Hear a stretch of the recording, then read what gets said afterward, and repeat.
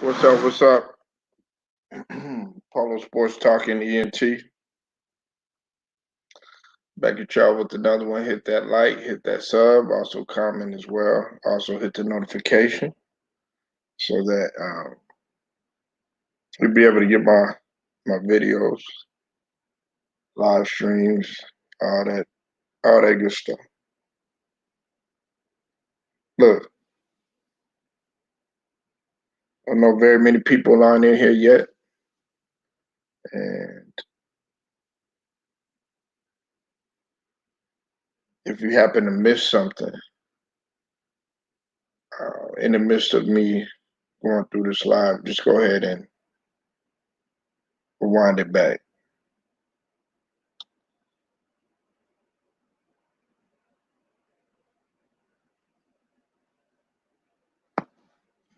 And I'll give y'all a few just to get in here. Hope everybody day going good. I want to say that I appreciate everybody that pulled up to the previous stream. Thank Reg Dog for showing up. Goat Mike showing up. Saw love, man. Everybody that was listening, man. I appreciate y'all pulling up and showing love, man.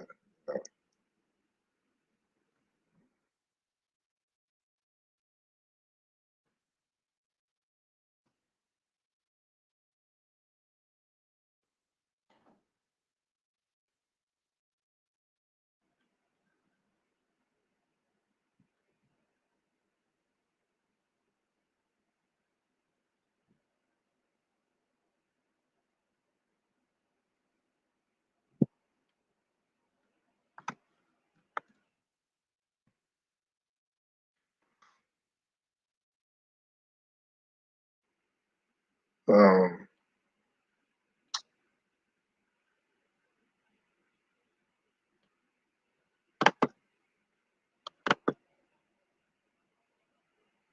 yeah, what's up, Blackface? I'll see you in the building. Yeah, we finna jump right into it, bro. We finna jump right into it, man. Cause there's a lot of players that I feel the same way about, and not just this particular player right here, but we gonna definitely hash it out. We gonna put it out there, nip it in the bud, Blackface. That's how we do around here. You know, we have to we have to carve things down the middle. You know, and understand why this particular player is so long overdue.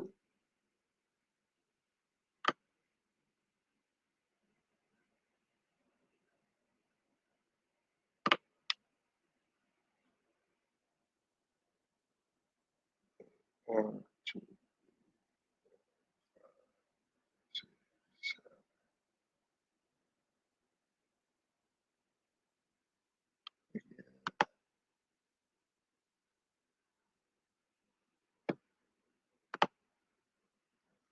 five, yeah,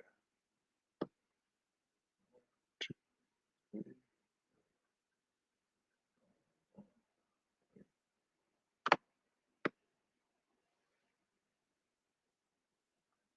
All right, look. I'm gonna go ahead and tackle this right now. Uh, I'll thank y'all for pulling up right now. Now, this is something right now at this juncture that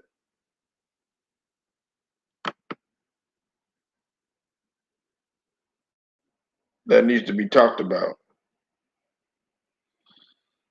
Ben Wallace should have been in the Hall of Fame a long time ago, and I'm just saying, in my opinion, he needs to be. He should have been in there like first ballot. He should have been in there. It shouldn't have took him that long. It shouldn't have took him that long. Okay. Now between the, I would say between the years of 2000 up until 2000 and 2006, Ben Wallace. I mean, Ben Wallace. His defense was unmatched. He controlled the game. I mean, just with his defense alone. Okay, and I think it's a crying shame that people don't recognize that. Still giving me nightmares. Yeah, yeah, yeah. I know. I I know, TJ. But see, the beauty of that though is that they were actually able to stop the Lakers on that. Now because everybody was riding them off.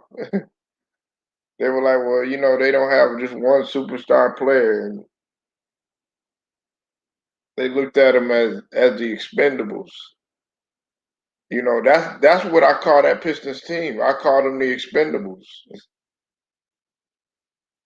Because you got to think about it. Rasheed Wallace, he was getting up in age and was near. He wasn't quite there yet. He still had a couple good years left. Don't get me wrong, but he was nearing the twilight of his career. Chauncey Billups he had bounced around the league till he thought he found a place in Denver, and then what I'm saying, then he ended up leaving there and then went to the Pistons. And then of course Rip Hamilton, he had been to a combination of several different places, which consisted of Milwaukee, which consisted of uh, Washington, and then finally uh, finding his way and finding his niche in Motown. But when we talk about Ben Wallace, I mean he was a journeyman himself because I think like a lot of people they look at those years, when he had first got started into the league, he started off with the Wizards. He was undrafted. A lot of people don't know this, but I think True the King had alluded to this too, and he had put it out there that Ben Wallace was undrafted. Going to be, you know, to my recollection, the first guy in NBA history to be undrafted and be in the Hall of Fame. Right, right, exactly. Uh, Dennis Rodman is in that argument too. That's debatable too. But he gave Shaq, hell. He gave Shaq hell. And a lot of people think that Ben Wallace was like, just some pushover and all this other stuff. Nah, that guy was strong. That guy was strong. Um, you know, when you think of a guy like Ben Wallace, man, you think of a guy that does the dirty work. I mean, look at how much he was averaging. He was averaging 13.1 rebounds, 2.3 blocks, 13 rebounds, 3.5 blocks, 16.7 rebounds, 3.2 blocks, 12.5 rebounds, 3 blocks, 11.1 rebounds, 2.4 blocks.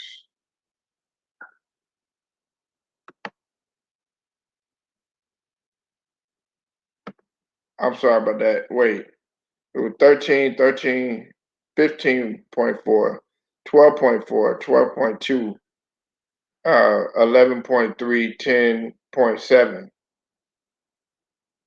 You know, between the years of 2000 and 2006, he had never averaged under 10 under 10 rebounds, nor did he average under 2 blocks per game. And he played a significant amount of games. Was always there. I mean, he played uh, 80 plus games in 2000, 80 in 2001. He played 73, 81, 74, 82, 77. I didn't mention some of the others because I think he was on the downside. After around that 2006 season with the Bulls, he started to kind of make it way to uh, the twilight of his career.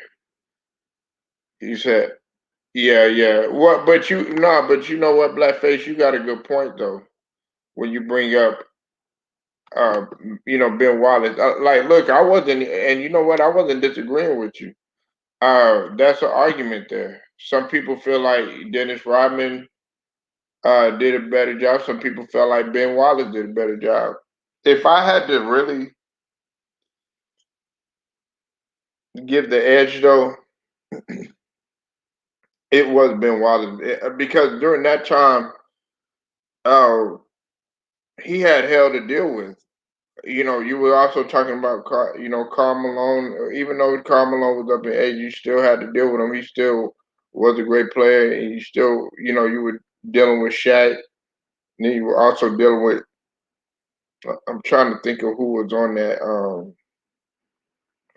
front line during that time. You know, you still had to deal with quite a few players that were in the Lakers uniform, and Ben Wallace was just a workhorse. He was blue collar. Uh, he brought his lunch pail. When you think of guys like Patrick Beverly, when you think of guys like Nicholas Batum, when you think of guys,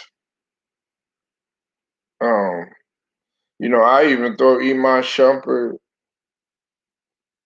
Marcus Smart, just mainly like defensive guys. You have to consider Ben Wallace in there. When you talk about the Dennis Rodman, when you talk about Ben Wallace, when you talk about different players that did not need the ball, that's a joy to have a teammate like that that doesn't even need the ball to score. But when you have a guy like Ben Wallace that doesn't mind playing defense, he doesn't mind rebounding, he doesn't mind blocking shots, he doesn't mind sacrificing his body. Those guys right there are a joy to play with. And that's what I'm saying.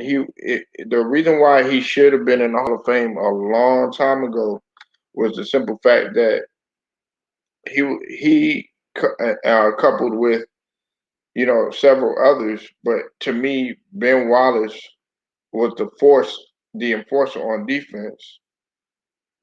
They were able to turn that culture of Detroit back around. A little bit after the uh, the Grant Hill the Grant Hill era.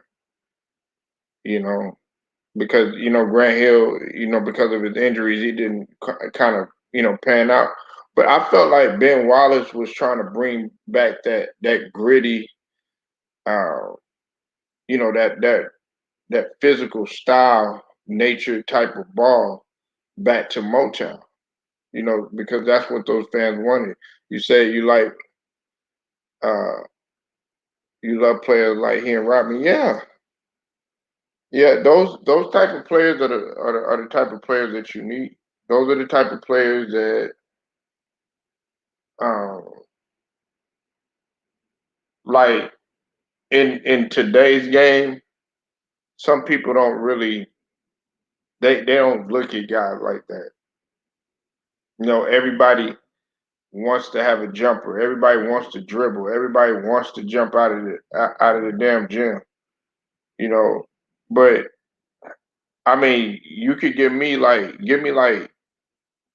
three guys that just could play defense. They could rebound, block shots, um, shut down their man and everything, and just give me two scorers.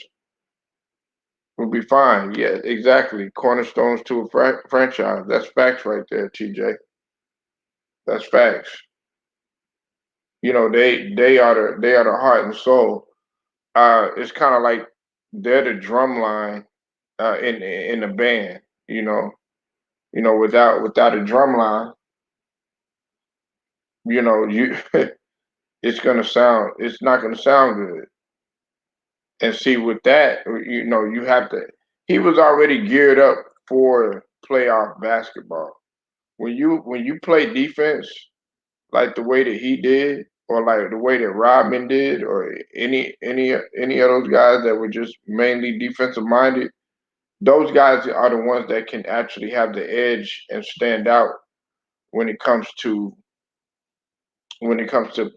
playing in a series or in the playoffs. Those are the ones that are going to be able to stand out. um, Ben Wallace, Ben Wallace to me, he if like because I have Dennis Rodman starting as my power forward. I would put Ben Wallace as up there in my top five if I was to choose a power forward or even center.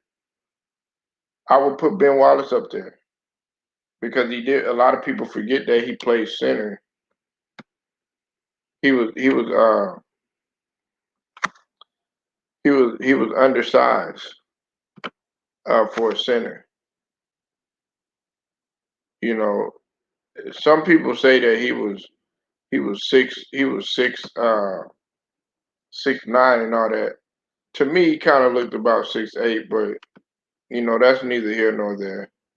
I think the hair, I think the hair might have had something to do with it.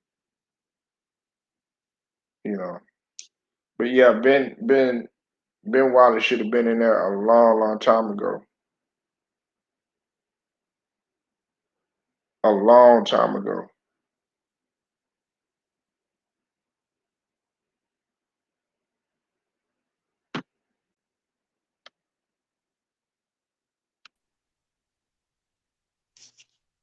What's good, Polo?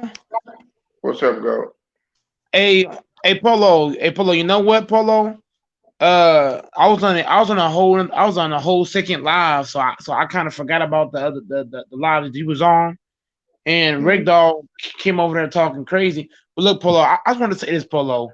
I talked to my grandparents today. I just talked to them today. They told me, said, look, if somebody's talking crazy to you, you don't have to engage them. You don't have to stoop down to their level. And I was thinking about what you were saying. What they're saying is that Reg Dog is taking it too far.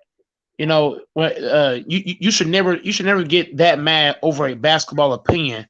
Whenever you're talking basketball, it's all opinionated. There's no need to get in your feelings and start threatening people, talking crazy. There's no need for that. Life is too short for everybody to be beefing and arguing. We supposed to be trying to build up one another and help one another. You know, but instead we're over here trying to kill one another over basketball opinions. I'm like, it's never that deep. It's not worth getting shot or killed. It's not worth putting hands on somebody. It's never that deep. It's not like these NBA players are not paying us. Uh, so for us to go to that level, for Reg Dog to go to that level, for Kobe, I mean Kobe Bryant didn't pay you nothing. He didn't give you no money. You know what I'm saying? So it's never that deep. Magic Johnson, he didn't pay us no money. So what's the point of us to go kill somebody for Magic Johnson? What did he pay us? Right. If I gotta, you know, Hey, go, man. Don't even worry about it, man. It's water under the bridge, man. What do you got on Ben Wallace, though? what is the title again? Yeah, we're talking about Ben Wallace, man. He should have been in the Hall of Fame a long time ago. I don't know. Did you know about Ben Wallace? Did you know a lot Man, about him? Ben Wallace should never be in the Hall of Fame. He was trash. Are you serious right now, Go? Ben Wallace couldn't guard nobody. Man, you were tripping, bro. Everybody used to dunk. Everybody No, used to dunk no, on no, Ben no, Wallace. Every, no, how many times? You know how many no, times Ben Wallace got posted no, up so no, many no, times in school. no, no, he didn't. Listen, let me read off the stats to you, okay? Because you don't understand. All right, Hold listen. up, But hold up. I'm trolling. okay, all right. Whew, you scaring me, man. Don't Yeah, do that, I'm man. Go, boy. Man, you about to get, man, I ain't even that old, man. You about to give your boy a heart attack, man. trolling like I'm trolling That's hard as fucked up. hell. Hey, that's fucked up, man. That's fucked up. I had to get you back, Polo. You know Nah, I had I to get got you you. back. Nah. I got you back though. Don't worry about it. Remember, I owe you one. Go ahead though, man. I know you know Ben Wallace. Go ahead. Hey, Ben Wallace should be in the Hall of Fame. There's no question about it. If if if Tracy McGrady's in the Hall of Fame, Ben Wallace should sure be in the Hall of Fame. Because Ben Wallace has more as Ben Wallace has done more in the NBA than Tracy McGrady. And McGrady's in the Hall of Fame. Ben Wallace got a ring. Ben Wallace Mhm. got what 3 or 4 first you got defensive player of the year awards. Ben Wallace has done a lot in the NBA. If Trace McGrady's a Hall of Famer, Ben should definitely be. You know what? The NBA is being disrespectful to Ben Wallace. How are you gonna put Trace McGrady and Tony Kukoc in the Hall of Fame, but not Ben Wallace? That is disrespectful on the all-time level, and that's the facts. This dude, Ben Wallace, they used to call him the no-fly zone. You driving the paint, he punching that shit. So for the NBA to disrespect Ben Wallace and put Trace McGrady and Tony Kukoc in there, man, they should just go ahead and shut the whole NBA down then. Just shut it down. You And know, you know what? hey, And Polo, I'm gonna say one last thing, Polo. nah, go ahead. If Ben does not get in, I'm gonna have to say the Hall of Fame award is rigged if he don't get in. Cause McGrady got in and so did No, Kukoc. he's already in. Ben Remember Wallace it? Yeah, Ben Wallace, Tony Kukoc, Chris Webber. Um, I forget who else. But is Ben just is he in there though?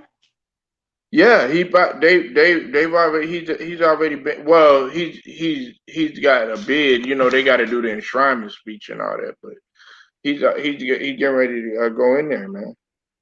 But here's my thing though. Why did they put in Trace McGrady over Ben Wallace? I don't That, know. To that me, that's pathetic. nah, you got it, man. Hey, we were talking about that the other day, Mike. I said this. I said everybody the way that they get on Mello about never doing this or never playing defense and all this other stuff. Well, guess what?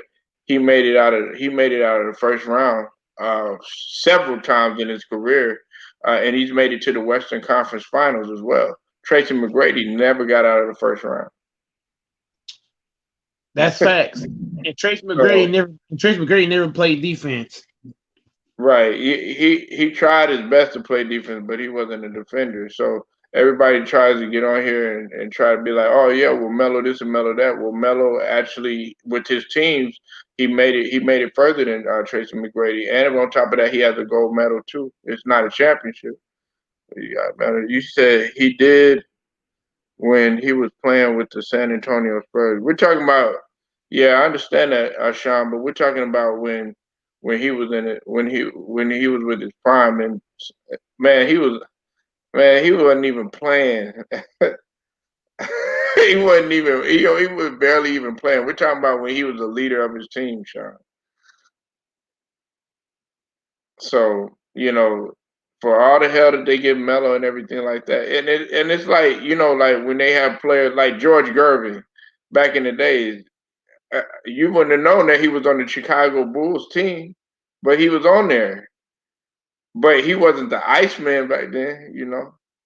But you bring up a good point though, Sean Dennis. I mean, a lot of people don't realize that. A lot of people forgot that he did. But no, that's a good point though, Kinfolk. He did play with San Antonio, but we have to understand that we're talking about the McGrady that was leading the league in scoring. We're talking about the McGrady that was considered uh, the top two uh, shooting guard next to Kobe. We're talking about that McGrady.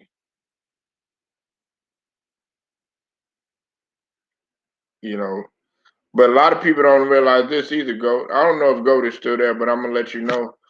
Uh, Yeah, I'm still here. you know how many DPOYs Ben Wallace has? I think he has either 3 or 4. You're right. He had four of them. There very few in the NBA that have more than two Defensive Player of the Year awards. Uh,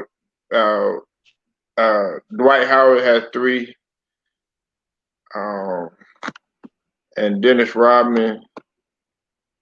I think he only had two, if I'm not mistaken, but he won four of them.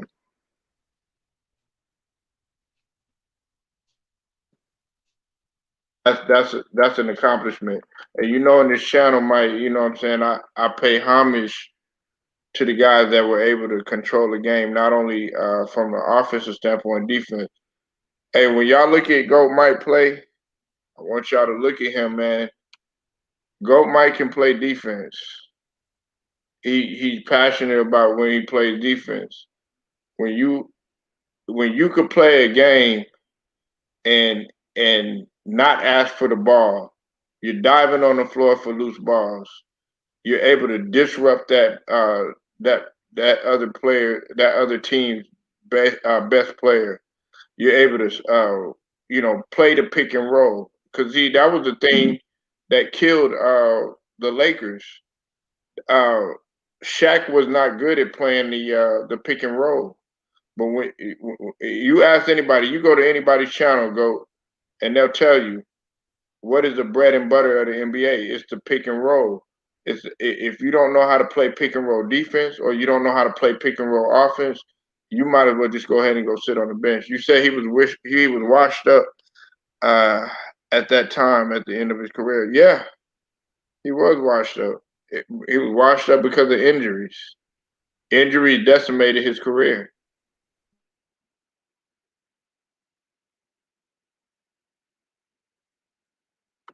Injuries decimated his career. I mean, we would have liked Tracy McGrady to go further and be win a championship and everything. But you gotta realize too, he had Yao Ming.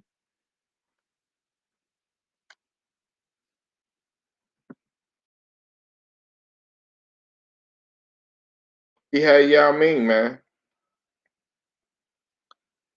So yeah, he had more Defensive Player of the Year awards than Dennis Rodman. Dennis Rodman only had two, and Ben Wallace had four of them. Uh, he was a four-time All Star. Uh, he was blocks leader in 2002. A lot of people don't know this. He was on the NBA 2K cover. Remember that, Mike? What'd you say, Polo? Hey, you probably don't remember this. Ben Wallace was on the NBA 2K cover. Oh yeah, at one point in time he was. He was Yeah, that he good. was. Yeah, he was on the NBA 2K5. I mean, that was before that people started, because back in the days it was really live. but he was still on. He was on 2K5. A lot of people don't realize that he was on the cover. You know, so he should have he should have been in the Hall of Fame like a long time ago. I'm not gonna say what Chris Broussard said, you know, because everything that Chris Broussard says that comes out his mouth, man, is straight boo boo. But to disrespect Ben Wallace the way that you did, you had no right to do that. You just throwing him up under his bus, throwing up under the bus, man, like he ain't never did anything. Give me Ben Wallace any day. That's why I'm saying I like guys like you know, Patrick Beverly, or you know, Nicholas Batum, uh motherfucking me. Shoot, even I was telling True the King this go earlier. I told him, shoot, give us Taco Fall if you don't want him. I'll take Taco Fall. He's still young. We could use him. You're not going to get any better by you just sitting on the bench. You're not going to get no better just by you sitting on the bench. And he could go to a place, be trashed there, and be another person's treasure, like I said. And that's what happened to Ben Wallace. They didn't want to believe in him. And Ben Wallace, and you know, another thing go too, and chat too with Sean and Blackface. People forget that Ben Wallace wasn't drafted. He was undrafted coming out of Virginia Union.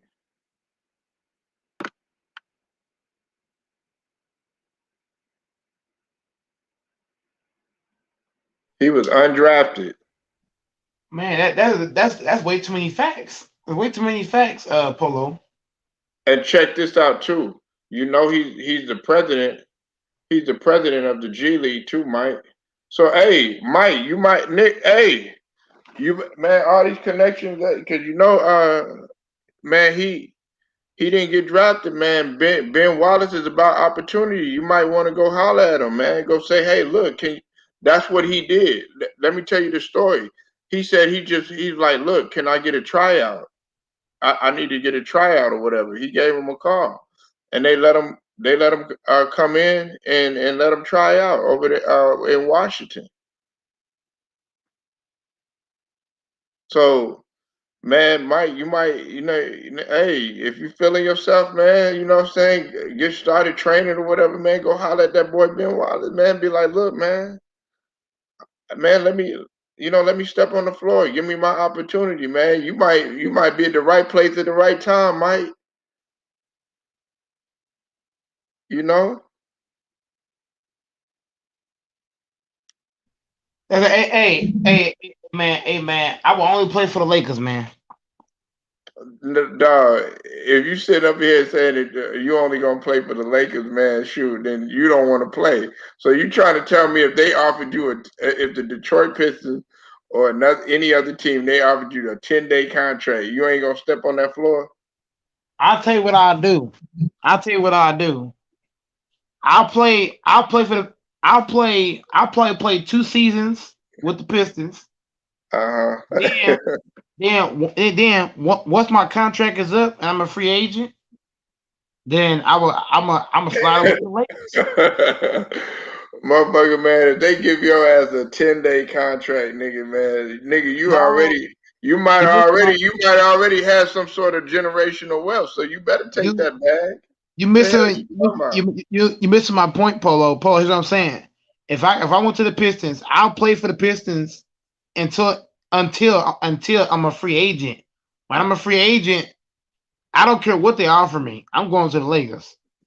But ain't no guarantee. But there is no guarantee that the Lakers will want you because you still got to If go I'm out there and okay, get so that. how about this, Polo? Polo, how about this? Mm-hmm. If I'm averaging 20, let's say I'm averaging 20 points. Okay, so let's say the Pistons sign me to let's say that 10-day contract turns into a 3-year deal. Okay, let's say in those 3 years I'm averaging 20 points, seven rebounds, and 8 assists. If the Lakers don't have if the Lakers needs a player like me, they would gladly take me as a free agent. That depends on how they see you. How you know they might not see you, even though you put up 20 and all this other stuff. They'll probably see. Okay, what do we need? What do we need? Go Mike for? You know. You said Polo. You really went there with the convo. I don't understand what you mean, South Political, and you need to come in here and explain yourself. You know what I'm saying? I'm tired of all these. Hey, Polo. Hey, Polo. What's up with all these chat warriors? First Rig Dog, now Mr. South. I don't know, man. Hey, South, man, come on, man. Don't tell me you're turning into a chat warrior, man. Man, I know you know better than that, man. Everybody ducking Goat Mike. This is pathetic. Hey, Everybody be hey, ducking me. South, man, you ducking the smoke, man? Everybody stay ducking Goat Mike. First Rig Dog, now Mr. South. Man, what does this tell you? I gotta get South Political's thoughts on how you feel.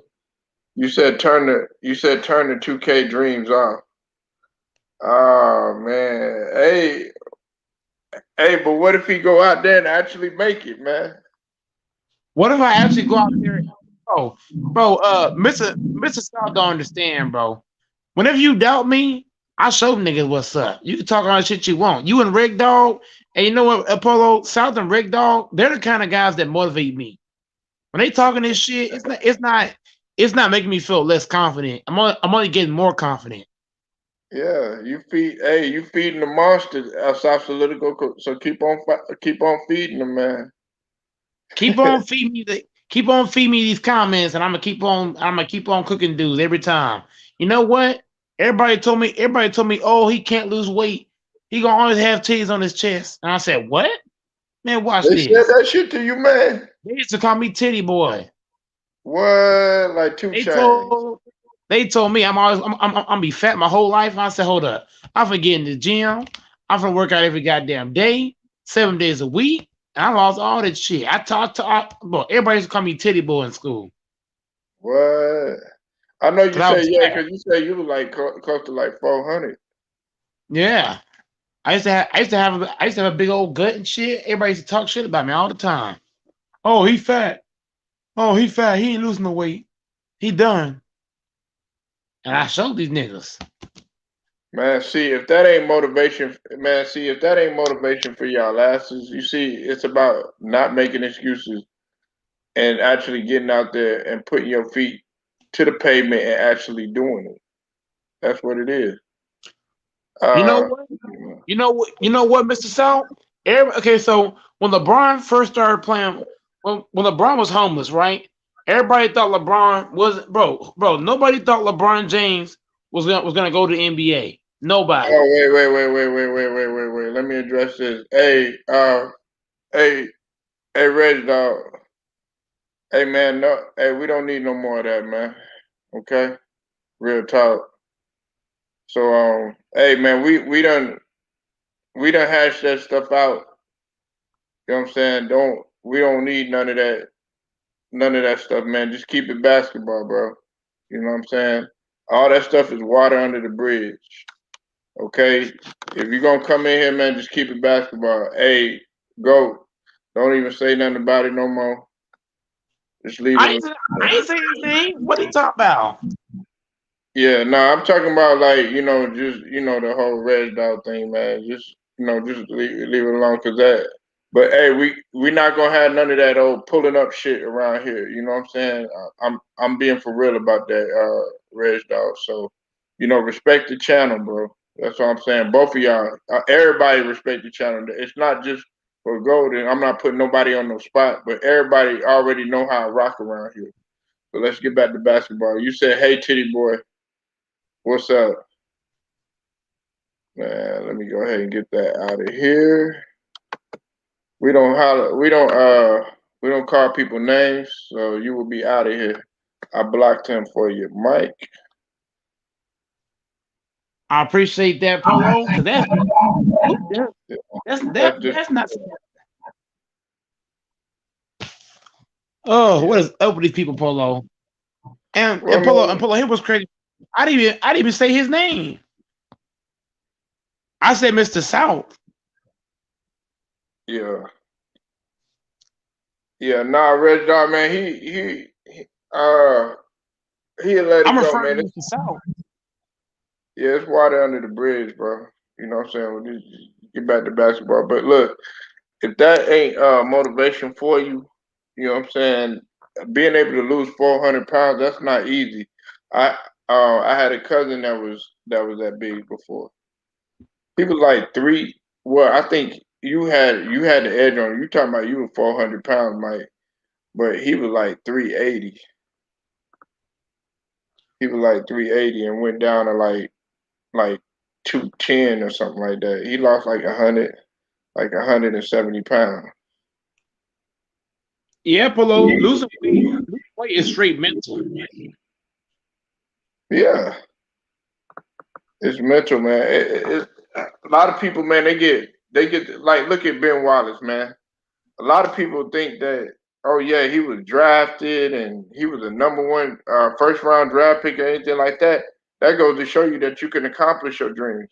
I'm pretty sure that there were plenty of people that were saying, stuff like what South Political said to Mike. They were saying like, well, man, turn your dreams off and all this other stuff. But hey, what you don't know is that you actually might be motivating that person. Now, if South Political was to say something like that, like to me or maybe to like Mike or somebody else, the average Joe, you know what I'm saying? I'll just look at you and smile and say thank you and keep on going and everything because I honestly that's the way that I rock too. I'm like I actually want you to tell me that I can't make it or I can't do it or something like that. That's why I don't feed nobody any type of negativity or anything like that. It might be a tactic of some people, but I'm pretty sure that some people had told Ben Wallace that oh, you wasn't gonna make it, or you trash, or you never play in the NBA. I'm pretty sure he heard that all the time. I forget what player. There was a player that was working in the grocery store. He was bagging groceries and stuff, and he ended up playing in the NBA. I forgot who it was.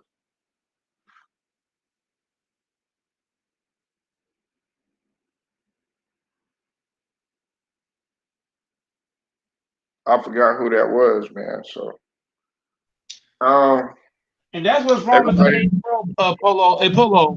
Everybody told me that I wasn't gonna be Hitman. I said, okay, y'all can talk all this trash all you want, but I'm gonna come in. But I'm gonna come in. I'm gonna come with the haymaker. Man, I didn't even know how y'all even like decided to play one another. I knew We how. decided to play. We decided to play because Hitman said I was trash at basketball. Commented on one of my basketball videos, and he said I was trash. So I was like, Mhm. okay, keep on talking. I'm gonna have to play your ass. Lamont put a post up. Lamont said everybody vote who you got winning, Hitman or Goat Mike and Polo. When I tell you everybody picked Hitman, Hitman had 100 voters. I only had one. Yo, that's how it be, man. That's Hitman how was it be. he was the heavy favorite. And guess what? All the people that voted for Hitman was his subscribers and everybody else. Hitman was the heavy favorite. And I came in and gave a knockout blow. That's how it be, man. See, I was always told that because where I grew up, man, people like especially it would believe it or not, it would be a lot of females. Of course, the niggas would do it too, but it'd be a lot of female. You ain't gonna do nothing, or you can't do this, or da da da da. After a while, you know what I'm saying? I'm like, dang, I kind of like that. I enjoy I sleep good at night because then when I'm able to obtain that goal or reach that goal or prove that person wrong. It's just the look on their face. They're like, "Oh my God, I can't believe he did that." And that's what made me want to play a sport like basketball, because when you go on the road or you go to a opposing team's house or something like that, it's kind of like going in another hood and fucking the enemy's bitch or something like that. You know what I'm saying? Like going in enemy territory or something like that and messing with a girl or something like that, and you mess with her and you're not supposed to do that. Some guys take joy out of that shit. Well, I took joy out of going into somebody else's house. I'm talking about basketball wise, and being like, have our team beat them, and look at the disparity on their face because they kept telling us that we couldn't do it. And that's the type of competitive drive that anybody should have. If somebody tells you that you can't do it, what I'm saying? I don't care who it is. South Political, you got the floor. We talking about Ben Wallace, man. You do this to me every time I come on. You do this to me every time I come on here. But I think we had the conversation about Ben Wallace. Ben Wallace is a Hall of Famer. You saying he waited too long to become one? Hell yeah. When did he become? How long was he? I'm trying to figure out, when did he retire? I can't remember when he retired. How long did he have to wait?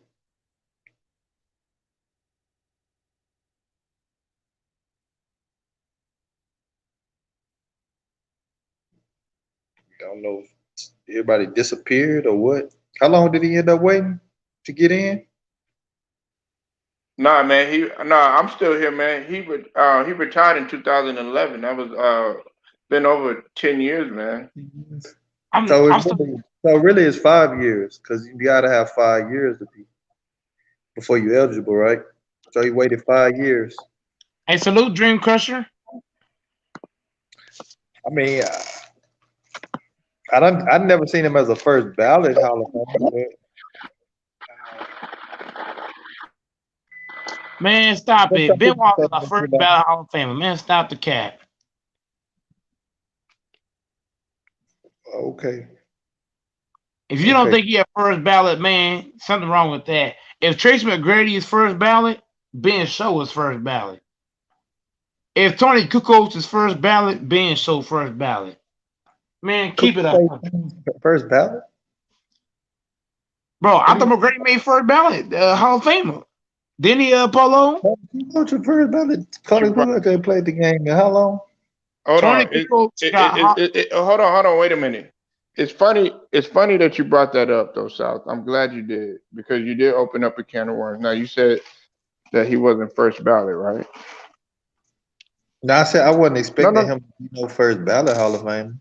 Oh, okay. No, that's fine. Let's I'm stay just right trying there. to figure Okay. out, No, stay. No, it's okay. No, let's stay right there. Let me ask you this. Um, name a player.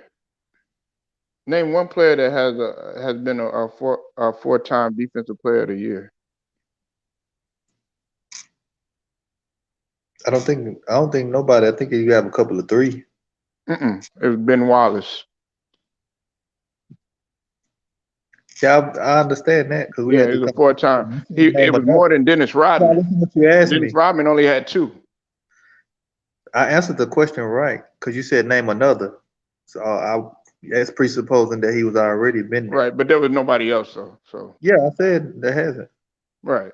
So what I'm saying to you, Dennis Rodman, he's in the Hall of Fame. He led the league in rebounds, did everything that he did, was a defensive savant and everything. Was Rodman And first ballot? also, hold on, also, Ben Wallace also did lead the league in blocks. Now, did you know for 7 straight years, seven, for 7 straight years, he never averaged under 2 blocks and never averaged less than 10 rebounds. 7 straight years. I mean, that's a decent accomplishment, but I mean, Right. I'm With it's a like with a this. I championship. would never. with a Yeah. championship team, and not to mention the icing on the cake. Guess what, Sal? You know better than I do. Or probably heard the doubt. Probably told him, "Hey, you can't do this. Turn the 2K5 dreams out, all that other stuff." Guess what? He was Gotta undrafted, address- and he's gonna be the first nigga I gotta in address the Hall of Fame that has this. never been drafted. I'm gonna address So that. I think that's worthy. I didn't say I didn't think he was a Hall of Famer. I said I'm probably not a first ballot. That's all I said. I didn't say he was. I know you love doing this stuff. It's like you love me to First ballot. So let me ask you this, Sal. Let me ask you this. No. I'm not gonna let you get away. I'm feeling good today. Okay. Look. Look. Hey, Polo just fried Mr. Sound. Okay, look, Sal, let me ask you We something. agree on too much stuff, but he cooked me. That makes If perfect. if you can control a game, without scoring a single point, how valuable is that? When you can't control a game when you can control a game without scoring. That's valuable. You know, I value all aspects of the game. Okay, but what wins championships? Defense wins championship. Let's And keep this a buck. Basically, Let's keep Sal, it- he hold on, control. hold on. Mr. Sal was never going to admit this. Ben Wallace controlled games with his defense. We done talked about Ben Wallace before. Me and Polo go, Mike. What the hell are you talking about? One of his I'm first going time to came fry on. your ass. You better get fried now. Fried about what? Ben Wallace is that nigga. I haven't Everybody- said nothing bad about Wayne Wallace, other than probably, and it's not even bad to say he's probably not a first ballot Hall of Famer. Man, you Sal. capping. You on Cap Block Records. Hey, Sal, I'm just He the only surprised man- you're saying that though. Was Dennis Rodman first He's ballot? the only man. Hey, Polo. Ben Dennis Wallace. Rodman was first ballot. Ben Wallace is the only man in NBA history that I know of to win 4 Defensive Player of the Year awards. And you mean to tell me he's not first ballot? Man, you done lost your mind. Hey, that's a lot. That's hard to do. And DPOYs, hey, Sal, DPOYs are not easy to accomplish, man. Dennis Rodman got 2. Dennis I'll say got this: 2. And he's not. they hard to accomplish as a great perimeter defender, but for rim protectors, you remember I had this conversation too. No, we done had this conversation. This ain't nothing foreign we talked about. Is Right, but Rodman he was first ballot? playing in the era where they had Mutombo. He was playing in the era where there was a lot of other rim protectors. During Is that time, Rodman- the game was is still Rodman- relatively inside out. I'm Is not. Rodman first ballot Hall of Famer? Who? He said Rodman. Yeah, Dennis Rodman is first ballot. If Rodman's the first ballot, if he's first He ballot, got Ben in Wallace is so immediately. first ballot. What year he got in? I don't believe that. I gotta look that up. I don't want to hear the excuses about Man, Rodman. Dennis Rodman Rodman was first he ballot. pulled a Like, what? Carl Malone. He's hey Polo. Of course, Polo, he Dennis using Rodman was excuses. a five-time champion. He using a bro. Here's my thing. Polo. Here's my thing, Polo. Guy will sit here and try to say, well, Rodman can only get 2 because he had Carmelo in his era. He had Pat Ewing. Man, fuck all the goddamn excuses. Stop all the excuses. Nobody saying nothing. Man. We done talked about Rodman before. I'm finna If get on Rodman's the your ass first in a ballot, minute. if Rodman's first ballot, Ben is way over first ballot. And you could cash at me too if you think I'm wrong. So I'll take 100 because he was first ballot. When did he go in? I can't remember what year, but it was immediately like when you I think after that stretch, I think it's 5 years. I'm gonna look that up. Mr. Selk always cat. Golly. What are you talking about, though, Mike? Hey, bro, really? I mean, but see, that's the thing. I mean, but see, that's what I'm saying. That people don't respect. They don't respect defense that much. Like they'll look at a guy like a Patrick Beverly and say, "Oh man, that guy's not." Even though he's kind of dirty, but you wouldn't want to play against him, but you'll want that guy on your team. You'll want a Bruce Bowen on your team. You'll want a Ben Wallace on your team. You want a Dennis Rodman on your team. You want a Nicholas Batum on your team. You want guys that don't care about scoring on your team.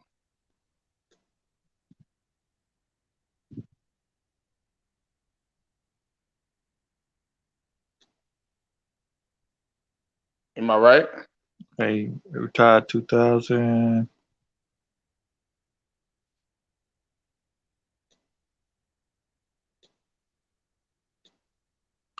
Well, I guess South is Yeah, he I'm over here looking. doing research. Yeah. You said blackface boy, very valuable controlling a game without scoring. Yeah, absolutely. The Grace did that. I think it was the fact that okay, he played those years in Washington, and they didn't really see him as much value. Had to walk on and try out or whatever. Maybe they looked at that aspect, or maybe they looked at the fact that he was undrafted or didn't go to, a big school. But he went to the same school as Charles Oakley.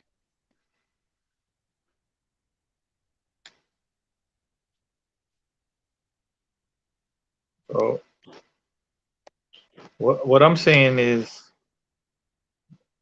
what are they doing, man?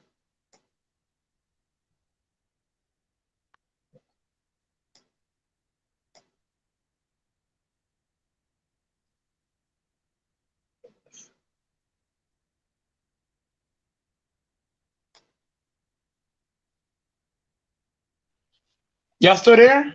Seems like I'm seeing around 2011, but I still ain't got no clear. Okay, look. What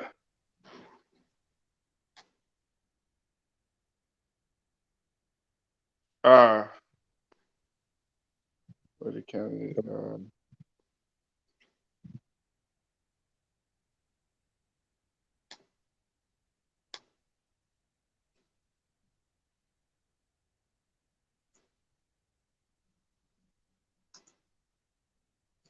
I'll find it for you.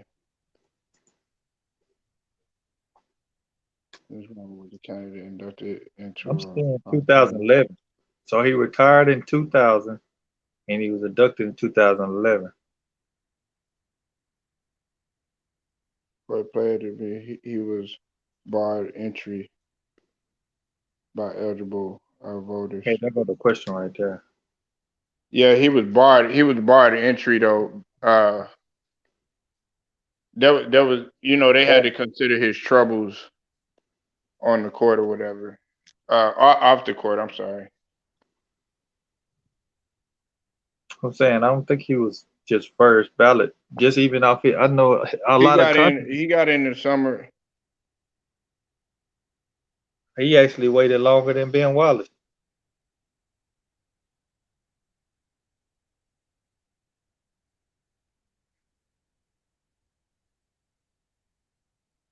Rodman was voted on the second year of eligibility, but on his first ballot. Bam. That even makes sense. Yeah, Rodman was voted in his second year of eligibility, but on his first ballot. I get what they're saying. I get what they're saying. Yeah, so but either way, man, I don't look at the first ballot, second ballot. Look at this Ben stuff because he might have the same ordeal. Ballot. Nigga, as long as you on that motherfucker, man, as long as you in there enshrinement, nigga, as long as you got that motherfucking favorite player sitting behind you to vouch for you. You gonna do all this? You and Go Mike gonna do all this huffing puffing just to say that? I didn't never say to do it in the Hall of Fame. Don't be mad. Hey, look, we know. I know what it is. Hey, I think South political light skin. That's what it is. Fry his ass. Fry his ass. I gotta address this dude, man. Huh? You got all these crazy ass stories being 5'1", dunking and this and that, and we supposed to take you serious when you want us to take us serious, and then you troll us when you want to troll us. Like, come on, get out of here with that shit. I can't take you serious. You always trolling. Oh. Then Polo gonna sit here and say, well, if you had the opportunity to do something, you're like, no, only want to play for one team. Like, we really supposed to take you serious. Polo, Who says that? Polo, Yeah, nah, hey, Polo, nah, I look want down go to south. go up in there. Look down I south. tell like you don't know. Hey, me and South might know. Listen, hey, go. If you was serious, no, let me say this. If you was really serious about playing, then y'all want to I would go pity. try to talk to some people. No, that's you. Now you get. Now that's why I came up in here. He didn't hear what I said though. Polo, he hear the whole. He didn't hear the whole thing though. Okay, explain yourself. Explain yourself to South. He's going for half the story. The full story was okay. Polo asked me. Polo had questioned me whenever I said what I said. Polo said he questioned me, and I said, "Hey, Polo, if the Pistons gave me a 10-day contract, let's say that 10-day contract turned into a 2-year contract, right?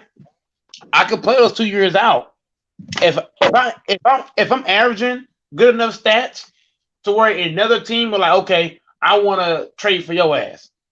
Okay, I can go as a free agent in the offseason. I can say, hey, I want to come to the Lakers. If the Lakers need a player like me, salute Celtics Nation. I see you in the building. you see what I'm saying, Polo? They would if the Lakers need a guy that can score and pass. If they don't have that, they probably would say, okay, we need an extra passer. Okay, come on over here. They need somebody. They need somebody like that on 2K.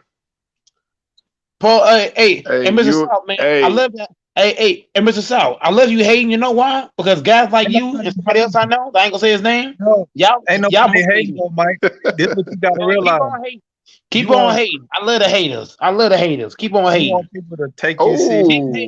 Hold on. We gotta address this right here.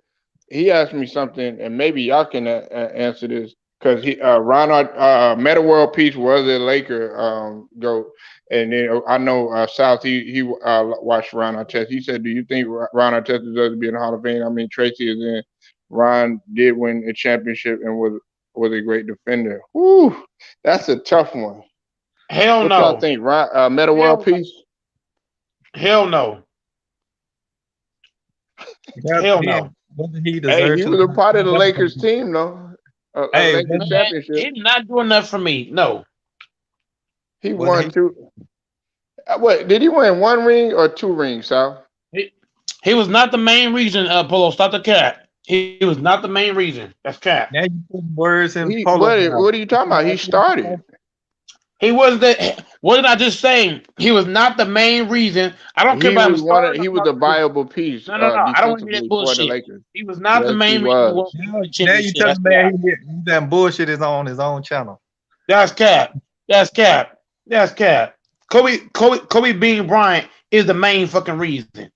Let's keep that a buck. No, he wasn't the only reason, man. Big shot Bob, he got y'all a couple of championships. Lamar Odom had more impact. Lamar Odom, Trevor Ariza had more impact. Andrew Bynum, more impact. And so did Meta World Peace. What are you talking about? He was a starter, man. What are you talking about? Bro, Meta World Peace is like the 4th or 5th best player on the team. What are we talking about? Ron Artest was starting. Ron, am I tripping, or was he starting, Sal? For y'all to win when Kobe was playing bad that game. He's not better than Andrew Bynum. Hey, Blackface got a good point. Without Ron Artest, y'all wouldn't have won in 2010. Yeah, because he scored 25 in game 7. You got to go back and look, Mike. He hit the 3-pointer to seal the game. Kobe Bryant had like 40 points in that damn game. 30 or 40 points in that game. What are you serious? I think Kobe had like 26 points that game. Kobe Bryant played D2. He played D2. And they had set Kobe in at the start of the 4th quarter, and they talked to Phil, and they was wondering why Kobe was, because I don't know if you remember this game, Polo. Kobe was playing bad. He was hustling, but he wasn't playing up to his standards. You know what I'm saying? And they started the 4th quarter, and they had Kobe on the bench, and they talked. You know how that was when they had just started this talking to the coaches, trying to talk to the coaches in between the quarter like that. Especially in the finals, they didn't really do that. And then they said Kobe's his nerves and all that were high. Yeah. He just sat him there first, but he didn't have that good of a game 7. They But said still fun. Kobe. They said no, he didn't. He shot 7 for 24, Yeah. but had 17 rebounds. Okay, let me ask y'all this And then then. Kobe Let me had 23 points and let 26 me ask y'all rebounds. this then, Polo. 26 rebounds. Let me ask y'all this then. Nah, Without he didn't have Kobe, no Matt 26. hold Moses, on, wait, hold hold on, on. y'all. Let me ask Hey, y'all South this. Political, man. Kobe ain't never Yeah, had he no didn't. 26 Nah, he rebounds. didn't have no 26 Well, let rebounds. me ask you this What then, you talking y'all. about? Without Kobe Bryant, they would have not made the finals without Kobe. That's Hey, the Matt fact. Moses, Go, I Mike think got you, I think you got your stats wrong now. But Kobe ain't never Without had no without 26 Kobe rebounds. Bryant, Polo, without Kobe Bryant, they don't make the finals. That's the facts. Why are you changing the conversation? Like you can't even. Without the Black Mamba, they don't get to the finals. That's the facts. Oh, Mike, Look, man. we talking about Yeah, Ron y'all here Artest though. praising Metal World Peace. Y'all praising Metal World Peace. Man, stop it. Okay, you said he had 16 rebounds. Yeah, I was like 26. Hell Kobe no. Bryant was the Lakers. He was the Lakers. That's the Okay, all fact. right, Matt Moses. All right, good. Matt Moses, Kobe you must Bryant be a got Lakers tired. fan. Kobe Bryant got tired in the finals. He got tired. He got tired of carrying these niggas. Carrying Metal World Peace. Carrying Andrew Bynum. Carrying these dudes. Whoa. Carrying all these guys. He didn't carry Metal because Metal World He Peace carried these won two niggas. He carried these championships. guys, man. He Was it carried them the one or first two? He round. won one He or two, carried them the Sal. second round. He carried them I the think first round, the second round, and the third round. Man, Hold stop this on, shit. Mike. Hold on, Goat. Hold on. they won South, he too. won one or two championships.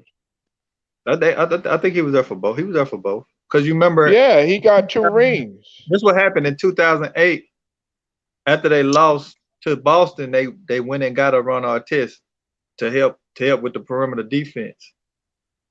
You remember they went and got Artest around that And y'all time. saying Ron Artest Okay, going to the Hall of Fame? Yeah, right. Blackface said one. Blackface said he only won one. Ron Artest ain't going to the Hall of Fame. Man, stop the cat. Unless he was never. Well, you know, we no. Well, you He never gotta been there put for facts both. to your logic, I though. ain't putting Let's no take a look respect. at it. I ain't putting no respect on Ron Artest's name. I ain't putting none. I ain't giving Y'all, him no respect. y'all had that You second. hadn't even looked at that yo yet. Go, come on. Ron Artest ain't shit without Hey, Kobe. go, man, go. You already ready to shit on the nigga, man. You Without like, without nah, he without ain't getting without in. Nah, Kobe, he ain't getting in. You ain't even looked at the without stats, man. Kobe Bryant carried them niggas to the finals in 2010. Man, stop it. Okay, but you got to look at what he did while he was in Indiana, though, and you got to look at what he did while he was in Sacramento, and you got to look at what Oh, he did that year in Ron Houston, Artest? and what he did with the Lakers. I think Artest, no. Hey, Ron Artest. Hey, TJ, Ron got two championships. I don't know where he getting that from. He's been there. Ron Artest better than Lamar Odom. Ron Artest. Ron Artest got two championships. Blackface. They won in '09 and in 10. Yeah, after they lost in '08, they went and got him, Yeah, man. they repeated. Hey, he They got lost two in '08. championships, man. Hey, he got two rings. That's Yeah. validation. Now he might not be first ballot, but he do. He had a good college tenure over there in what was it? Are we bringing the cat for Ron Artest Where did right he? now? Ah man, where did he go? In New York, Yeah, St. we're gonna John's. He cap. went to Like we St. cap on John's. you playing professional basketball. We got a cat for Ron Artest. I can't believe Hey, it. hey, Sal, did you get a chance to play against them? Cause you know they came to a tournament. It was him. It was Ron Artest. It was Elton Brand. And I forgot who the other guy was, but it was Ron Artest, Elton Brand, and somebody else that was I on that might, squad. I They was might, on the AAU team. I might well lie like go Mike and act like I did. Yeah, yeah, man. Ron, Step and back, jumper, Mr. South, move, man, step you back. keep taking all these jabs. Okay, watch. I'm gonna flame your ass. Don't worry.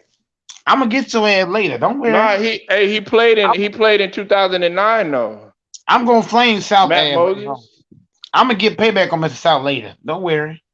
He I got played something in coming for you. 2009. The Lakers won in '09 and '10, right?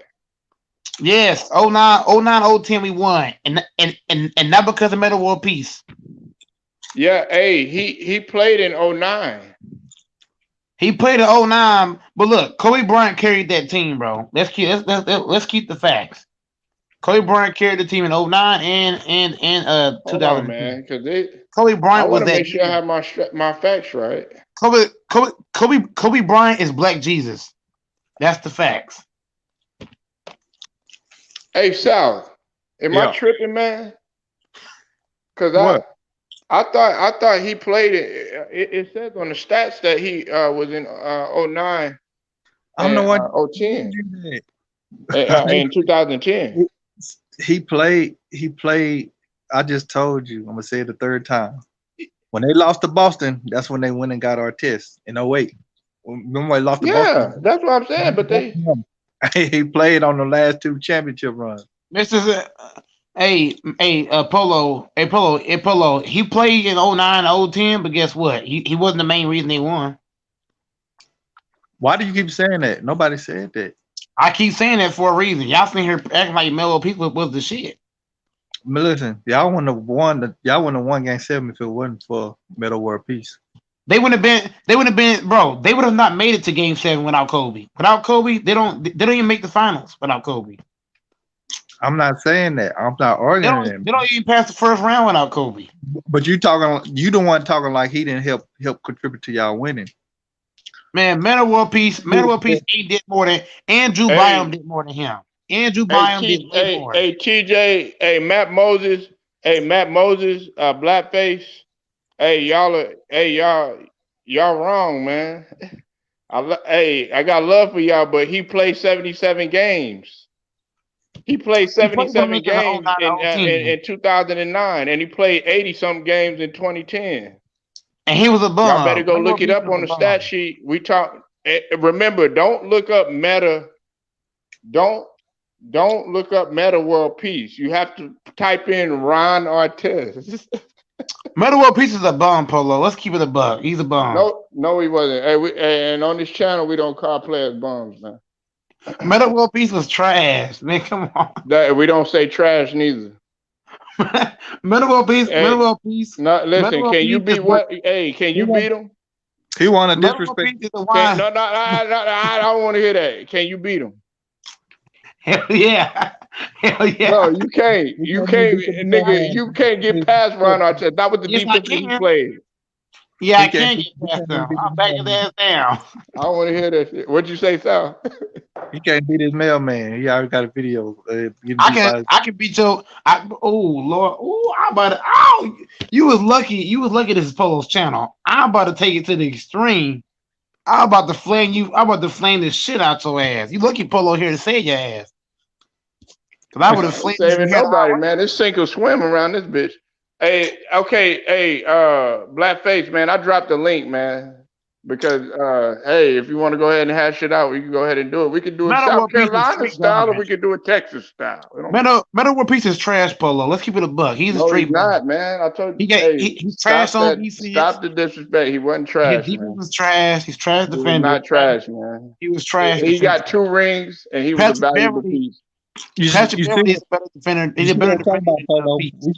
We supposed to respect his opportunity to make something happen, but he can disrespect people that made it happen in their life. Patrick Beverly is a better defender. Patrick Beverly is a better defender than Metta World Peace. That's the facts. What?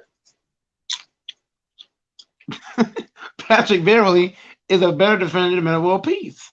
That's the facts. Polo. What's up, Blackface? Hey, make sure y'all go to subscribe to my boy Blackface Sports, TJ, man. LDBC all day. South Carolina in the building, man. You're supposed to be sending me a package full of that Bojangles between you and South. I know y'all out that way, that Southeast. You know what I'm saying? Give me some of that fried chicken, them Bowberry biscuits or something, man. Come on, man. You're sleeping on that shit. You in Texas and you worry about some Bojangles? Hell yes. I'd do anything to get that motherfucker down here south. I ain't even lying. Am I lying, TJ? Shit. Man, bring that motherfucking chicken down here. Hey, don't feed Mr. South, though. Don't feed his ass. Let his ass starve. Hey, Polo, you can hear me? All right, TJ, man. What you got, man? Hey, listen, I think he came on an 08-09 season, or maybe the 09-2010 season. Either way, he was there for our second championship because the first championship we had Trevor Ariza. Remember, we beat, I believe the year we won the championship in 09. we played Denver Nuggets in the Western Yeah, Conference Finals. Is that correct? but that's what I'm saying on the stats. It said that he played 77 games with the Lakers. I don't understand that shit because that He might man's have only got hurt in the part of playoffs. one of our He was on championship y'all team, teams, bro. man. He was Huh? on the team. He might have I got hurt said in the playoffs, but he was on y'all something team. must have happened, bro. Because I know when we won in 2010, he hit that shot Yeah, and he he, got Yeah, when he he hit hit he that got shot two to close rings the with game y'all. out. and he blew that Yeah, kiss goodbye. I believe that was the only championship that Ron Bro, he Artest got. didn't play against the 2008 one when y'all lost to Boston. He was there hey then. TJ, hey TJ, wasn't he trash? Metal World Peace. No, Was he he wasn't. trash? Man, tell this motherfucker goat that Ron Hey, Artest go was not Mike. trash. No, Hey, bro. go Huh? Mike. I can Yeah, say I'm like here. this, go Mike. I remember plenty battles between Ron Artest at that time and Kobe Bryant when he played for Houston. Ron Artest, that boy was something serious back in his prime. You hear me? You don't Kobe think he was wanted Motherfucker trash him serious. though, too. TJ? You don't That's think he why was he trash? kept coming. Kobe I mean, I wanted don't think he. him. I ain't Okay, gonna say he Matt was Moses, trash. you That's why saying they went it back. say he only got one ring. Metal Yeah, I World Peace think is the worst defender in the NBA, TJ. That's the you said facts. the worst defender. Yeah. Woo, bro, I Nah, can't Mike agree with that trolling, one. man. He man, don't listen. He trolling. Bro, say he the worst defender. But Metal I'm World trolling Peace. y'all. I'm trolling. I'm Nah, he trolling. fucking I'm around, trolling. man. I'm Hey, trolling. listen, Metal World Peace hey, was a listen. dog, man. Metal Peace was a dog. He was a big factor in that game 7. He was a big Yeah, factor. I'm just trolling. I'm just Yeah, trolling but y'all. All right, yeah, yeah. I'm hey, glad you came to your senses, man. Shit. I tell I've you, been trolling this whole time, Polo. he a You know better how I do. defender than Danny Green. That's hey, for I tell sure. you one thing. If we didn't have Metal World Peace in 2010, Paul Pierce would have averaged about 40. That's facts. That's facts. I ain't gonna deny that. But I was trolling earlier though. I was Hey, trolling. because go Mike, ain't no way you gonna ask Kobe Bryant to try to lock Paul Pierce up and get you 30? Nigga, that ain't happening. Not Paul That's Pierce. facts. That's big facts. Metal World Peace was big on defense. He was For real, big. for real. He has some of the fastest. He got fast hands. His hands quick. He got quick hands and strong. He got quick, strong hands. Hey, I know y'all remember game 1 of the 2010 finals when Paul Pierce and Metal World Peace got locked up. When I seen that play and both of them got double technicals, I said, yeah, this is gonna be a battle. It's gonna be going game 7 right here. And hey, sure as shit. Now, if they would have had a healthy, who was hurt that year? Was it Kevin Garnett? When KG injured that year, we beat Boston in 2010. Yo, I don't fill out the chat. What the hell happened? Yo, Blackface, yo, Blackface. The first what's up? chip that Boston won against the Lakers, bro. We was injured. Andrew Bynum was hurt. Yeah, that's Reza true. was hurt, and somebody else was hurt too. We had like 3 guys out. Hey, Starters. don't forget, Pau Gasol was one of the softest big men at that time. I could look here. Pau Gasol had me pulling my hair out. To see Kevin Garnett just back him down and turn around and just put the ball in this dude's face. And Phil Jackson got to run to half court and tell you to get stronger. Bro, Pau Gasol, I didn't like his stint. I appreciate that he helped us get 2 rings. But, bro, like you said, Andrew Bynum was our real big man. Paul Gasol is a more of a finesse, stretch forward type of guy. He's not going to go down there and bang like that. He's not But going That's to do that. fact. That's fact. if it weren't for Gasol offensive rebounding, y'all wouldn't have won some of them chips either. The Hey, you biggest know what? problem y'all have Hey, with Boston, that's true. That's true. Hey, you know what? You're absolutely right. If I say I ain't gonna kill him too bad because he did help us win 2 championships. What I about just don't Lamar like. Odom? What about Lamar Odom? Without Lamar Odom and Trevor Ariza, I mean, things have been Yeah, different that's too. true. Hell yeah. Didn't Lamar Odom win 6 man of the year that year? I I think he did. did win 6 man of the year award. One of those years. And them if he one didn't win it, He was if averaging he like didn't, 16, wasn't he? When he averaged like 16 points, 15 points yeah, but he, off you the know, bench, right? putting up stats. I just this, like Lamar Odom game, man. He had a nice What little about all Derek around Fisher? game. Blackface. Derek Fisher What's was up? big for us. Yeah, that's true. That's true. That dude was a big shot taker, a big shot maker. Remember that one Oh shot he yeah. hit against the Spurs, falling out of bounds? Oh Ooh, yeah. went like whoa. Yeah. He was falling out of bounds there. Wow. Hey, hold on, baby. While I'm on here, I need to get y'all opinion because I be getting killed. Oh shit. The hell is that? Hey, can y'all hear me? Yeah, we here. All right, listen, I need y'all opinion because I be getting killed every time this best power forward ever come up. See me, I'm real old school. Me, my favorite power forward, he might not be the best, but my favorite power forward is Karl Malone. That's me. I think his longevity and his consistent scoring, consistent rebounding for damn near 20 years, if that don't tell a person something, I don't know what to say. Hey, Blackface. Hey, Blackface. I'll say this, Blackface. For me, it's between Karl Malone and Tim Duncan. It's out of those two for me. See, I don't like comparing him to Tim Duncan. Tim Duncan way more skilled than Karl Malone. I hate that, man. And I'm No. glad Here's what I'm saying, Blackface. Those are my top two power forwards all time. Is Karl Malone and Tim Duncan. No doubt. I agree with that. For me, it's Karl Malone and Kevin McHale. That's me. I know y'all gonna be like Kevin McHale. I told you I'm real old school, bro. Kevin McHale's top 5 for me. He's top 5 easily. Kevin McHale, bro, they say he had one of the best post games. And we're talking about the 80s now, so he had one of the best post games in that whole entire era. And you had a lot of big men that played with their back to the back. Well, hell, all the big men played with their back to the basket back in those days. You didn't have big men to step out of the shoot, long jumpers and shit.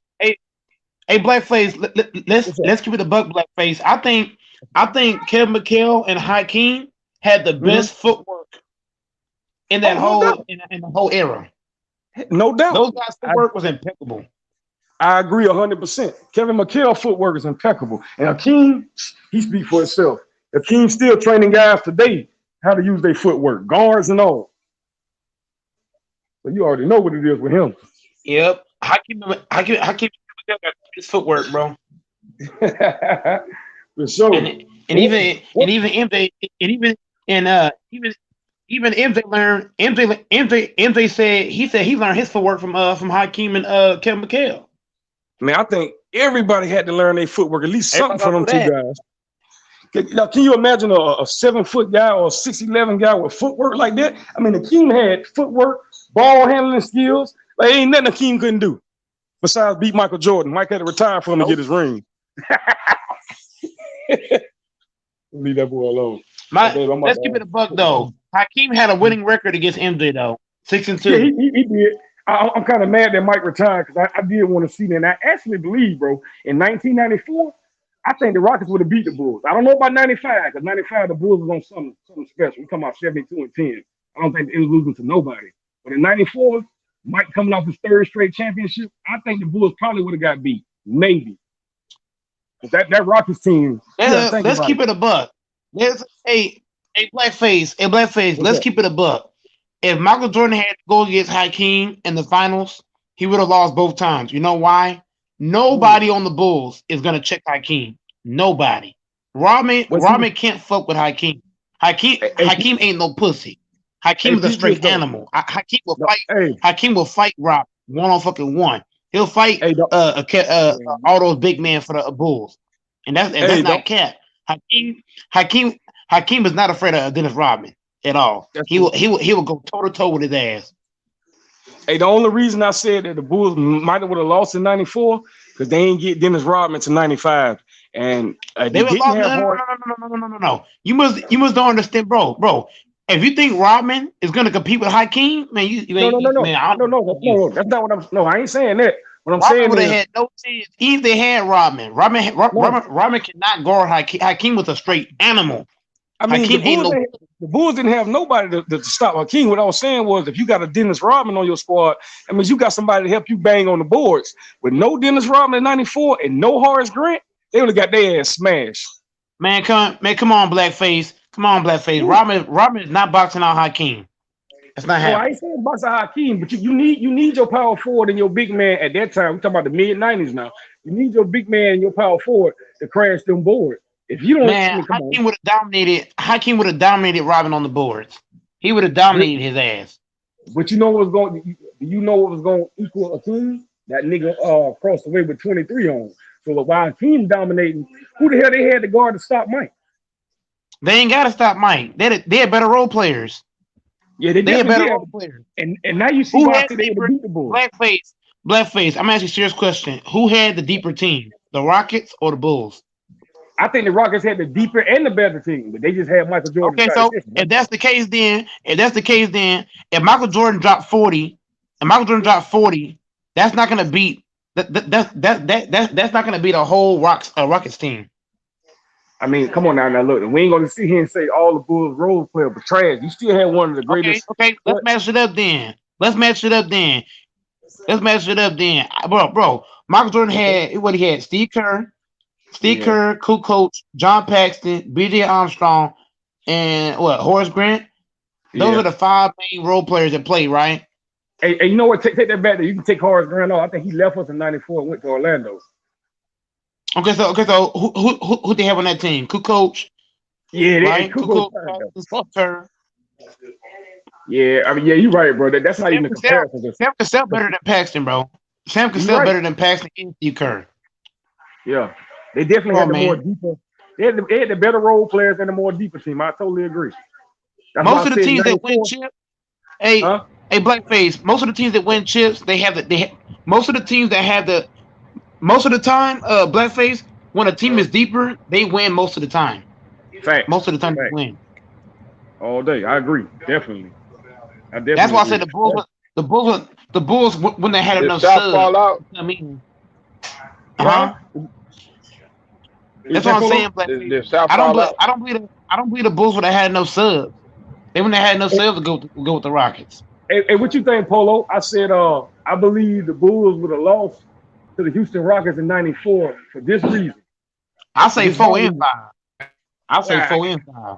I ain't say 95 because 95, like, them boys 72 and 10 for a reason, bro. That don't mean nothing. That don't mean nothing, bro. You gonna add Dennis Rodman, like old boy say he's one.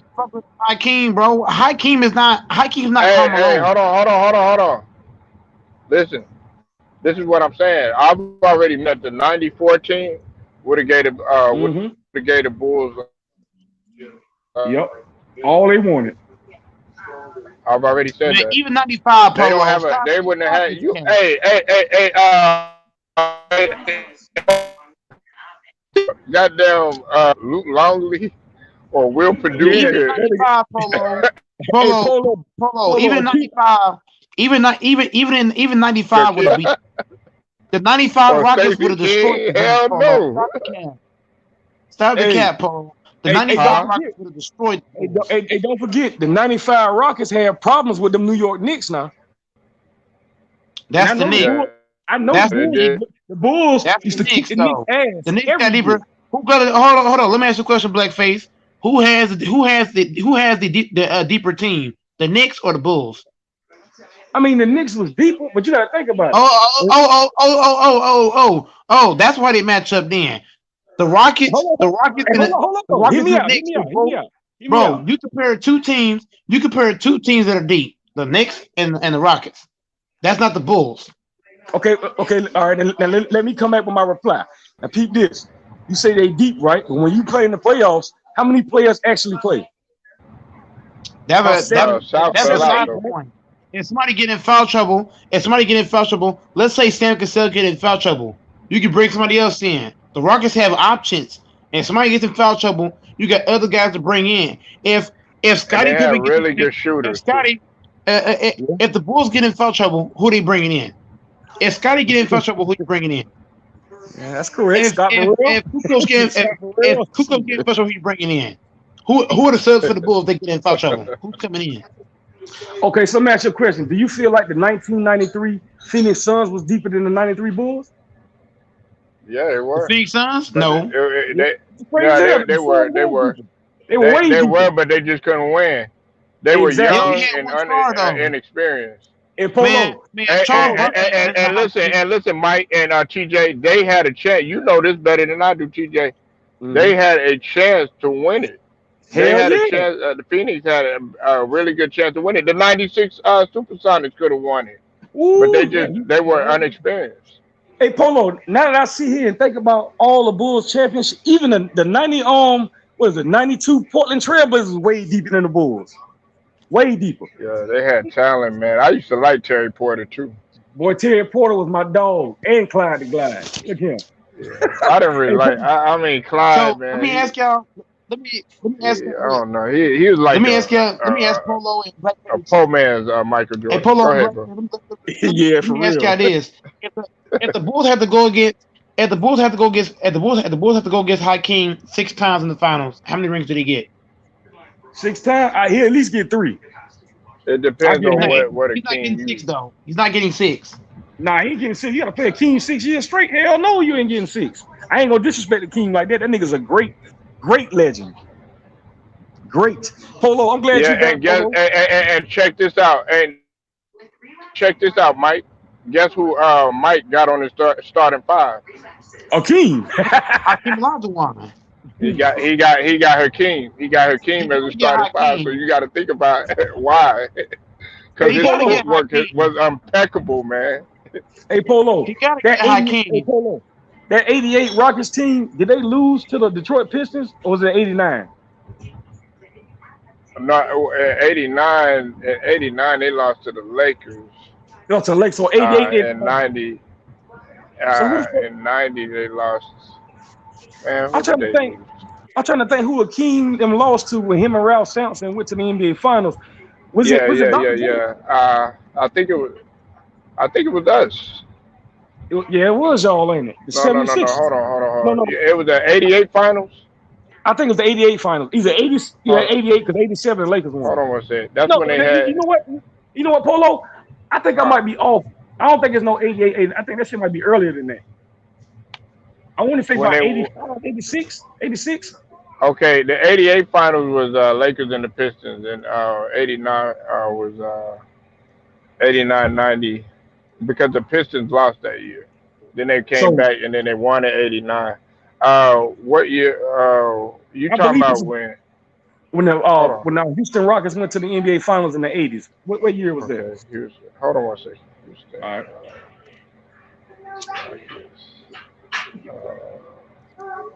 Final. Paris. All right, hold on one second. Hey, we having a great debate right Okay, you now. talking about '86? Blackface. 86? They Yeah, lost 86. to Boston. Boston, that's who it was, bro. I could not, bro. That's And Boston had a set team. Who's that Boston? Who's on that Boston team? Polo.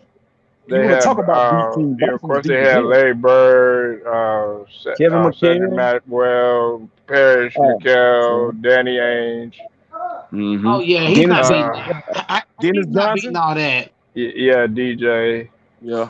Hakeem And when he get the people got super to team. realize that DJ. Hey, I don't know if you know a lot about DJ Mike, but TJ do. DJ Yeah. was, if you looked at it, you probably looked at it. Oh, he was an old man in Boston. Man, when he was with the Sonics, though, that dude Man, that man was a was monster out bored. there with the Sonics. Shout out to Two Rock for TV because he put that in perspective too. Oh yeah, Mike, that's why I'm telling you. basketball. Hey, go Mike, you got to go listen to Two Rock for TV and go Oh, yeah. listen to stuff because he knows about all of that stuff back in the day. Shit. I have to look some of this stuff up. That nigga Two Rock, they know that shit like like the back of their hand. I watch Two Raw's channel. Polo. I watch Two Raw all the time. Oh, Oh, you okay, do? all right. He's in a story of the game, man. I gotta watch the story of the game. Oh, Yeah, that's one thing. Hey, TJ, and Goat. That's one thing I respect about and you know, like Goat Mike. He likes to go back in history. He's a younger guy, but Yeah. he appreciates. Okay, hey, look, like when you talk about Ron Artest, or Yeah. some guys really felt like Ron Artest was trash. Yeah, I know. Hey man, I guess I was just trolling Polo. He is easily a top 10 defender all time. damn right. In my book, Definitely. I think he's a top 10 defender all time. Hey Polo, you was gone when we was talking about this situation. I asked them because I get a lot of slack when people ask me who do I feel like is the greatest power forward ever, and I always tell them, well, I'm old school. I say Karl Malone. They were like Karl Malone. I say go back and do your history because I know you probably never seen Karl Malone play. Go back and do your history. This man's the second all-time leading scorer for a reason. I got to put Tim Duncan in front of Karl Malone though. Oh yeah, I give you that. But see, they always ask me who do I feel. I just give them my opinion, and I know Tim Duncan a better player. I ain't gonna sit here and say no crazy shit like that. Tim Duncan is way more skilled than Karl Malone. What's your top 10 power forwards all time? Blackface. Top 10? God damn. Yeah. What's your top 10 or top 5? Either one. Well, I give you my top 5. My top 5, I got of course Karl Malone. then I say it like this. You can flip Karl Malone and Tim Duncan, however you want to put them two. You know me, I'm gonna put Karl Malone number 1. Number 3, Kevin McHale. In 4, boy, I hate to say this. What were you asking, bro? Oh, he asked me who my top 5 power forwards all time is.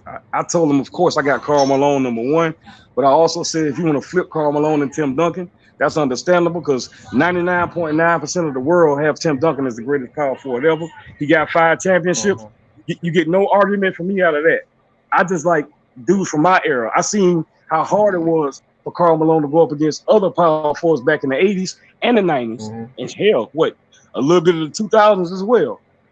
Karl Malone to me, man, he's something special, bro. And he was overlooked a lot because he played with John Stockton, in my opinion. But anyway, let me get back to my list, bro. Number 3, I got Kevin McHale. 4, I'm going to put Kevin Garnett. And 5, I got to give to Sir Charles. Okay. And the only reason the only reason I got those 2 other guys over Charles Barkley is because they overall skill set. That's the only reason. We talking about toughness, tenacity. Nah, Charles Barkley will probably be number 1 if we just categorize it as that. But we talking about skill set, he in the top 5. He will be my number 5. I got Kevin Garnett and Chris Webber maybe over him, bro, because they skill set a little bit more better. Chris Webber can bring the ball down, handle it, stop, shoot threes, all that shit. He just wasn't asked to do most of that. That's all. Okay. What's your top 5, Polo? Top 5 power forward? Yeah, power. I'll go Dennis Rodman. Oh yeah, I forgot about Dennis. Yeah, Dennis Rodman.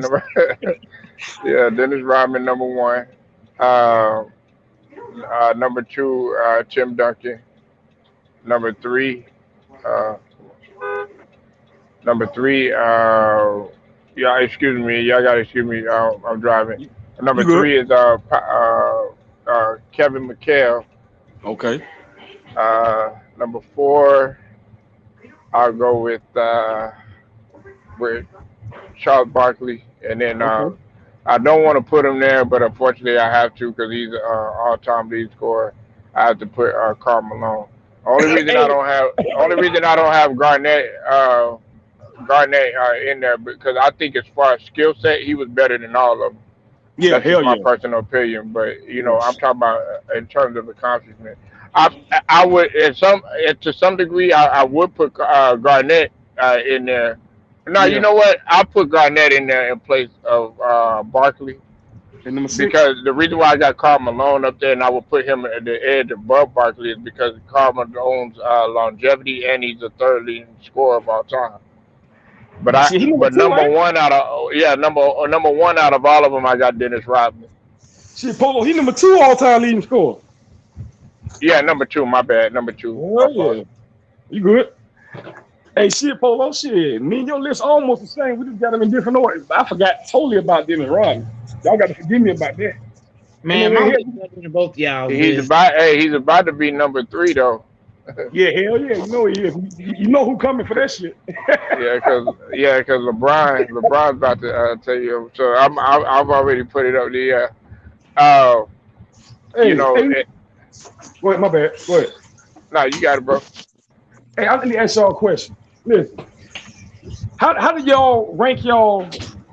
Like when we do our top 5 list or top 10 list, are we just ranking them by the individual accomplishments? Because if we go by team wise, hell, ain't too many people gonna be on that list.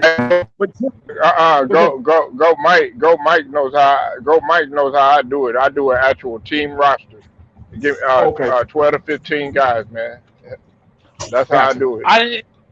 I do mine like this. The first thing I go off of is your impact to your team. That's whether it's I'll go off your impact to your team. That's the first thing. The second thing I go off of is your accomplishments. The third thing I'm going off of is your skill set. The fourth thing I'm going off of is your leadership to the team. Gotcha. So hell yeah, those some things. Man. I like that. Hey, bro, that's a great way to do your list, man. You get mad respect for that. I like that. It's a great way. because look, Blackface, you can be a loser, but if you're bringing heavy impact to your team, Yeah. even if you're losing, I still might put you in the top 10. Even if you're losing, just off your impact alone to the team. Facts. I definitely agree with that. Even when MJ was losing, right? Sorry, y'all, my dog's going crazy. Even when MJ was losing, I still give MJ a lot of credit because of his impact to the team. He brought defense, he brought scoring, he brought a little bit of passing, rebounding, he brought toughness, edge, leadership, all that shit. Facts. Same with Kobe Bryant, same with LeBron James. All these guys that have lost, I still give these guys credit because they brought impact to the team in many ways. Hey, let me ask y'all a question. Y'all ready for LeBron to go into his real Magic Johnson mode? I think for his rest of his career, whether it be 2-3 years or however long it's going to be, I don't see LeBron up in them 20s scoring no more. I see LeBron probably about 18, 19, and about 8 and 8. How y'all feel about that? Or am I just tripping? I feel like LeBron. I feel like if LeBron wants to win another championship, he has to stack the deck. Get some guys in here. It's gonna be hard to do that, boy, because we ain't got no assets. We ain't got no draft picks. We ain't got shit. No. Here's my thing. Kyle Kuzma about to go. Him and Bron got French, and he growing frustrated with LeBron.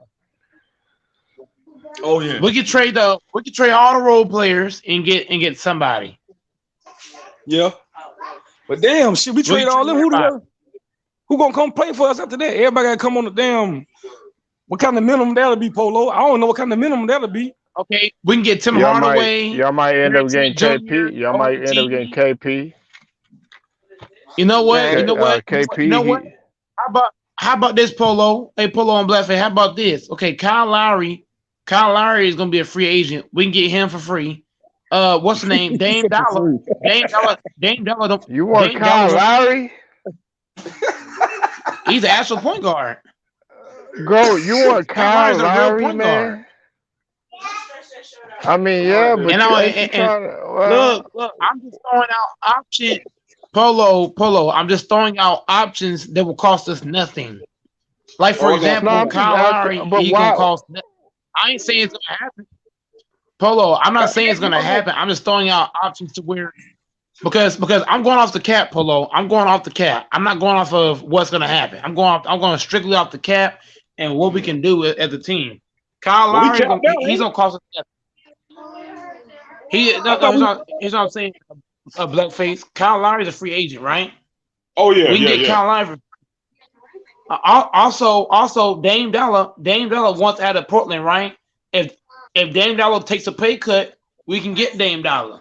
Also, Jeremy Grant, he wants out of the Jeremy Grant wants to leave the Pistons. So how you know that? Whoa. How but they about to get a first rounder. They got the first pick. Jeremy Grant said that he said that they got the first pick in the draft. Jeremy Grant said he said in the interview, he said, I want to play for a team to where I can compete for a championship.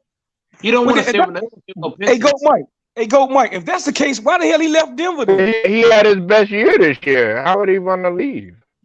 Here's what also Jeremy Grant said. Jeremy Grant also said when he played for Denver, the coach didn't respect him. So that's why he left Denver. That's the same shit Michael Porter Jr. be saying. And that's facts. I don't know what's up with Denver coach. He don't respect his players. That's why players want to lead a team. Bro, he was pissing me off so bad in the bubble last year when he wouldn't start Michael Porter Jr. Like, bro, this man is hot. Why you keep taking him out the game? That's why y'all getting your ass kicked. And that's the thing. He only played Michael Porter Jr. this year because Jamal Murray went out. Yeah, he had no choice. So, hey, what's up with the other dude that came back? What's his name? Polo, your shit breaking up, Polo.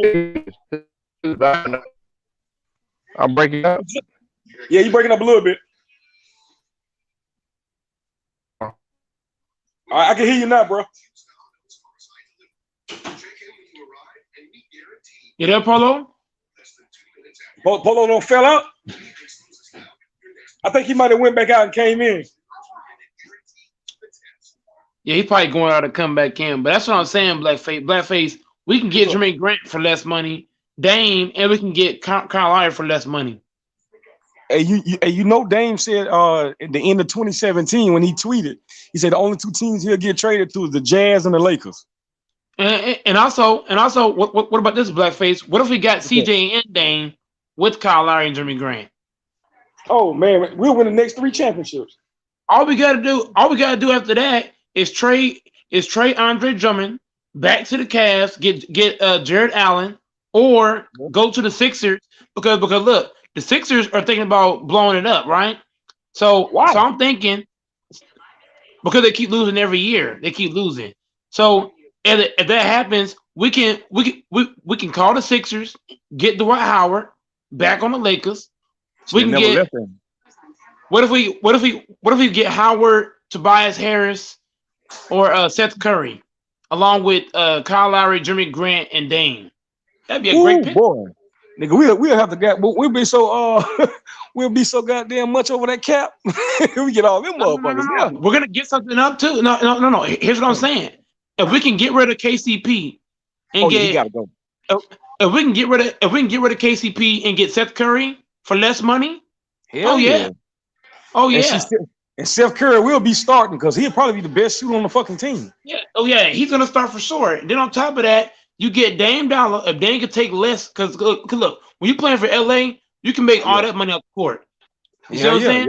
Yep. They can take a pay cut and just get all the money out the court.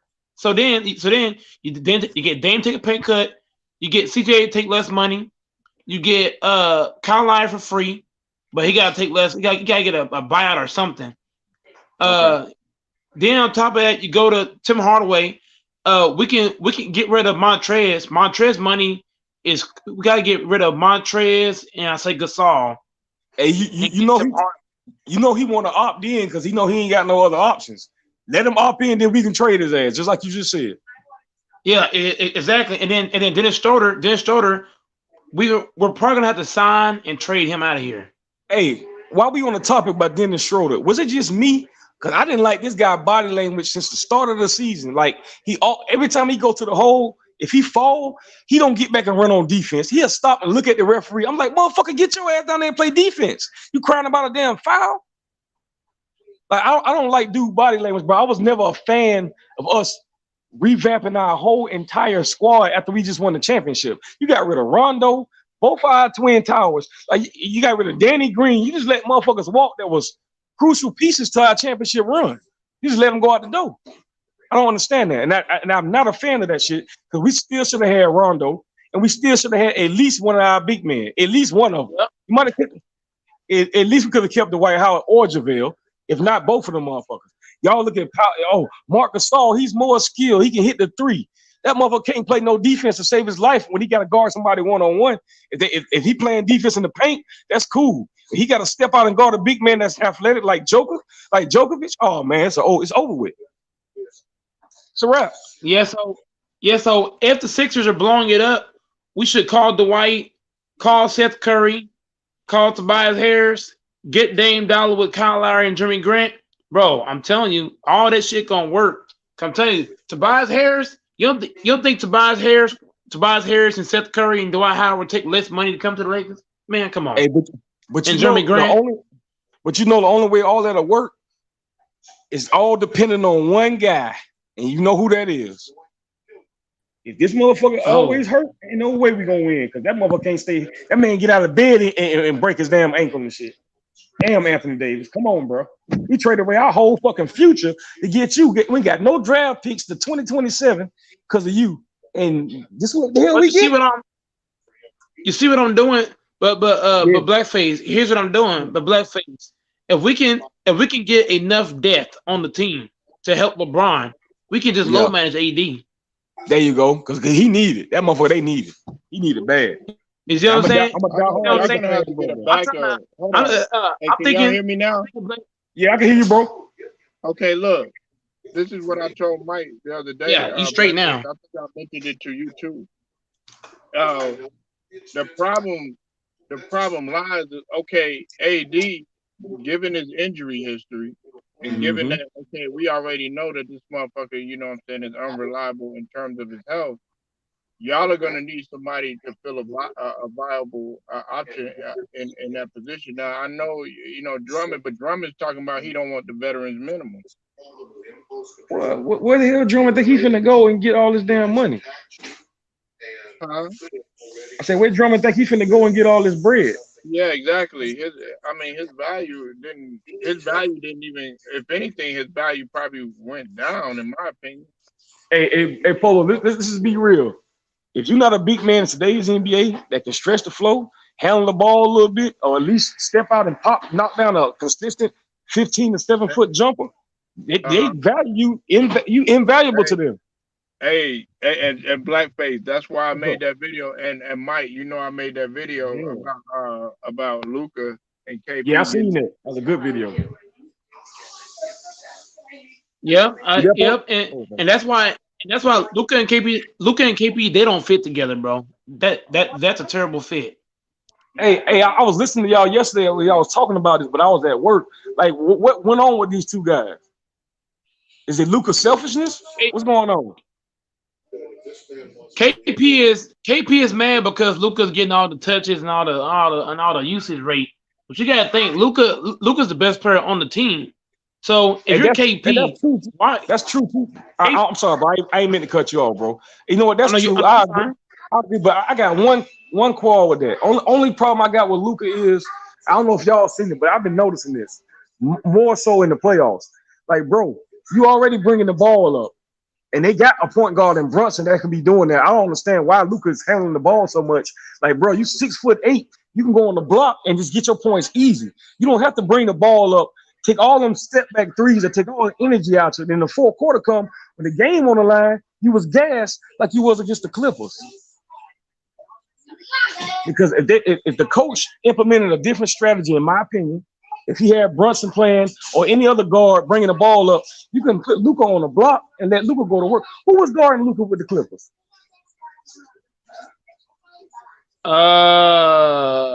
Luca's the guy that if you were to ask him to do all that, he probably would just quit.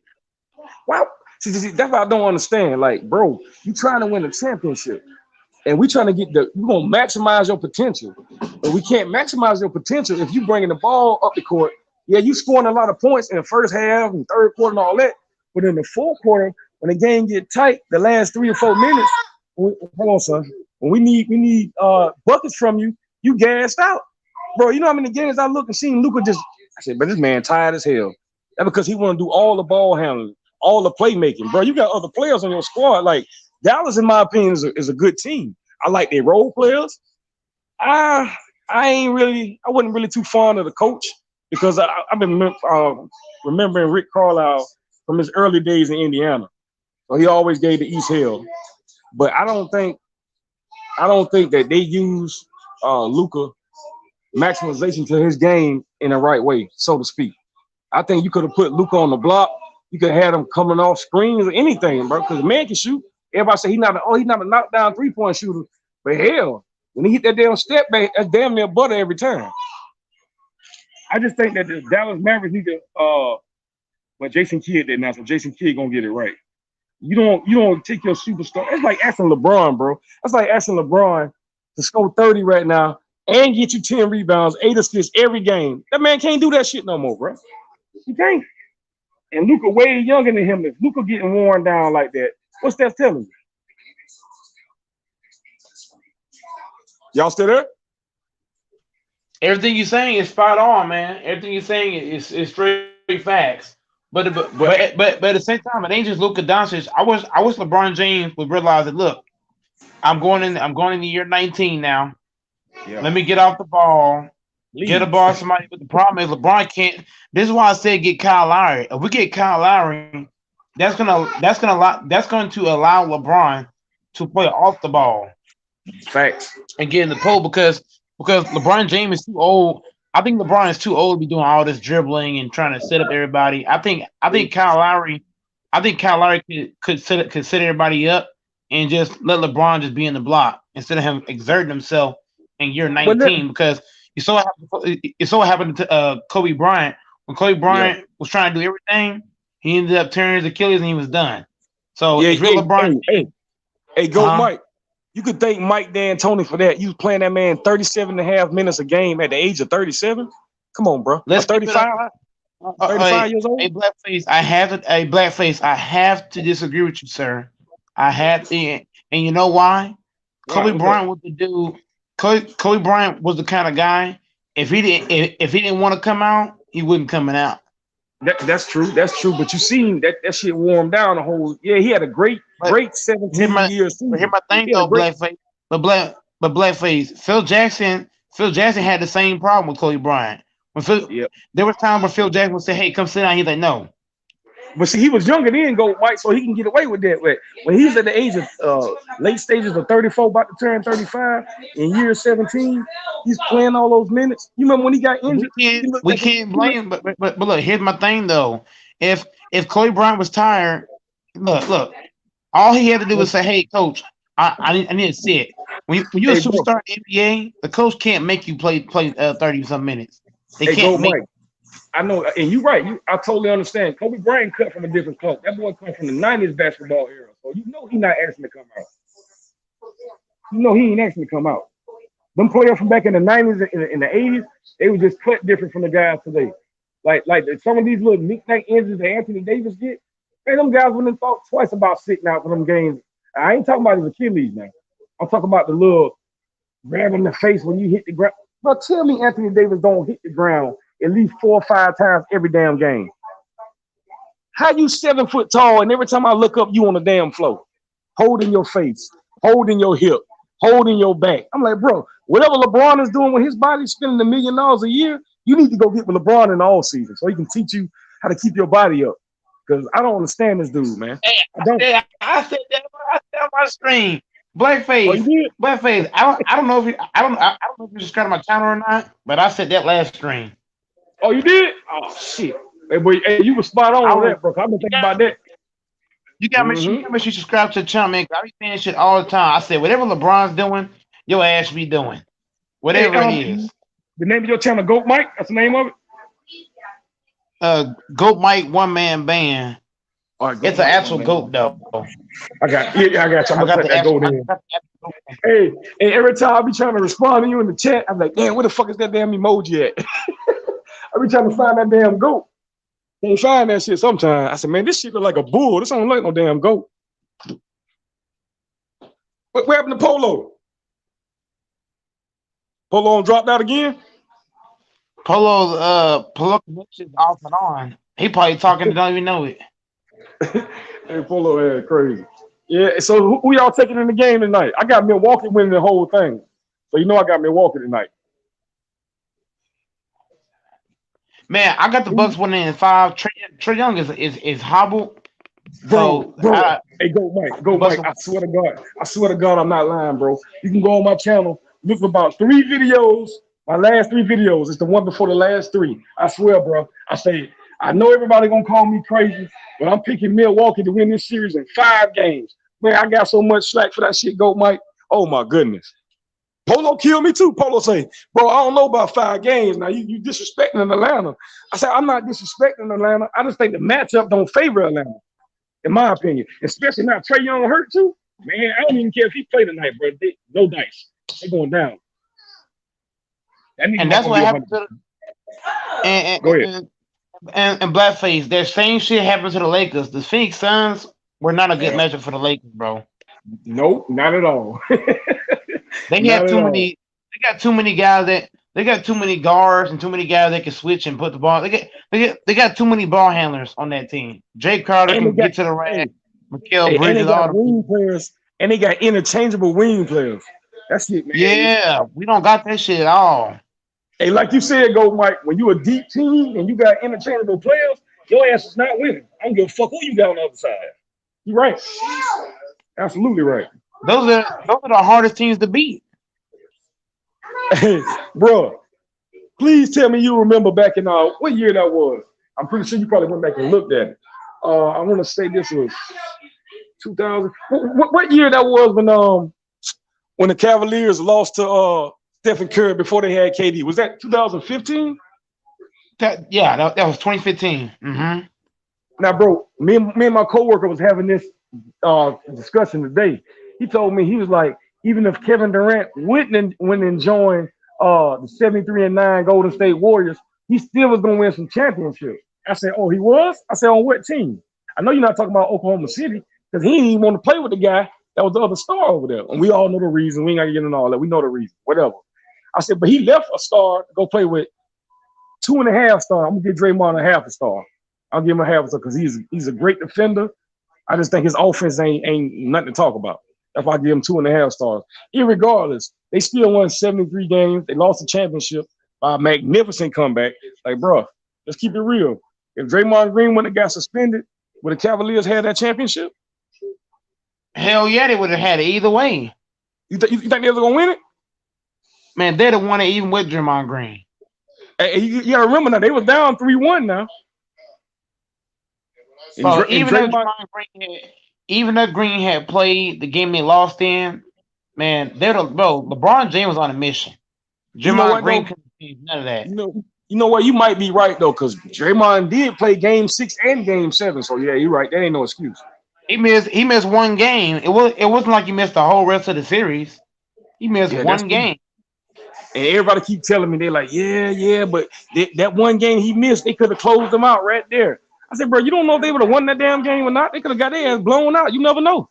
He said, yeah, but they acting like Draymond Green. They acting like Draymond Green is Robert Ory or Steve Kerr. Draymond Green was, bro, even if they had Draymond, they still would have lost.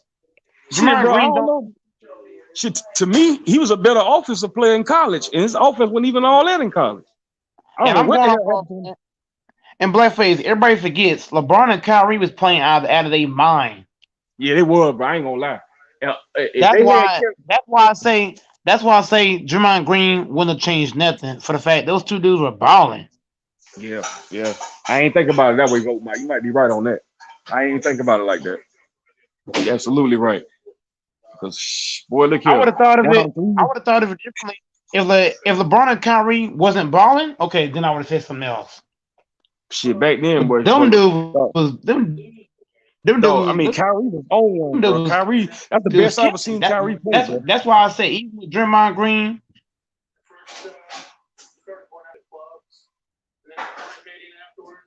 What'd you say, bro?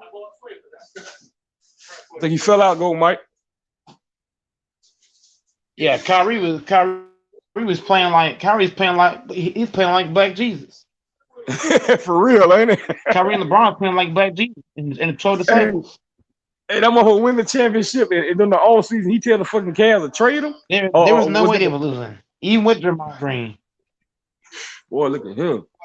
So how you think the Warriors gonna come back next year? Huh? Man, the Warriors will come back and play well, but at the same time, the Warriors ain't gonna win shit. They ain't winning shit else without KD. So now you notice Giannis ain't signed that extension yet. What you think?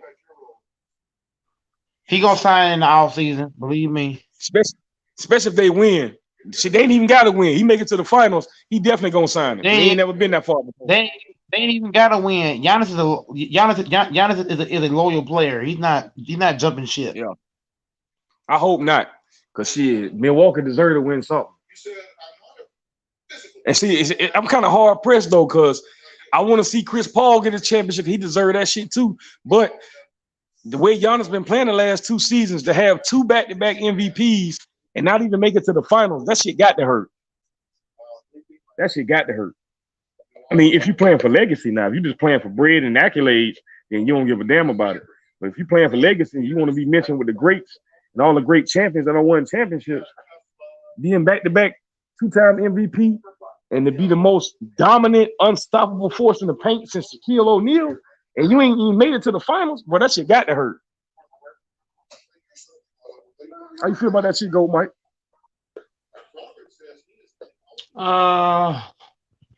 What you talking about, Giannis?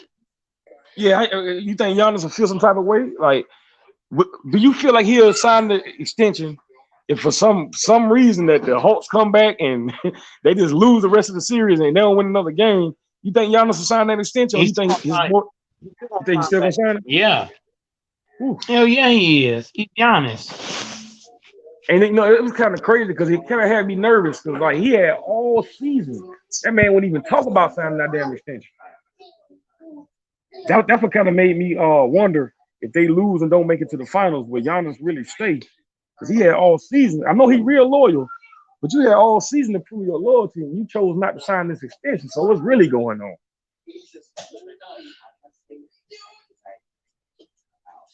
What is really going on? He better do if something. you don't sign it, I'll be shocked. Hey, I tell you one thing. Hey, I don't know how Giannis and Coach Budenholzer feel about each other. Because I remember he took Giannis out the game. I believe that was game 2. You know, Giannis was cooking their ass game 2. He took him out the game. I seen Giannis like snatch his damn towel. Like, what the fuck he take me out the game for? I'm like, what the hell wrong with Giannis? Now I think about it. Oh, he didn't want to come out the game because he was cooking. Like you said though, bro, if you were a star, a superstar like everybody say you are, you should be able to tell the coach, hey, I ain't coming out right now. See, Giannis don't got that respect yet, man. That's what LeBron James do. LeBron said, I ain't coming out, nigga. What you talking about? Same with Steph Curry. Steph Curry has told Steve Kerr, I'm not coming out. I don't care what you say. All these players, man, even Dame Dollar. I mean, all these superstars. When you're a superstar in the NBA, even Kawhi Leonard at times said, "Look, Tyloo, I ain't coming out." Yeah. Fuck what you saying. Giannis, this is why I say Giannis is not a superstar. Giannis does whatever his coach says. That's not superstar shit. Superstar shit is okay. If I see a player is cooking, he's hot. I would look. Kawhi Leonard has told the coach, "I'm guarding him." Fuck what you saying. I'm guarding him. Giannis' mentality is like he has a yes man mentality. I don't like that.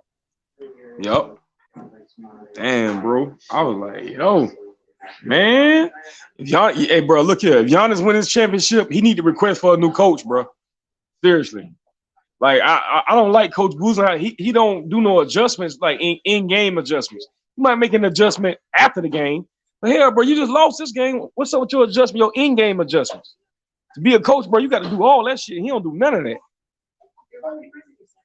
Like, tell me the reason why was Giannis not guarding Kevin Durant the entire fucking series? I don't understand that. You the coach, you should know, okay, I need my best defender. This man did win MVP and Defensive Player of the Year in the same season. Why is he not guarding the best player on the other team who's also 6'11", 7 foot, same height as your best player? That's what I don't understand, bro. That's why I say Budenholzer, he got to go, bro. He got to go. Ain't no way in hell.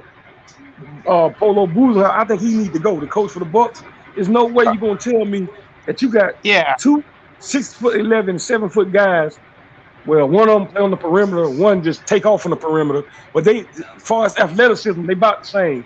Why wouldn't you have Giannis guarding Kevin Durant? I don't understand that shit. Because well, hold on. Let me say this though, because I mean Budenholzer, he came on. I mean he's not. I'm not gonna sit here and just completely shit on him. He made some of his stuff was questionable, but as of late, he's done better. Much like Ty Lue, even though I feel like Ty Lue's a way better coach than him.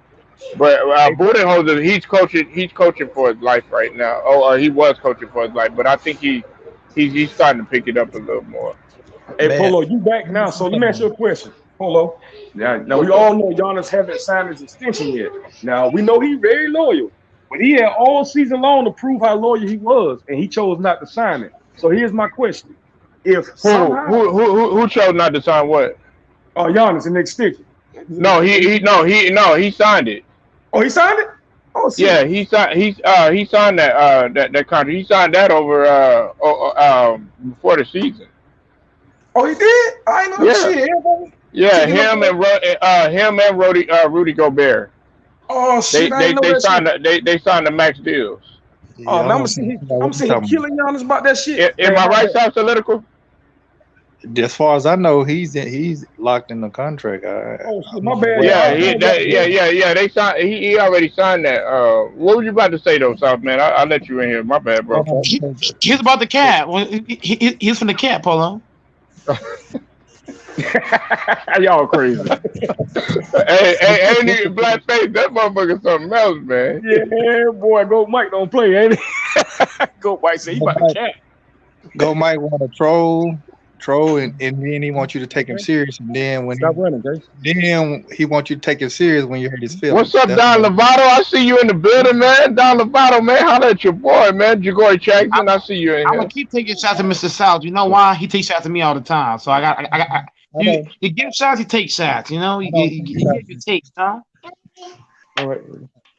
But let me say this, man. The Budenholzer, man, he done a great job this year. They would have lost. They would have lost to the Nets if they would have put him on Durant. Because number one, Giannis. See, there you go, Kevin. There you go, Kevin. Now, look, cutting me off, man. Hey, South Political. Only thing I really was trying to say is like in the crucial moments in the end part of the game, when you know they're gonna probably put Drew Holiday, who's 6 inches or 7 inches smaller than this man, he can just turn around and shoot over the top of him. He can't really shoot over the top of Giannis so easily. So he's like put something up, some type of resistance. Yeah, it worked out luckily this time, but bro, you see them next year and they healthy, that shit ain't gonna work next year, bro.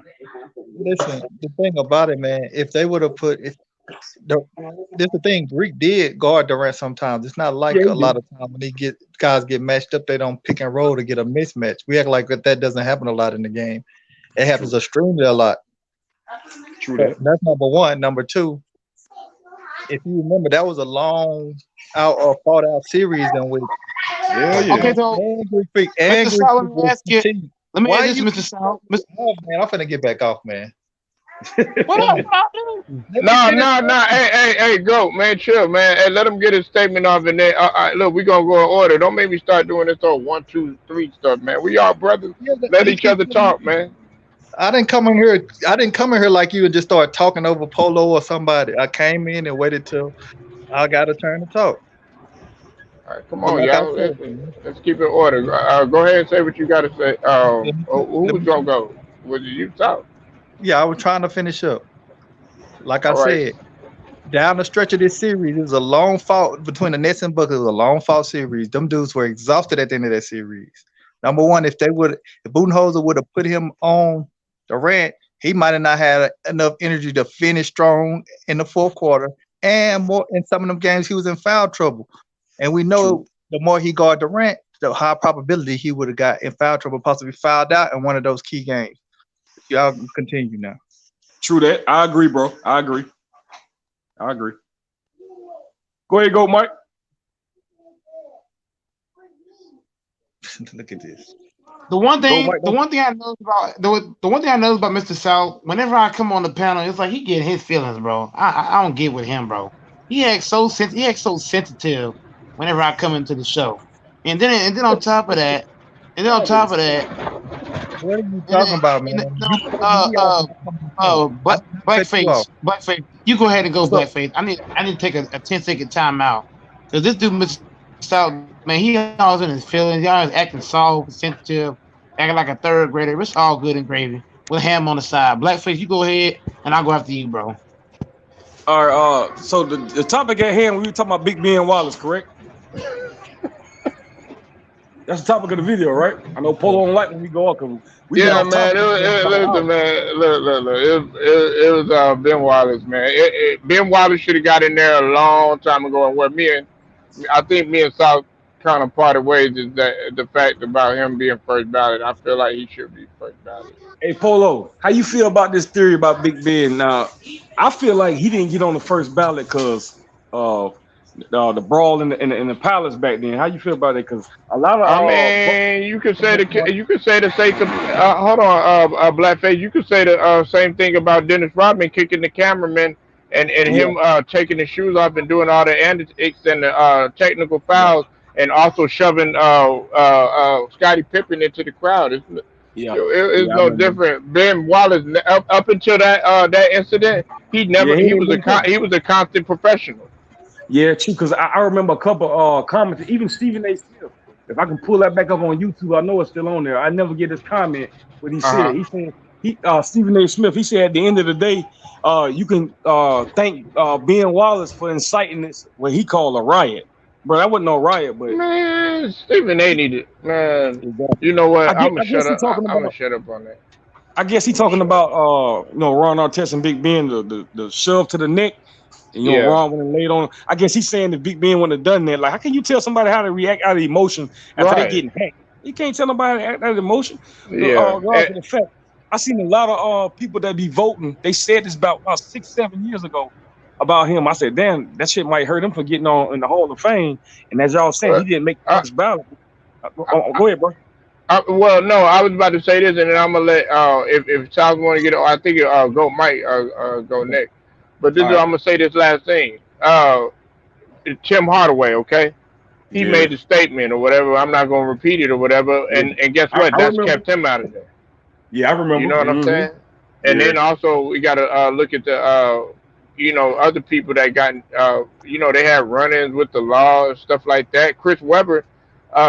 Chris Webber, for all, that they talked about him, they could have went under the stuff about the under the table stuff in Michigan and stuff like that.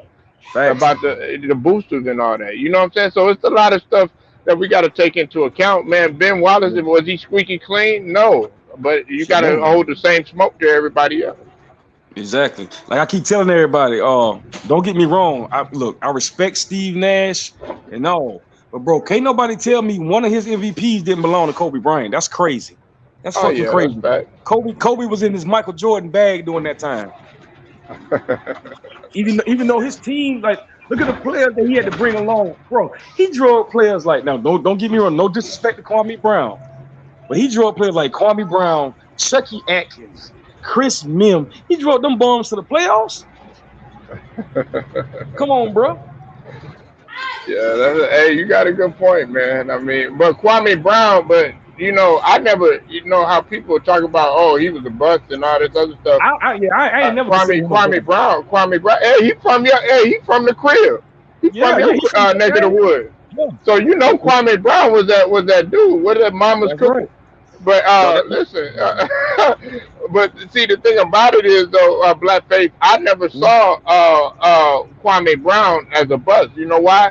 Because he was working out before NBA games and stuff like that to try to get his game better, and then he was trying to come into the game and play. So you got to think about how hard and how dedicated he was. Plus, he lasted 12 seasons in the NBA. That's not a bust to me.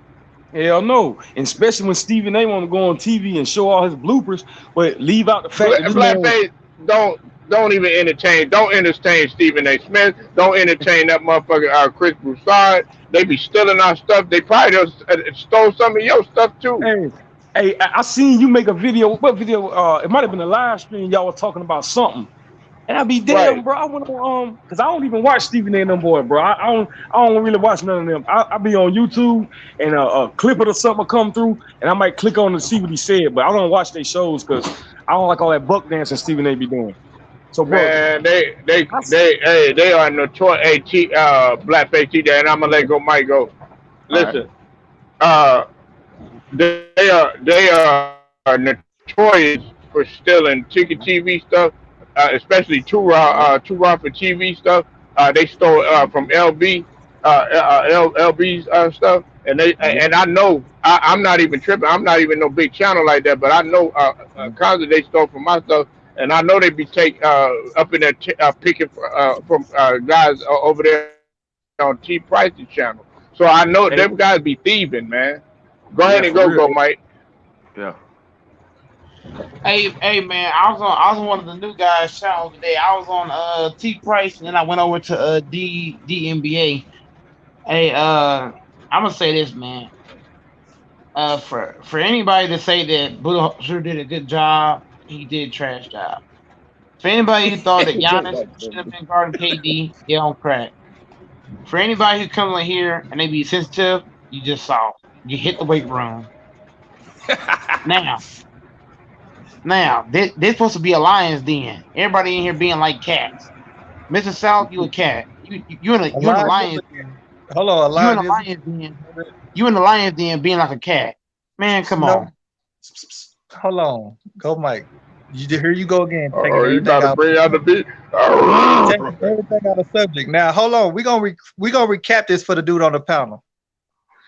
You and Apollo was talking about you possibly having an opportunity, him giving you possibly an opportunity to do something, and you gonna say some crazy shit like, "Nah, I can't do that. It gotta be like this. It gotta be like that." Being a diva. Then I respond. Now your feelings get hurt. Like, oh, he don't want to see nobody do nothing. He don't want no opportunity. Nah, we ain't playing no game like that, bro. Come on. Bro, When you ain't hit a whole want people to conversation. take you serious when you trolling, but then when they hurt your feelings, oh, now you don't. Now people hating You on ain't, you. you ain't hurt my feelings. I'm a big dog. What you talking about? Y'all went into I that ain't piece Jared talking Dempsey. about I man, ain't they Jared want to sit Dempsey. the black man down and I all ain't this. from my ground. Hold I'm on, a you know big I'm dog. talking I don't get hurt. My feelings don't get hurt. What you talking Hold about? on, you monster too. Oh man, he don't want to see a brother good. Come on, man. I'm You a get on robot. there. I Nah, don't man. get. What the fuck? That shit like a bug that dead on the look at Nah, yourself. man. Hey, Mike. Hey, just go ahead and continue on talking about B-ball though. Okay. I ain't gotta frost out no more. Okay. We in the Lions Den. We in the Lions Den. So we supposed to have Right. lions in the room. Not no cheetahs. Not no fish. Not no kangaroos. Flamingos. I thought we were talking about basketball. What is you talking about? What are you talking Right, man. Come on, nigga.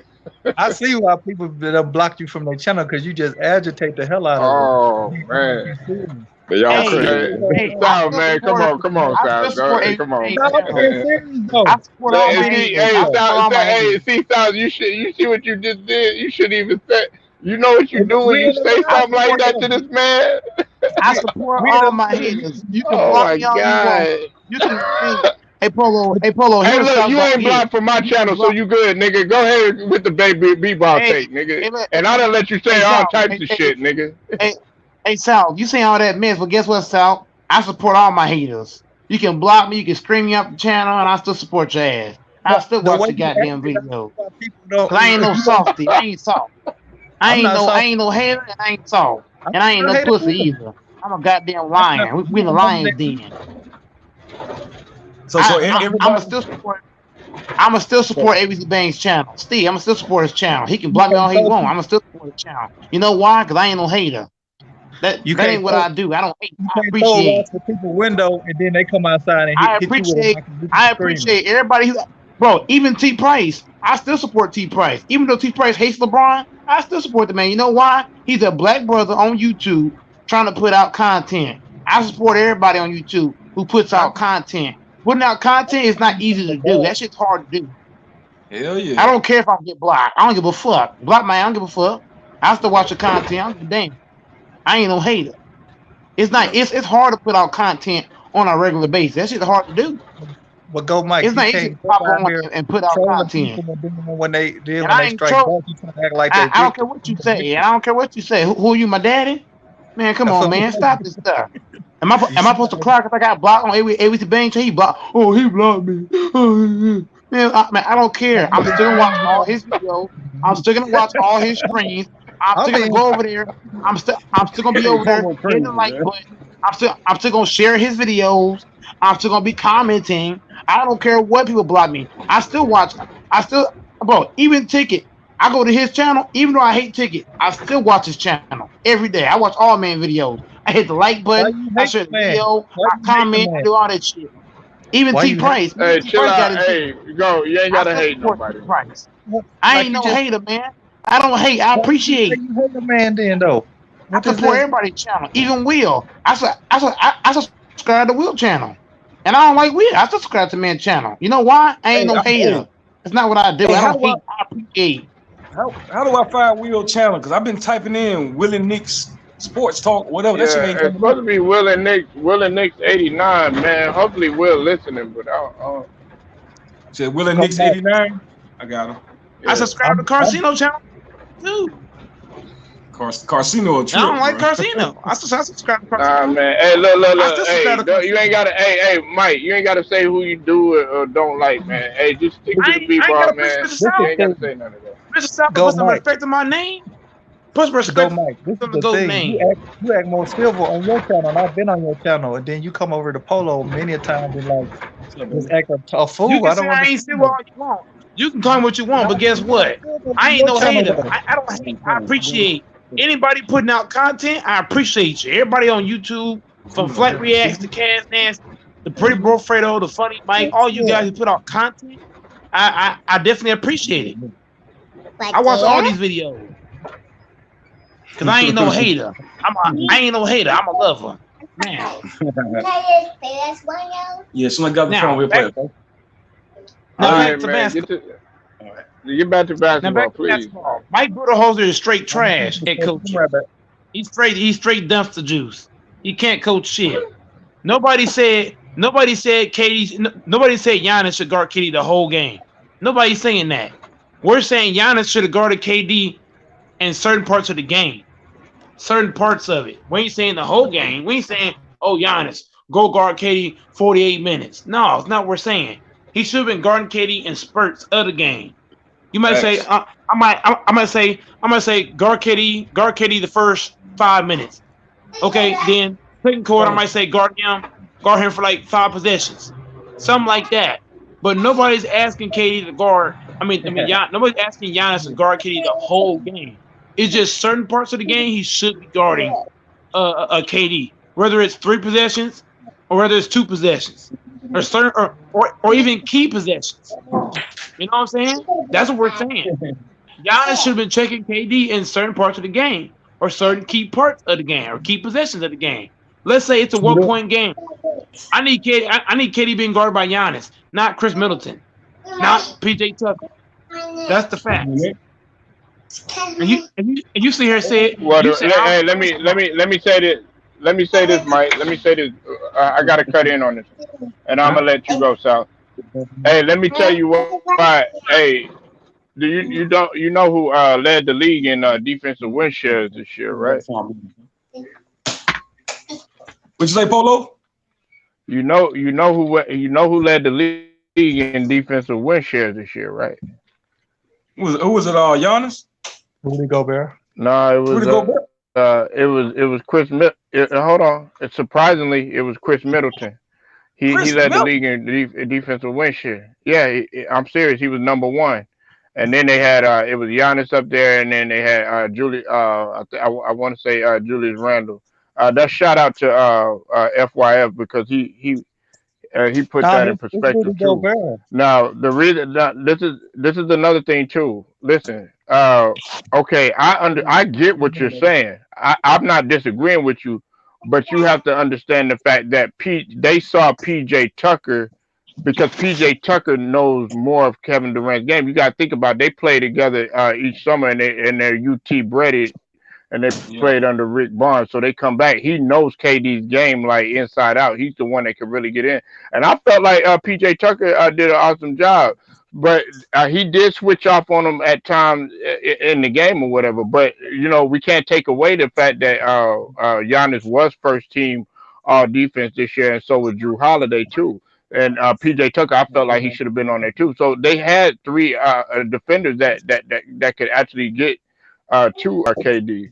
But PJ Tucker, he did a tremendous job for what he could do. He was gonna score regardless, right? Yeah, he did. That's facts. Hey, I got a question for y'all. If y'all don't mind me going right quick, I wanted to ask Go Mike when we was having a conversation earlier. Like, how do y'all feel about the Lakers? Because I know he's a free agent, going to be a free agent whenever free agent kick in, but July 2nd or whatever, whenever it is. After the finals. How do y'all feel about Derrick Rose joining the Lakers? Man, fuck no. Hell no. Hell fuck no. Fuck no. No. No. No. No. No. Hell to the no. No. Hell. No. Hell. No. No. No. No. No. Derrick Rose don't fuck with LeBron James. LeBron and D Rose got a beef going on. Fuck that shit. They bring in Rose. Bro, Rose don't fuck with LeBron and LeBron don't fuck with Rose. That shit better not happen. I put that on my mama. I will come to LA and I'll fight Rob Pelinka. Man, don't put that on. Hey, don't put that on your mom. Don't do that. I will come see Rob Pelinka. That shit better not happen. Well, let me ask you something. Hey, Go, Mike. that's the sound. That's the song. On my mama. That's what Hey, y'all don't think for the better benefit of winning the On my championship, mama, on my hood, they I can look put that shit fly, I behind look good, touch my swag. That ain't happening. them? Y'all don't think for the winning the championship, I they should be can able to see put the whole man. D Rose and LeBron is not a good fit. That's like having Schroeder and LeBron. Man, hell no. I well, want not Kyle really. Lowry. Fuck D Rose. Schroeder gone. Yeah, it is, bro. It don't work, bro. Schroeder gone. And South Solidical. You heard about what's going on. Kyle Kuzma and what's his name is having freaks. Hold on. Hey, yeah, I my told guy you, was man. Oh, you don't know. Go They and better get out not what sign D Rose. What'd you say, bro? Who's that? Go and get out what you're They trying better to not say. sign D Rose. They Man, better not sign Rose. Man, They Derrick better not Rose do that is shit. Go, Mike. They better not. I don't want. No. They better Damn. no. I swear to God, if D Rose comes to the Lakers, bro, I'm gonna be pissed the fuck off. That shit better not fucking happen. I'm gonna sign a petition. I'm gonna start a riot. I'm gonna go all the way. I'm gonna go the whole 9 yards. in the room, son. I'm on the I phone. do not want you to know Derrick Rose in no Lakers jersey. Fuck that nigga. Polo, can you let this guy talk? He's been trying to get a point out for the past minute. Who are you talking about? Hey, listen. Blackface? Yeah, man. Yeah. I think I'm talking to Blackface. That's what I'm talking to. I'm talking to Blackface. Yeah, D I Rose think is that's better what come we're to talking. LA. But he keep cutting the dude off. I think Derrick Rose been the healthiest he's been in shit, probably his whole damn career. And bro, even if he's not starting, that firepower that he can bring, when he come off the bench, only thing he got to worry about doing is scoring now. That's all he got to do. He ain't got to get nobody involved because you already know King James gonna do all that shit. I think Derrick Rose will be a major upgrade over the starter Dennis Schroeder. Why? I'll bet Dennis you any amount of money. I will bet you any amount of money he won't. I'll bet you anything. I bet you my Kobe Bryant shoes right now. Look. I bet you my shoes right now. What is he talking about? I bet you everything I own right now. I bet you my iPhone 12. Hold I on, bet you Mike. my iPhone 12. My shoes. That's gonna be the Mike, worst fit. wait. Talk Mike, about chill. Listen, I've already told Mike this, blackface, and I think I already told you this too. If you listen to me, I told South Political this. I said y'all need a point guard that is able to distribute and not have tunnel vision. Like I keep saying it. I know I sound like a broken record, but a guy like Brunson, a guy like I even what's his name, Kyle Lowry, like what Goat Mike was said. Even though I don't particularly agree with it, but he is a pure point guard and he's a leader. I don't like Kyle Lowry because of his skill. He's a leader. He's a leader. So y'all need somebody like that. And y'all need somebody that's gonna fire people up and stuff. So Kyle Lowry, as much as they say about him, he wouldn't have been on no damn bench feeling sorry for himself, looking all dead-headed like Kyle Kuzma and some of them other guys. Look, they had absolutely no ambition, no type of aggression at all. They looked shot. They looked unsure of themselves. Not Kyle Lowry. Kyle Lowry gonna be like, man, what the fuck? Let's go. That real Lakers attitude, and that's what some people are yearning for. I feel y'all on that too. I ain't look at it like that because like how many point guards besides Chris Paul that can actually come to a team with LeBron and LeBron just say, okay, you know what, you're gonna be our leader. Like that shit gonna be hard, bro. Because LeBron used to being the guy, even though he ain't the guy for scoring. Celtic Nation. Celtic Nation. That's your opinion. Hey, look, man. Look, I got love for LeBron or whatever. You know what I'm saying? I don't feel like he's a front runner though. You know what I'm saying? I mean, bro, he a Celtic fan. You know what Lebron used to do to the Celtics when he got. I don't feel like LeBron is a. I don't feel like he's a front runner. You're denigrating Kyle Lowry, y'all. Y'all are denigrating Polo. You are denigrating Kyle Lowry. Kyle Lowry brings more than what you just said. What you just said about Kyle Lowry? He's older now though. Yeah, he brings he's not older. He's not even better than Fred VanVleet. Man, stop it. He don't just bring leadership. He don't just bring That's the all he scoring. brings He is don't just bring leadership. offense running. Well, He brings heart. how He come brings they didn't haven't done passion. anything? He How brings come they dedication. haven't done He brings anything since Kawhi physicality. had He left? brings brains. He brings a lot of shit. Right. He How brings come they didn't do anything he when brings Kawhi left? heart. He led the NBA and charges Right. How drawn. come they didn't Look do at that. anything with DeMar DeRozan? Kyle Lowry is that nigga. Give me Kyle Lowry on one fucking leg. Right. But I asked you like 3 questions you haven't asked. What is the question you asked? If you would listen to me. I don't want to hear. I don't want And to you hear sitting about up in there over talking, motherfucker. I'm not talking about D-Rose. No, nigga, you just told me. Look, I agreed with you. Even when I do agree with you, ready to disagree. Listen, I told you. I asked you this, Mike. I said, what happened once Kawhi Leonard left? Kawhi left what? Toronto. Where are we going with this? What happened? You said he's better on his skill set. You better with his leadership. You better with all this. How come he couldn't get it done that very next year? Hold on. That's cat. Kawhi Leonard was not the leader of the Raptors. It was Kyle Lowry. That's what I said. But I'm saying though, as far as skill and all the other stuff, didn't I just say that, y'all? I said it had nothing to do with his skill. I said it's his leadership, and he's a pure point guard. Bro, you're knocking his defense. You're forgetting about his defense. Kyle Lowry played D too. I mean, yeah, he's all right. He's not like he was when he was in Houston. Man, Kyle Lowry led the NBA in charges drawn. Look it up. Led the NBA in drawn charges as a point guard. Hey, go Mike. What are we talking about? Hey, go Mike. You think Kyle Lowry is better than Mike Conley right now? Hell fucking yeah. You got No, he's not. No, he's not. Name me a time. Hold on. Name me a time. Name me a time where Mike Conley led the NBA in charges drawn like Kyle Lowry did. No, he hasn't. But Mike Conley Jr. Was in the playoffs this year, and they had the Jazz had the #1 record. Bro, he played one game. He played one game out of the whole with a playoff. Hamstring. No, he didn't. He played more than that. What are you talking about? He didn't get injured up until the second round. Come on, man. Bro, Mike Conley ain't better. He's not a better defender than Kyle Lowry. That's cat. Well, put your shoes on. He's a better overall point guard than Kyle Lowry. He's not a better defender. He's not a better defender than Kyle Lowry. I wasn't talking about defender. I said overall point guard. Kyle Lowry. So who's the better shooter? Who's the better shooter? Kyle Lowry baptized Mike Conley. He's a better shooter than Mike Conley too. No, he's not. Mike Conley shoots over 35% from the field. Kyle Lowry ain't doing that. Kyle Lowry. He ain't shit to Kyle Lowry. That's the fact. Oh my God, his assist to turnover ratio is better too. Kyle Lowry got more heart. Kyle Lowry has more heart on the court than the man. Heart. Yeah. You broke my heart because you at home now, sitting on the couch. Kyle Lowry ain't got no. Hold on. Last time I checked, Kyle Lowry does not have Rudy Gobert and Donovan Mitchell. Oh, now you want to throw that in there? Hey, look. You still got to win, and Rudy Gobert got exposed.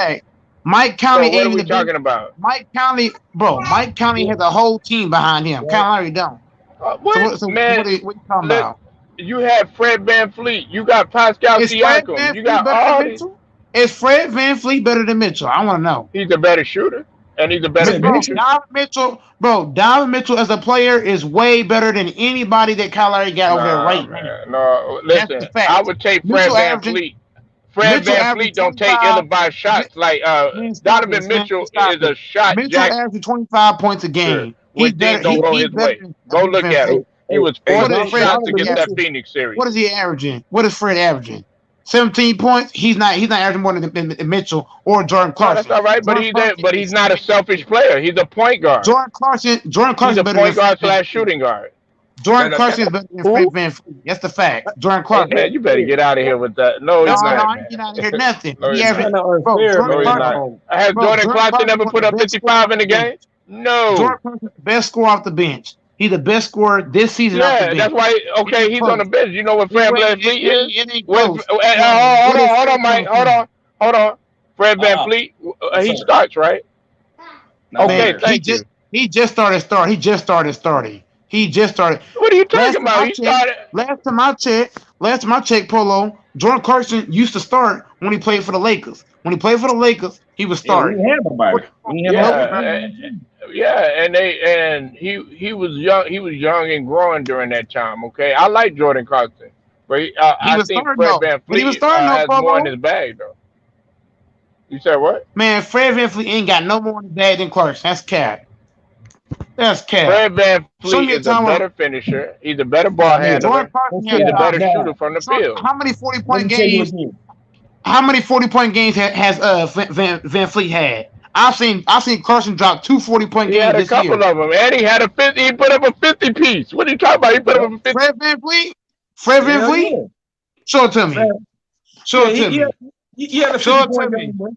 I want to see it. Show it to me. Am I lying? Didn't he have Show it like to me. I've 55? never seen Van Fleet drop 40. I've never seen him do it. Not one time. Hey, Show it don't to me. forget. Come Don't on, forget Mike. when he had You his gotta pay baby. He had his attention. baby You gotta last see year. He you came one dimensional. You paying I've never attention to seen this Fred Laker. VanVleet drop. Bro, I pay attention to Fred everybody. VanVleet Everybody. ain't better than Carson. Hey, Jordan South Carson's better than Political. Carson. What they say? Outcast everybody. I pay attention to everybody. Man, stop hating on Kyle Lowry. He that nigga. I'm not hating on. Hey, did one thing come out of my mouth about Kyle Lowry that sounded like hate, y'all? No. You didn't give him credit for his defense. You didn't give him no Hey. credit for his defense. Hey, I go say Mike. Go Mike. Don't forget Kyle Lowry about 35, 36 years old, ain't it? And he's still better than Van Fleet. And he's still better than the Stoder. And he's still No, he's better not. than Kyle. That's why they about to Yeah, move he him out is. now. They making they're Yeah, he build. They're is. trying to build around. Kyle Van Lowry's Fleet. that dude, man. I'm telling they- y'all, Kyle And Lowry's they're about that to get dude. rid of Pascal Siakam Yeah. Pascal's a bum. We already know that. He a bum. He need to because the go, bro. Warriors. His game ain't got no better since Kawhi left. None. All game- Pascal. No, they trying to he get got some Wiseman right now. The Oh Man, yeah, Wiseman- that'd be a good pickup. I like Wiseman. I like his game. Now Wadman is straight Y'all down breaking to up a little bit. You can hear us now? I'll take Yeah, Kyle Lowry man. over D Rose. I don't want to hear about D Rose. Bro, anybody else bring up D Rose, I'm gonna throw a casket at your ass. I don't want nothing to do with no D Rose. Hell no. He better than D Kyle Rose Lowry. can't pass. D Rose can't run an offense. We need a point guard that can come in and not only score but run the offense when LeBron's out. D Rose is not a passer. Okay, and if you get a guy like Jalen Brunson, he can do that for you. I like Yeah, Jalen Brunson. Polo. Yeah, I like that's him. facts, Polo. Polo. That's the first fact you said the whole show. So Polo, how you feel Hey, about Mike, Luka I'm gonna throw Doncic? something else. Hey, Mike and Blackface and South Political. I'm gonna throw something else that might even be even more scary for you. And he from me and Mike's home state. Shit, get a motherfucker like Maxie out in that bitch. Yeah, that's true. That's true. I'll take Maxey. I'll take Maxey over D Rose, but I don't want no D Rose. No. At least I know Maxie ain't scared. He ain't scared of the All D moment. Rose is. Well, here's what Blackface don't understand. Blackface is looking at D Rose's scoring. Scoring is not going to help this team. We got too Shit, many boy. scorers. Hey, We need some passers. we could have used a whole lot of scoring against Phoenix. Man, stop it. D Rose not beat Phoenix. He's not. No. I ain't saying you beat him. What I'm saying, we could have used a whole lot of scoring because you got no Anthony Davis. You got 65% of LeBron. Who else was left to score on our squad? KCP? Man, get the hell out Man, of here. we need to get actual point guards, not D Rose. D Rose not a point guard. He's a scorer. He's not a But point see, guard. He's a scorer. here's the thing, bro. Them D point guards Rose that is we a point need- guard, man. He's No, he's still not. a point guard. He's a scoring guard. Yeah. He's a scoring guard, bro. He's being masked. He's being masked as a point guard. D Rose is not. If D Rose is the point He's guard, he's the naturally worst a point guard. If he's a You know point he guard, didn't average Polo, that much when he was at Memphis, right? if he's a point guard, Polo, he's the worst point guard I've ever seen in the National Basketball Oh Association. my God! Come Damn, on, you man. said worse? Come on. What are you talking about? He was the Worst- MVP. He's the worst. If he's He a was point the guard, he's the MVP. worst point Before he guard. got hurt, he He's was the the worst MVP. Russell Westbrook is a Before way he better got hurt, he was the MVP. He was dunking on Jordan Grant. He was dunking on Gordon Grant in the open floor. I don't care about your dunks, sir. I don't care about your dunks. Can you pass? Nigga, you should care about the MVP. He told LeBron to the Eastern Conference Finals. I don't want to hear about no MVP. I want to hear about his passing Oh skills. my God! Did you hear I wanna this hear about guy? that. He's been a white point guard. D Rose can't pass. That man can't pass for shit. He can't What are you pass for talking nothing. about? He All was he do is score. he was All he amongst the do is leaders in score. assists. For He's real. like Kyrie Irving. He He's still like averaged about Kyrie. 5 assists off the bench. Man, fuck Come you, on, trash. Mike. That's trash. That's trash. Mike, you That's just trash. trolling right now, man. Hey, go Mike. Anybody Go can average Mike. 5 assists. Anybody Hey, can go average Mike. 5 assists. No, I said off the bench though, bro. Can't D Rose, even off the bench, he'd be trash. Hey, bro, you know D Rose is a former MVP, right? D Rose ain't no passer. No, I don't want to. I Yes, don't want he no point was guard coming out of Memphis. Coming out of Memphis, he barely shot the ball. That's what he was known for, was distributing. When he had Dorsey, when he had Michael Kidd Gilchrist and all them. I don't want yeah, I don't want D Rose on my team. No, get him out of here. I believe that's the year they played against Mario Chalmers and them boys in the national title game, right? Yeah, exactly. Yeah. Mario Chalmers is a point guard too. He trash too. And Mario North Chalmers? Cole. Man, Mario whatever, Chalmers. man. You say everybody trash. This Mario motherfucker Chalmers. say Michael Jordan trash, nigga. No. Hey, I said go Mario Mike. Chalmers. I said Mario go- Chalmers. Hey, Conversation, go man. Mike. Go Mike. Let me ask you I a said question. Mario. Huh? Do you feel like Michael Jordan was a passer or just a pure scorer? Michael Jordan is a way better passer than D Rose. It's not close. I'll go, Mike. That ain't what I asked you. Michael Jordan averaged 7 assists a game. Yeah, he trying to move the goalpost and shit. Yeah, Michael he Jordan moved averaged that 7 shit assists a quick. game. Last time I checked, That motherfucker always moved the goalpost. Shit on this channel. He make people respect him. He mute him. He don't let them over talk him. But he over here over talking it. You on your own channel. Everybody else. That's what. Mr. South over here crying like a baby. This the Lions Den. You in the Lions Den right now. You in the Lions Den crying. How you in the Lions Den crying? And you disrespect. You in the Lions Den crying? What they do that But then at? if somebody say something about you, you start whining. This supposed to be the Lions Den. This supposed to be the Lions Den. You sitting here crying. You in the Lions Den, not the cat. Hey, what's this called? Go. Hey, what's this called? It's called the Lions Den. Ain't no babies over here. Ain't no babies over here. It's Lions Den. Come on, man. This ain't no cat den. This ain't no meow den. This ain't no. This is a roar den. Roar. Put some bass in your voice, man. It's that den. Hey, y'all, it's crazy, man. Hey, he don't even do Oh this. my God! What'd you say, meow? Hey, y'all crazy as hell, bro. I never did get to address my point on the D Rose situation because crazy. Oh my God! Let me put myself on mute, man. I don't know. It might be something in there. It might be gone, man. Check and see how much in there. Nah, but my guy, what's the name of your channel? Black what is it? Black Facebook. Black Facebook. Okay. Yes, Well, sir. I'm gonna go check you out and try to describe. But the point I wanted to make with the situation you said possibly D Rose going to the Lakers. Yeah. The problem is they fucked up when they brought in Schroeder and told him he was a starting point guard. He's not a point guard. He's a 6-man. You know what I'm saying? And D Rose can fit in a role like that for the Lakers. Schroeder could have done it too, but the problem is they tried to make him a starting point guard, and he's not. Yep, I agree. And then toward the end of the season, like the Lakers made a whole lot of mistakes. It could be a byproduct of what I call the LeBron effect. LeBron has been able to throw a lot of different rosters for a season and have success with it better than any probably star player leading a team. But that shit ain't gonna always work, especially when you add in injuries and certain injuries. Like the injury to AD this year was so pivotal because they didn't have the athletic front court that they had last year. So when he got out, it left a big void in there. That's true. Going into this season.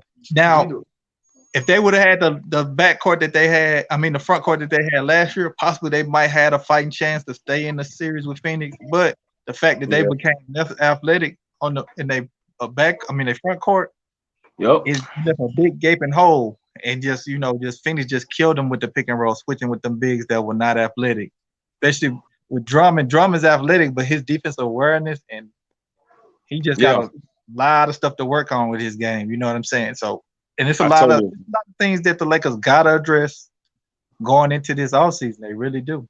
Yes, I agree, bro. I agree, bro. Your basketball knowledge is really up there, my dude. My first time talking to you, man. Even you, Goat Mike, goddamn, don't like D Rose, goddamn.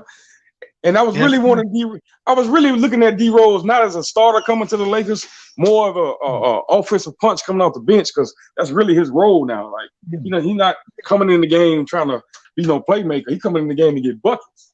And I mean, I guess any team can use a guy like that could come off and give you solid 15, 20 points. I don't care what type of team you got. Anybody but the Lakers. Anybody but the Lakers. Anybody but the Lakers. Anybody but the Lakers. We don't want bro, you crazy. We don't want him. We don't want that bum. He was a bum. We don't want him. So, bro, you rather keep players like KCP and Alex Caruso? No. Hey, ain't no problem with KCP, man. KCP actually did a decent job. But Kuzma, I don't want none of these guys. I don't want KCP. I don't want Caruso. I don't want D Rose. I don't want Wes Matthews. I don't want Drummond. I don't want Montrez. I don't want none of these dudes. Hey, let me ask y'all a question. Get them out of here. Everybody been always bragging about KCP defense. Like, I understand he did an all right job, man. Man, stop the cap. I mean, he could, but you got to realize he was hurt though. He got hurt too. I ain't giving her no pass. No pass. If you on the court, I don't want to hear no excuses. Hey, look, I'm not giving him no pass, but I'm just telling you that you got to take that into consideration. He was one of their main players. Pat Bear 1-on-1. Okay, let me ask you this: did he win it? Was he not responsible for the championship the previous year? Okay, no, he was not. No. Yes, he was. It was him and Rondo and Caruso and a little bit of Kuzma, Dwight Howard, JaVale McGee, and LeBron and AD. Caruso did more than KCP. Caruso did way more than KCP. That's the fact. Danny Green did more than KCP. Okay. Dwight Howard did more than KCP. KCP is one of the worst defenders. You said Juwan Howard. No, I'm saying Dwight Howard, Caruso, Danny Green, they did way more than KCP. KCP, all he did was shoot threes. No, they didn't. He did. Danny Green didn't even play all that great. Man, KCP couldn't guard nobody. He couldn't guard nobody. Stop the cap. Hey, go Mike. Danny Green played so bad, his wife was getting death threats. That's how bad that man played. It was threatening his wife. He played bad offensively. Offensively, he played bad. He played good defensively. He wasn't even a defender that he was when he was. He played better defense than KCP. KCP's a bum. No, he did not. KCP played like a straight bum defensively. Are we gonna have real dialogue, man, instead of this rambling bullshit? Nigga just rambling. What? We just had a real dialogue. I'm a Lakers fan, nigga. I'm used to getting tough ass on my team, nigga. I'm used to having dogs on my team. I'm not, bro. How you gonna tell me about my own team, Sal? Sal, let me ask you this question. How you gonna tell me about my own fucking team? It's obvious. We keep making. How you gonna tell me about my own fucking team? KCP was their biggest role player, along with Rondo in the fucking playoffs, and you keep talking about Mass cap. Get him out of here. Get him out of here. I want KCP out. I want KCP out of LA right fucking now. That's why he got robbed. That's why he got robbed. You know why? Because he had bum. Get him out of here. Hey, chill. Hey, Mike. Get that bum out of LA. Chill out. Don't say nothing. Hey, go Mike. You crazy, man. Go Mike. I don't like KCP. Get him out of here. He a scrub. You want to get KCP out of here for the rob his ass again. I tell you what, if I had an opportunity to get a score like D Rose off the bench or keep KCP, I don't like KCP. He a bum. Get him out of here. Talk about bubble shooter. He a bubble shooter. KCP going the longest slumps I ever seen any individual. I don't like KCP. I don't like Marcus. You like KCP is the worst defender in NBA history. That's the facts. You said worst defender? Damn. That man said the worst defender. KCP is the worst defender I've ever seen play for LA. Everybody be bragging He's about the his worst defense. defender I've seen play for the Lakers. I'd rather What have am I- Kwame Brown playing D for my league. Mike, what are you I'd trying rather to have accomplish, Kwame man? Brown. What are you Hey, trying to I'd rather accomplish? have This- Swiss Parker playing D for my league. Hey, Go Mike. I think the worst defender we I'd have rather on the have Lakers. Kirilenko playing D for my league. So you don't remember Jordan Farmar? KCP is the worst defender in Lakers history. He's the worst. I think Jordan Farmar might be the worst.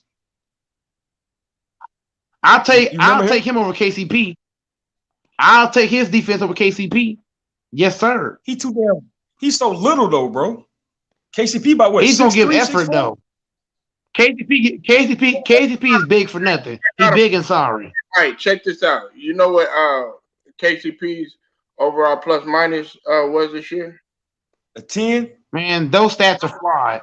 They No, fly. they're not. It means something though. They is I flawed. know. They is flawed. They South flawed. disagree just a little bit. Sometimes they can be exaggerated, but you still have to look at the fact that he does bring some a value. He did bring some value. Before he got hurt. Play no His overall is a overall bum. plus and minus was plus 138. Oh, damn. I stand correct. Yeah. That's all flawed. That's flawed stats. That's flawed. That's all flawed. That's flawed. This season he had a plus minus of plus all this 138. That means okay. Well, let's look at somebody else. Who made that list? Okay, no, that's all right. Who made that list? KCP. Who made the list? KCP made the list. Hold on. You know what Anthony Davis was? Shit, negative 360. AD's way better than KCP defensively. He's an AD? No, Hell yeah. He had a plus. Hey, AD, I will give him this. He was hurt, but he had a plus minus overall a plus 115. Oh, that ain't too bad. He was low. KCP was higher. No. That's disrespectful. That's how another list slide. That's how another list slide, Polo. You just exposed yourself. Hey, Polo. My bad. Go ahead, y'all. Normally, I go with the plus minus, the box score plus minus. I don't really just do it straight up. I mean, none of them are low. But if you look at the average and you look at overall, like for instance, we could go average. If you want to go average, the person that led it was Nicholas Batum because he had a overall average of plus 18 this year. He leads the league. Like yesterday, he had a plus. It was like a plus 16, I think it was, or something like that. And he barely even scored any points. I don't think you get what I'm saying. The plus or minus box score is a little bit more. I get what you're saying. You always say I don't never get what you're saying. I do understand what you're saying. So please, I understand English. I understand arithmetic. I understand. I'm going to eye test, Polo. I get what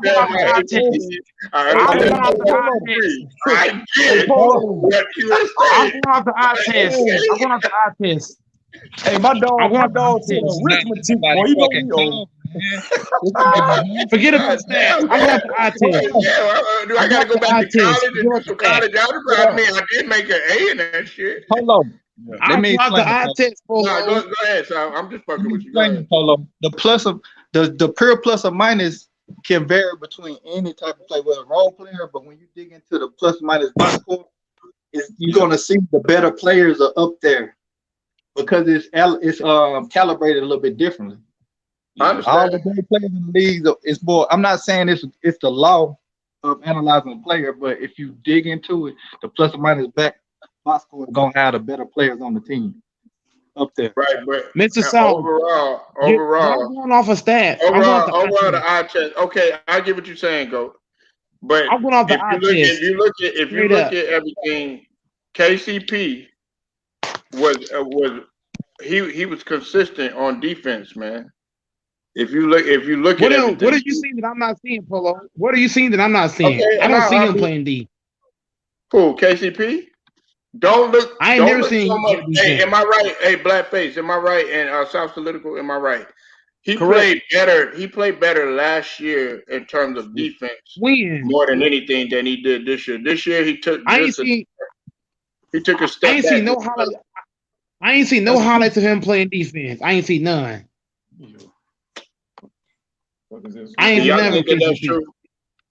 I seen Caruso. But I ain't see KCP.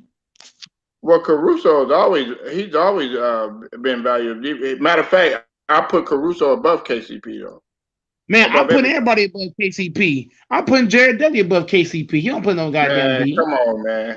You I tripping, man. don't have enough of KCP. I don't seen too many years of him. He got to go. You really think so, man? Yeah, it's time. It's time, bro. He should, It's time for him to go. I'll trade him I'm to the tired. Pistons.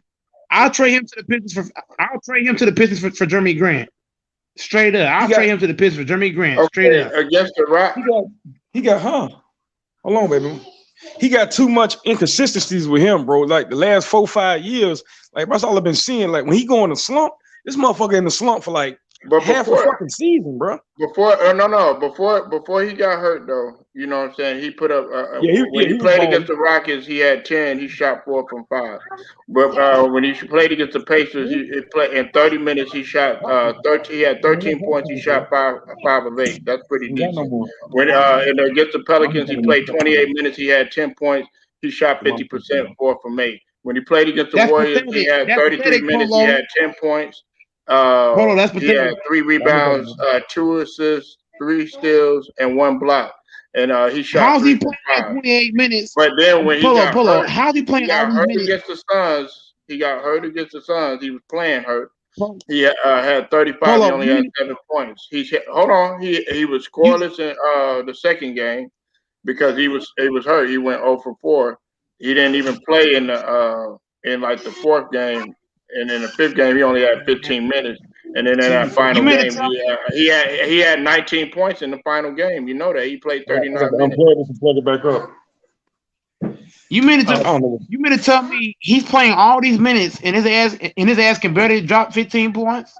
Man, he trash. Exactly. Get him out. I'm saying he got to go. I know Polo, but I just he's not out there. He's not out there. That's not his main thing to sit up there and put up a whole bunch of points. He was out there for a defender. Bro, he has to average 20. Bro, you can't play 30 minutes in the NBA and drop 15 point. Man, fuck A lot that of shit. people do it all the time. You can't, bro. A lot of people do it all the time. LeBron James, how many attempts is he getting? We're not talking about LeBron. 4. How many attempts did he average per game last year? Attempt-wise. Where you going, my friend? He's not even making half of the attempts. Man, get him out of here. Okay, so I'm Solidical and Go and Blackface. Who do you think is a better replacement for KCP then? Jeremy Grant. I can't argue with that. I mean, Jeremy Grant would be an upgrade. Jeremy Grant. Hey, look, I'm confused. What position is KCP listed as? Shooting guard or forward? Or do we play both? Nice, man.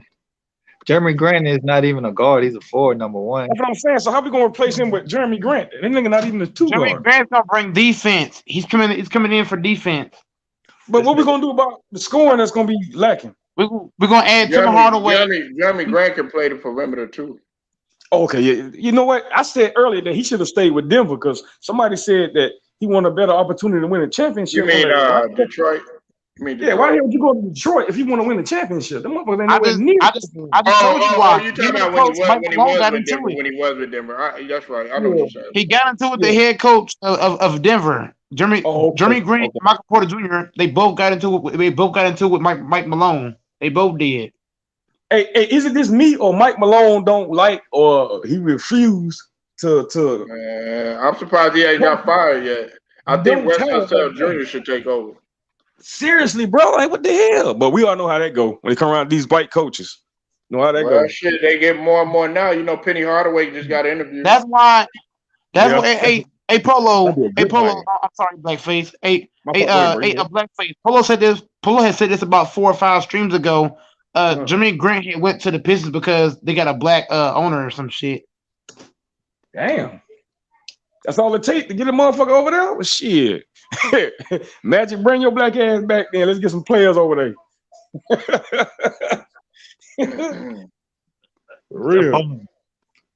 Now, I want to bring this up. The box score plus or minus is very different than the plus or minus. So for instance, just looking at the Lakers team, the player with the highs, the 2 players with the highs overall plus or minus is LeBron and Anthony Davis. LeBron at 7.5, Anthony Davis at 4.5. So they when they kind of, I get you. Go ahead. and then the other valuable advanced analytics is value over replacement. LeBron was coming at 3.6, and then second is Anthony Davis. That tells a story. If you watch the season last year, he was their most valuable player. Two green dots should be on. If you go back to last year, let me see if you Hey, and Mr. Saul, Mr. Saul, are you saying most valuable offensively or defensively? No, box plus minus does it has a rating for your offense and your defense, and then it combines. You have an offensive box score Okay, plus so you have a defensive block, and then they add it together. okay, so Mr. Saul, let's be honest. KCP only shot that well because he's playing the bubble. I'm not even talking about KCP, so I don't know if you were listening or not. He's a bubble shooter though. That's what I'm saying. He only plays well in the bubble. It is nice. I don't know what the hell. KCP cannot do that outside the bubble, and I bet money on that shit. But it's the Wi-Fi, y'all. The Wi-Fi, whatever was going on with the weather, it's the Wi-Fi because I just ran the system check. KCP, what y'all want to bet? KCP would he's never gonna shoot well outside the bubble. Who want that bet? You know, that shit run off. It's an app. Why it run like that? So who want that bet? Blackface or South? Who want that bet? What bet? Man, why we can't talk about basketball? You always talk about betting somebody. Man.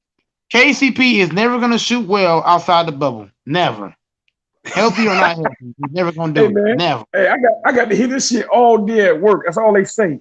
Y'all got that damn bubble championship. What happened when you got to go travel and all that shit this year? I said, nigga, injuries happen. That's what happened. What you mean?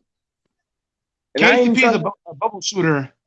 KCP can't shoot outside the bubble. He can't. He done. Man, I don't know what's going on with KCP. Like I say, like Polo said, maybe it's that injury. What's going on? He's not playing. He didn't play in the bubble. That's what happened. When you don't play in the bubble with certain players can't play well outside the bubble. Well, bro, if that's the case, it's time for him to go then. That's the case. He got to go then because ain't no more bubble play. So you get your ass right or you got to go. I can prove it. Blackface. I can prove it. Tyler Hero, and Duncan Robinson was shooting lights out in the bubble. Right. And can't make a damn shot this year. Right. Nothing.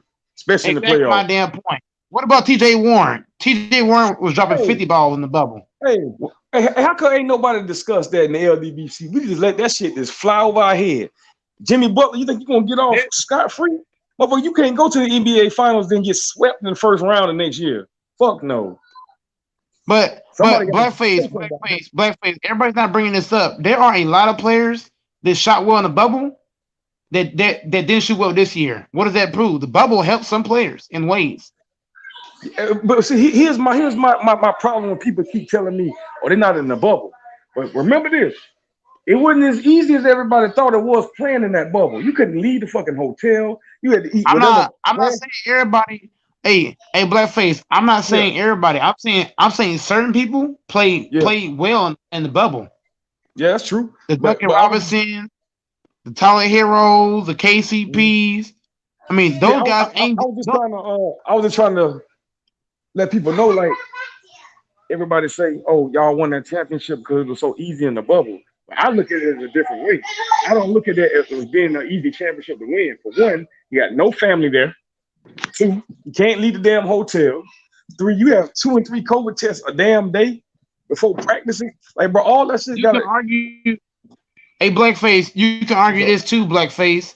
If the Miami Heat had to play outside the bubble, I can guarantee you that they would not make the Heat only made the finals because they played in the bubble. And who did they beat to make the all? Did they beat Giannis last year to go to the finals? This the thing, bro. They beat Giannis, but look, check this out, Blackface. The whole Heat team played great. Butler, Bam Adebayo, Goran Dragic, all them guys played great in the bubble. What happened after the bubble? Like shit, all of them. All of them dudes. Blackface. All of them. They beat Giannis. They had beat Giannis last year. You know why? Because Because last year, who played well for the Heat in the bubble? Butler, Robertson, Tyler Hero. Bro, Tyler Hero had 2 40-point games in the playoffs. Duncan Robinson, 2 30-point games. Bam Adebayo dropping 20 balls, 15 boards. All them guys were. That's what they hate on our Lakers. I'm also a Lakers fan, Blackface. So people are hating on our team because a lot of players ain't done shit since the bubble. So they're saying that the bubble is basically kind of like a cheat code or some shit. Hey, you're right. I hear that every day at work, bro, and I be trying to tell them, bro, it's winning in the bubble ain't easy as everybody think it is. Yeah, you don't have to travel. You shooting on the same rims, but It's the thing, bro. Go ahead. The bubble was a disadvantage for the Lakers. It really was an advantage. Number one, it was an advantage for the inexperienced teams because the inexperienced team didn't have to deal with any of the playoff atmosphere. Number one, can you hear me? Yeah, I hear you, bro. I'm listening. What about KCP then? What about KCP? Damn, nigga, you been talking.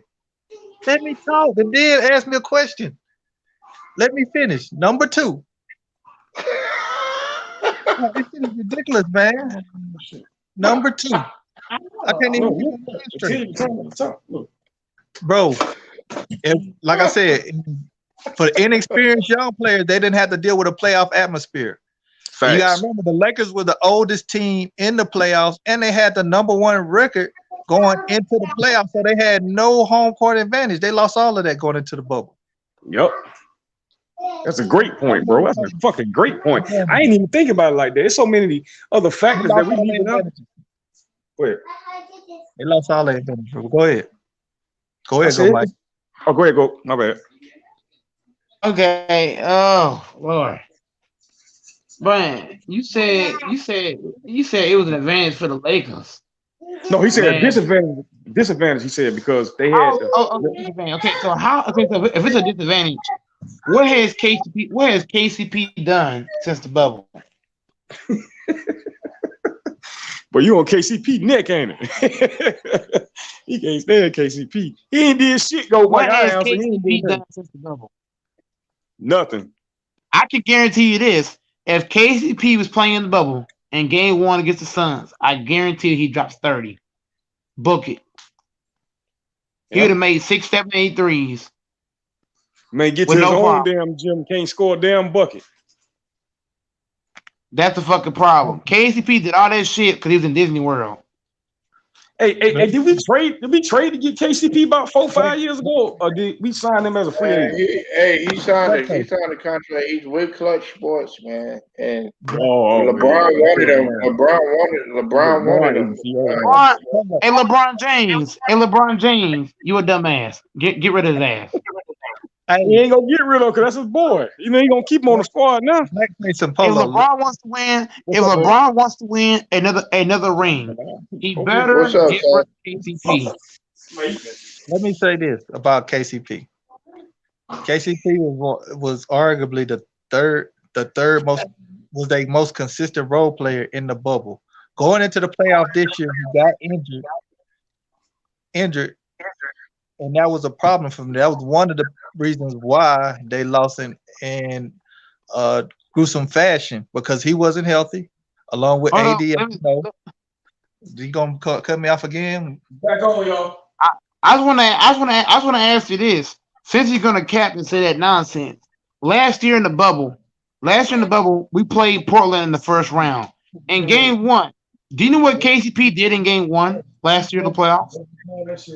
Because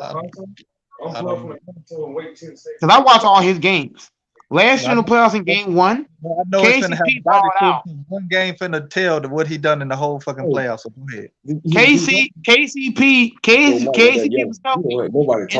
You know what he did? That nigga was killing everybody in Game 1. Game 1, that nigga hit all them threes. In Game 2, same shit. Why couldn't KCP make the same shots he made against Portland against the Suns? So, KCP y'all, the bubble shooter.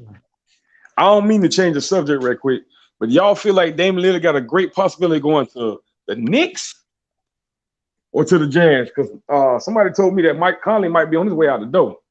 I don't know how true that is. That's just what I'm hearing. I have no clue where he's gonna go. I mean, if I had to just bet on Vegas, Mm-hmm. I would say the more appeasing thing would be to play in New York versus Utah. Because Yeah, if he I said dealing, the same thing. if he I agree. dealing with vitriol from Portland fans, I don't think he want to go to Utah and deal Hey, with that. bro. I So, could be wrong. hey, bro, let me ask you something. Since you just said that, is the fans running Dame Lillard out of Portland, or he just refused to be there because he's not getting the coach he wants? I mean, Polo brought this to my attention. I don't know how true it is, but you know, I think Polo got some good sources. But we talked on it the other day about them running him out because he wanted the Billups or Jason Kidd, and from my understanding, their fan base wanted this lady coach. They wanted Oh, Becky talking about, Hammond. No, Becky they Hammond? wanted hold on. They wanted Becky. What's it called? The people felt like Becky Hammond should have got a shot. You know, Becky Hammond used to be with the Spurs, blackface. Well, She was. hold on. Okay, back up. Hold on. Let me get it out, and then I'll let you go. All right. Becky Hammond was interviewed. Mike D'Antoni was interviewed, and so was Chauncey Billups. They were interviewed, and I guess because people thought that actually D'Antoni was going to get it because he had 2 interviews. Then what's it called? They went ahead.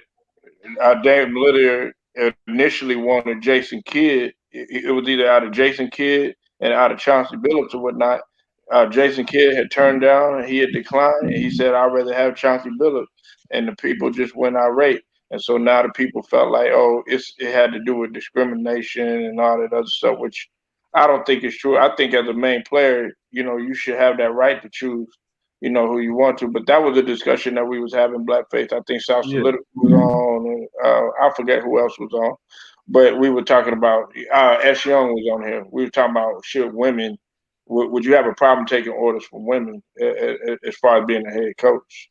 So that's pretty much what had taken place, and they want to, you know, they going after Dame, and they trying to bring up little stuff about Chauncey Billups, which I don't know anything about. Maybe y'all know some stuff that happened. Bro, I ain't never heard that until the other day. I say, man, I ain't never heard that all these years. I ain't never heard that shit brought up one time. Hey, y'all got to excuse me. My son in the background going crazy. No, it's all right, man. I got kids. I understand, but what did you? What I forgot. South. What were you saying that happened to Chauncey Billups that they bringing up? They trying to associate him with, I think, him and Ron Mercer. Yeah, I guess when they were back in '97 when they were getting drafted, they were associated with some kind of potential rape charge. But it's not. It's not from 1997. Wow. Wow. Bro, we talking about 5 years ago? 20. Come on, bro. 24 You talking years about when ago? he was at when Chauncey was at Minnesota and I think Chauncey got drafted when he was in the NBA. I think Chauncey got drafted with the Boston Celtics, didn't he? Got drafted. Yeah. He went to Boston. Yeah. Brown Mercy. Yeah. Okay. Yeah. And bro, that's crazy, bro, because I was wondering, I was like, why the fan base mad? They got Chauncey Billups. What did he do? And I could never find out. Now that bro said that, now I remember. I'm like, bro, y'all gonna go back and dig up 24 years. Man, we already know what that's about, though, bro. We know what that's about. I'm gonna let that go because we on YouTube. I ain't trying to get to the channel no strike, but we know what that's about, though. Because we best believe if that was a different candidate. But I mean, he got hired, though. I mean, he got hired. Now the only thing that he could do, what did South say the other day? Winning cures everything. So he could come in there, man. Next thing you know, they doing good and stuff. 1 minute they hate you, and the next minute they love you or whatever. You know what I'm saying? They probably gonna sweep out the rug if they start winning. I'm sorry. Go ahead. My bad. Now let me just add this. After we had that conversation, I then went to find out that he signed him for a 5-year contract. I'm just interested, and we can cook on this. As far as moving forward, what kind of terms did him and Portland have as far as the future of Portland, of the roster, and keeping Dame went into consideration of him signing 5 years? You get what I'm saying? 5-year contract? Boy, that's pretty generous. I guess you could look at it like this, though. Okay, if y'all get rid of Dame or whatever, it don't matter. Because if y'all fire me, y'all got to pay me for the 5 years. I guess you can look at it like that. Yeah, you got to pay him regardless. You're right. Yeah. Definitely got to get paid. I don't know what's up with the Lakers organization. We still paying fucking Loooooooooong. That shit hurting us right now. But you remember about 4 or 5 years ago, he turned down the Cleveland GM job. Oh yeah, for it was for Cleveland. You damn sure was, bro. I forgot about that. Yeah. Man, fuck Loooooooooong. Loooooooooong a bitch. Loooooooooong a straight bitch. We still paying that man $5 million a year still. Disrespect players all the time, bro. We trying to have a constructive conversation. I hate Loooooooooong. Loooooooong's a straight bitch. Hogging up cap space. He hogging up cap space. He's not even playing for the organization. Loooooooong's a straight hoe. Get him off the goddamn team. Get his contract out of here. Hey, why don't the organization just pay him the bread and get him off the books? Why they want to just pay him? How much more money do we owe this dude? We paying this man money since Kobe been retired. How much do you owe Loooooooooong? Yeah, how much money we owe this man? Why are we still paying him? Why are we still paying this bum ass nigga? He not even playing for the franchise. Hey, you know what? I think I remember now, Polo. I think this got something to do with the Anthony Davis trade. We had to stretch his money out. Right. Yeah. Something a provisional clause or something like that, right? So yeah, he's owed $15 million over 15 million still. Yeah. Bro, how much this nigga contract was? It was 15. It was 15 million because he had an injury, career-ending injury, and it was an exemption. And the thing about it, he had been injury prone before they acquired him. So listen. In 2018, they could use stretch provision waive. Hold on. Stretch provision waive Loooooooong and spread the remaining 15 million owed to him. Anything with Jamaica? I omitted the spicy. My wife trying to make me eat some Jamaican cabbage. I ain't never heard of that. That shit might be spicy as hell. Yeah. Jamaican cabbage good. It's good. Yeah, my wife she make it all the time, man. But listen, yeah, he owes 15 million though. Man, that bro, my goodness, man. So we'll just write this man a check, buy him out, and give him about $12 million, and let this man go on by his life. He's on no. But it's left $5 million of dead money on their books for the 2019 through 20, 2020 and 21. He's got one more season, which will be 21 and 22 season. Damn. So he's still on the book. Hey, that shit gotta be nice. You ain't played basketball in 3 years. You still getting a check from the Lakers. Damn. That's not Game 5 of the Western Conference Finals. Hey, who got stuff playing in the background? Yeah, I don't know who that. I thought that was you, Polo. No, that's not me. Is that me? Hold on. Yeah, that's man. Yeah, that is me. Oh, got shit playing. Who got something playing in the background? Yeah. My fault, y'all. Hey, Polo, man. I think Milwaukee gonna win it all. They are. That's what South said. Yeah. For real. With the worst coach in the league. With the worst. Hey, bro, I was just saying that earlier too, man. Like, bro, this man don't make no in-game adjustment. That just sounds stupid, bro. Don't keep saying that. You don't get this far, you got a bad coach, man. I gotta quit that. I'm not too fond of Frank Vogel either. The way I look at it, though, Blackface, South and Goat, you still got to go out there and you got to execute. The players still got to execute. The coach can only do so much. Only thing a coach can do is motivate. You're right. Yeah, motivate and draw up strategies and stuff like that. But yeah, I don't know, Blackface. I don't know if you played, but sometimes, man, we like the coach would draw up something like that, and it would be a pivotal point of the game, and it'd be like a minute, and the point guard, he'd be like, "Come here, fuck this shit. We finna do this," and he'll change up, and coach would be irate. You know what I'm saying? Sounds political. He'd be like, "Man, you ain't supposed to be winning," but we end up winning the game. But guess what? We would still have to run because we didn't follow what he wanted us to do. Yeah. That reminds me of my military days, bro. We're going to do that. And you talking about the hand of one, hand of all. Let one person mess up. Everybody gonna pay for that shit. Everybody gonna get it. Yeah, yeah. What you was a Marine blackface? No, the Army. Oh, okay, you all right? All right, hoo-yah. I gotta put that hoo-yah after that, man. Boy, look at who-ah. Boy, look here. Hey, I ain't gonna lie, Polo. When I went in there, bro, that was that was like being in prison, bro. I ain't never like, bro. You don't own yourself no more. They tell you when to get up, when to eat, when to go wash. I say, man, 6 years of this shit, I don't have enough of this. Man, salute to all my veterans though. You know, you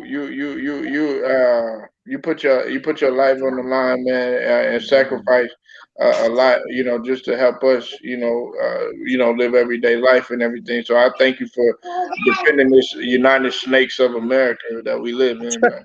Thanks, bro. I appreciate that, brother. Appreciate it. Polo crazy, man. You know what I mean, South, man. You know, but you know, unfortunately, that's what we live in. But you know, man, I was looking at something today. Biden trying to South and blackface. They trying to raise the real estate is the highest in Texas right now. Now they're trying to jack up the prices of land. That's what I was talking to South Solitical earlier about. They're trying to jack up the prices because people are coming from. I found out that they're not only coming from California, they're coming from New York too. People are investing in properties overseas. You know that? I can't remember what the exact term they call it, but that's been a big thing for a while. People overseas own property. So you got to think about it. They making American money and they living overseas. You got a lot of people that's overseas that work in America, but they got a job where they can live overseas, work and make American dollars. Right. And then invest their money. See, a lot of us are way behind. We don't understand the game being played. Way behind. I'm telling you. Outsourcing, there's a lot of stuff going on. Yeah, outsourcing. The prospect of outsourcing business is going overseas, where they have pretty much their production going overseas, where they paying 3 times less for their overhead, and they still making U.S. revenue. So a lot of stuff going on out here, man. Like the world we're living in, if you don't know how to get it, you're gonna be behind. Left behind. Hell yeah. Yeah, man. You know, we have to, like, a lot of people they frown upon, you know, guys that, you know, want to try to better themselves. Don't laugh at that. Don't laugh at that guy that's selling fruit on the side of the road or something like that, because guess what? At the end of the day, that guy might have to do a tax. He might have to do a taxpayer ID and have to you know, file taxes for his business. Guess what? He has a business. You don't. Don't laugh at that guy. They got like a small little building or whatever, and he might not even have that many customers or whatever. Guess what? He's still considered an entrepreneur. He has a business. You don't. He's on his way to owning something. You're not. He might end up one day end up buying a building. You know what I'm saying? So I try not to frown upon a person that is starting off low. Those guys that are cart pushers and stuff like that, guess what? It's still a business. Even like blackface, you talking about cooking, and you talking about your wife making Jamaican cabbage and stuff like that, and South Solitical. And my wife, before she, you know, got sick and all that, her vision, because she could really cook, she wanted to go and get the van, not the van, the truck, and get the food truck thing. Man, those people, they make a killing. But see, you see a lot of those Hispanics, you see a lot of those guys doing that and stuff. Some people might laugh at that stuff, but guess what? They pull up to the job site. Guess what? Everybody coming over there to get something to eat, and they doing that every morning. They do that breakfast, lunch, and they do it sometimes for do it down here at the barbershops. They hit up the barbershops for the barbers, because you know barbers be so busy, man. They ain't got time to go get nothing to eat sometimes. They pull up with the Jamaican plates and sell their plates to the barbers and to the you know, anybody out there in the little strip. Hey, what's self-nation talking about, man? You look like you need to get a cut, huh? You like, yeah, man, let me go get a line up real quick. What's self-nation talking about? See, let that sink in. Let me see. I can't see the chat. I just see his comment that Polo got on the screen. Oh, you said let that sink in. Hey, Celtics Nation, what you talking about, man? He must want to comment and we ain't see it. Yeah, I put it up there, but I didn't know really what it meant. So he was probably referring to something when we talking about our discussion. Yeah. But yeah, who y'all got tonight? Y'all got Milwaukee or ATL? I got Giannis. Hey, Polo, don't forget, Polo. You in my video, I picked Giannis in 5, remember? I know both of y'all got it. I'll say this. Who you got? I'm gonna say this. If the Hawks are going to win another game, it'll be tonight. If they don't, I don't think they win another game. Facts. I agree. Totally. We go with Chauncey Billups. I see Chauncey Billups now at his, I guess, press conference. I was at work today, so I ain't seen it. I'm just not seeing it now. But the Hawks do got a lot of talent, a lot of promising talent, man. They do. Collins and Huda, man, they're gonna be some tough players, man. Hey, watching them, man, they got a lot of promise, huh? What's old boy's name that played for the Hawks? He just got drafted. I think last year was his rookie year. What's his name?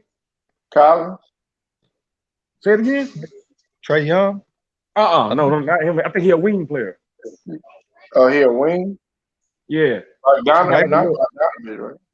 What's his name? What do he look like? He got like a little fro box or the little shit temper on the sides. I can't remember his damn name. But I noticed his second year in the league because he got with the Hawks last year. He be dunking? Yeah, he be dunking. He can shoot too. He a good shooter too. What's his name? Fuck is his dude's name, man? He explaining Capella. No, not Capella. Hell no. Not Capella, man. He ain't even that damn dark. Damn, what the fuck is his name? You said how many years Collins been in the league? He only been in here. I think this Collins' third year, ain't it? Yeah. It's Collins' third year, but I ain't talking about him though. This dude here. The fuck is this dude, man? Is he a wing? I think he either he was the number 3 or number 4 overall draft pick. A 5. I know he's a top. I know he was a lottery pick. I can't remember which number. I'm trying to remember his name. I'm like, bro, the Hawks not using this dude. I can't fucking remember his nigga name. And I can't pull up. Hold on. Let's see. Okay. Are you talking about Reddish? Cam Reddish? Yeah, Cam Reddish. That's his name. Yeah. How can okay. Yeah. Bro, Cam Reddish, man. Like, is he coming off an injury or something? I don't know what's up with this dude, bro. Like, is he playing bad or what? Cam Reddish. Some people said that he had more. Him and RJ Barrett have more potential to be longer lasting than Zion Williamson because they came out in the same draft. And the only reason I agree with that because unless Zion lose 25 to 30 pounds, his NBA career gonna be short. Because that's a lot of weight to be jumping up and down, flying through the air, coming down all that pressure on your knees. Yeah, he lost a little bit of weight. Yeah, he got a Achilles strain. Yeah, no, he had a lingering Achilles tendon injury, so he had to have surgery. Cam Reddish, right? Yeah. I knew it was something, bro, because like I know they got a third player that need to be playing. I didn't know the dude was out. Yeah, he's remaining out due to the Achilles. I just got an alert. They say Zubac won't be playing again. What game coming up next? Game 6? Yeah. Yeah, he won't be playing in game 6 either. What the hell happened to him? Yeah, Zubac, I think it was I want to say it was his ankle. This got to be the most. This got to be the most injury-prone season ever. Can y'all hear me? Yeah, we hear you, bro. I came out the app. I didn't know if y'all could still hear me, but it was an MCL. Let me start a little smoke. It was an MCL, TJ. Oh, MCL? Oh, have mercy. I'm finna give y'all something to think about. It's interesting to me. I was just thinking about it, listening to some dudes babble on some other channels. Yeah. And it made me think about it. Kawhi is the better player than Paul George. We would concede to say that, right? Yeah. But for some reason, I feel like if Paul George was hurt and Kawhi was out, I don't think the team would play as good. So I don't know why I feel that way. And you know what? I kind of agree. I'm starting to try to. Yeah, I kind of agree. I kind of agree with that Think about because that, Polo. I kind of agree with him, Polo. That's So something to think about. So if the shoe was on the other foot and Paul George was out and Kawhi was dolo, you think they wouldn't play as good? Some just tell me the way how they team constructed, they wouldn't play as good. I'm gonna tell y'all why I feel like I agree with South. I agree because I don't seen Paul George take his own team before and do his thing. Can we really say Toronto was all Kawhi team? Because they only came there and stopped there 1 year. Well, they had a lot of moving pieces. I mean, They even were though 17-5 with him out the lineup. They wasn't a bad team. I think they Pascal Siakam and a lot of people don't give this guy credit, but Fred VanVleet and even Marcus Hall and Danny Green, they did a hell of a job, man. Hey, speaking of Danny Green, you talking about the goddamn he on this Robert Ory shit, ain't it? Man, I'm so disappointed in the dude, man. This dude was up in here laughing on the sideline while he injured, man. Oh yeah, I seen that. I don't give a damn what going on. You laugh and you get in the locker room. You don't let the world see you laughing. Y'all get your ass kicked. Man, I ain't like that shit either, Polo. I ain't like that shit either, bro. Yeah, you gotta, we up in there, you sitting up in there chuckling and stuff like that, but just like last year, you was shit bricks because people was up in there making death threats and stuff like that. Yeah, facts. And not to get off subject, but that's another player the Lakers should have made sure they kept. Bro, you don't get rid of your veteran shooters like that, bro. Yeah, I know they struggle here and there, but Danny Green, he had a lot of clutch shots. Beefed him how bad he played. He had a lot of clutch shots in that bubble. Not consistent, but clutch. I give him that. I don't know, man. When you talk about you went out, bro. So I think he dropped out. Can you hear me? Yeah, we can hear you now. Yeah. Now I see what. When I was going in the other app to address something, I guess it took me out. But man, it's just a jitterbug. When you talk about Robert Ory, man, he to me he like the pinnacle of clutch role players, bro. Hell yeah. He hit more big shots and consistent. In certain situations to him. So it's hard for me to put somebody on the level of big shots when it comes to role players like Robert Ory, man. You know what? I'm sorry. Go ahead, Sal. Go ahead, my bad. No, go ahead. No, I'm done. I should have been more clear because when I said Robert Ory shit, I was really more talking about from team to team getting these rings. That's what I really was talking about. Hell no, he ain't nowhere near clutch as Robert Ory. I wouldn't even disrespect Robert Ory like that. Man, I'm shocked about something. I know this is off the subject though, but man, I'm so shocked. I'm shocked as shit you came up in here, Blackface, man. Hey, I had to come up in there, bro. I forgot what y'all were talking about. You know what it was about, South Political?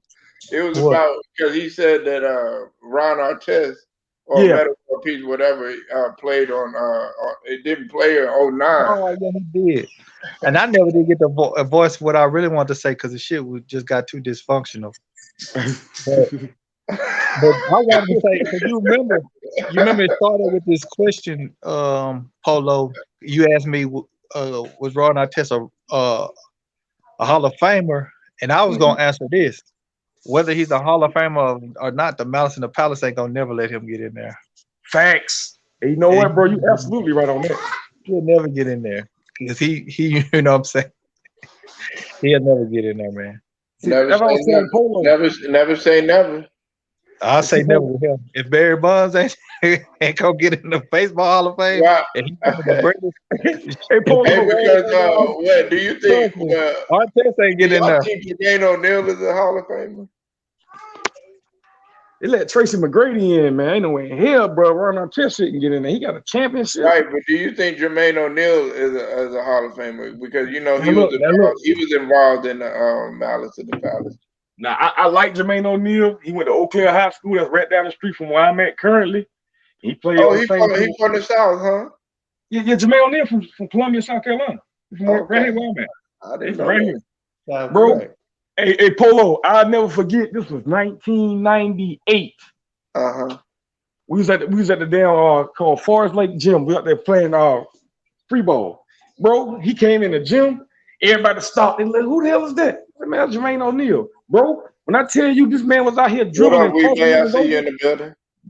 Bro, he was out there dribbling and crossing dudes over like he was a guard, bro. This man's 6'9". He's out there just crossing. I said, what the fuck? And he looked at me and said, hey, little dog, I can do all that, but the NBA won't let me. I got to play my position because I'm a big man, but I can do all that stuff y'all can do.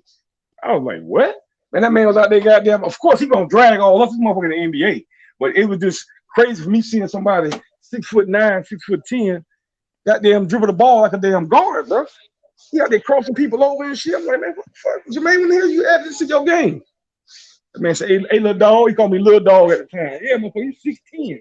I ain't know at the time, what, 5'10", 5'11" at the time? Right. That motherfucker said, yeah, I can do everything y'all can do. I can't do it in the NBA because they make me play my position. Okay? That was when he was with Portland, bro, when he first got drafted.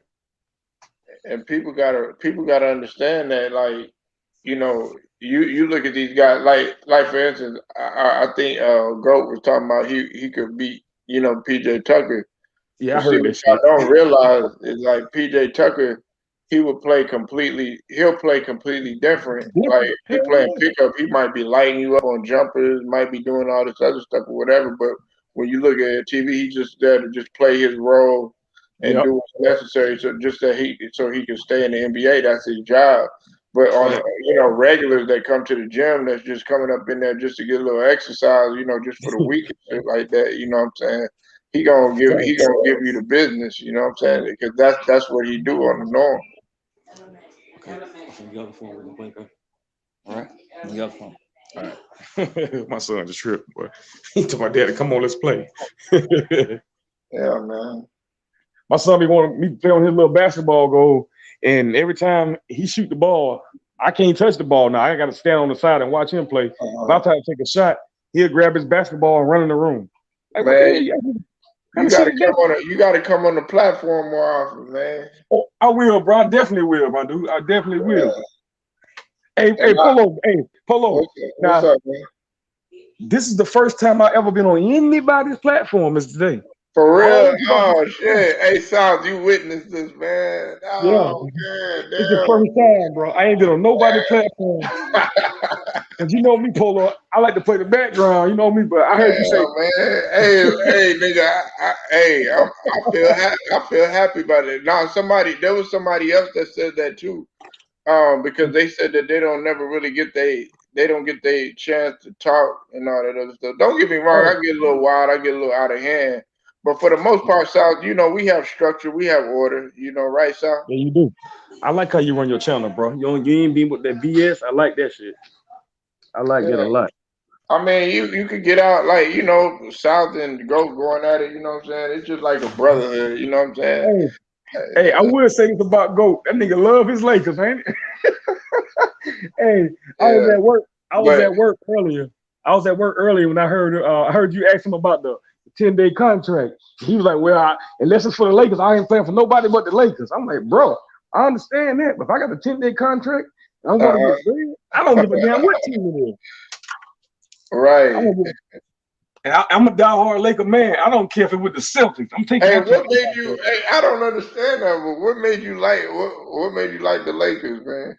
But you know, bro. Honestly, bro, I'm gonna be real with you. Michael Jordan's my favorite player. That was my daddy. That was my daddy. Team, the Bulls. I was never a Bulls fan. I just liked the Mike. I've been watching the Lakers. I was born in '81. I remember watching my first Lakers game in 1986. I was 5 years old, and I've been liking the Lakers ever since. 80s baby. Hey, bro. We got 80s baby up in here. Hey, even though my daddy wanted me to love the Bulls, it was always the Lakers, bro. I love watching Magic, bro. I love watching that dude, bro. Magic was a Fuck now, look, this is really gonna be crazy, y'all, because Magic is not even my favorite point guard. My favorite point guard all time is John Stockton. Go figure, right? Since Karl Malone, my favorite power forward.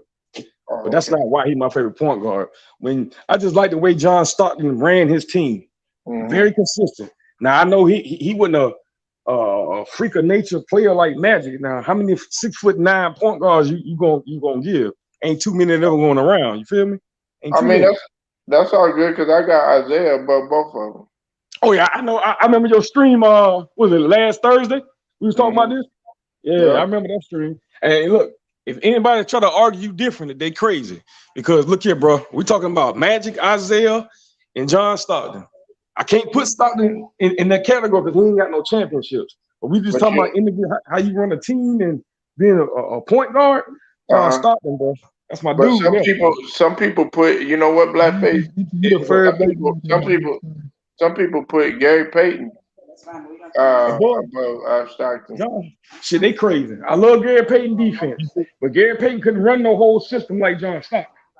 And a lot of people don't realize John Stockton probably one of the best white players to play both sides of the ball. Like he played both sides of the ball. He wasn't just just wasn't just no great offensive player and just throw the ball. He played offense and defense. When you number one in assists and number one in all-time steals, that says a lot. That says a lot. Damn, that motherfucker number one in assists and steals. But John Stockton did have he had kind of a reputation for being kind of dirty, man. Oh yeah, he was a dirty motherfucker now. I didn't even know that either. Like, you didn't know that shit? Oh yeah, Polo. I thought he was like Clint, but they were like, man, John Stockton. But he said, that's what Gary Payton, said. He was his toughest obstacle. Everybody they thought it was Michael Jordan or somebody like that. He said John Stockton. Because Mike will rarely switch out there to guard the point guard unless he get called in the switch.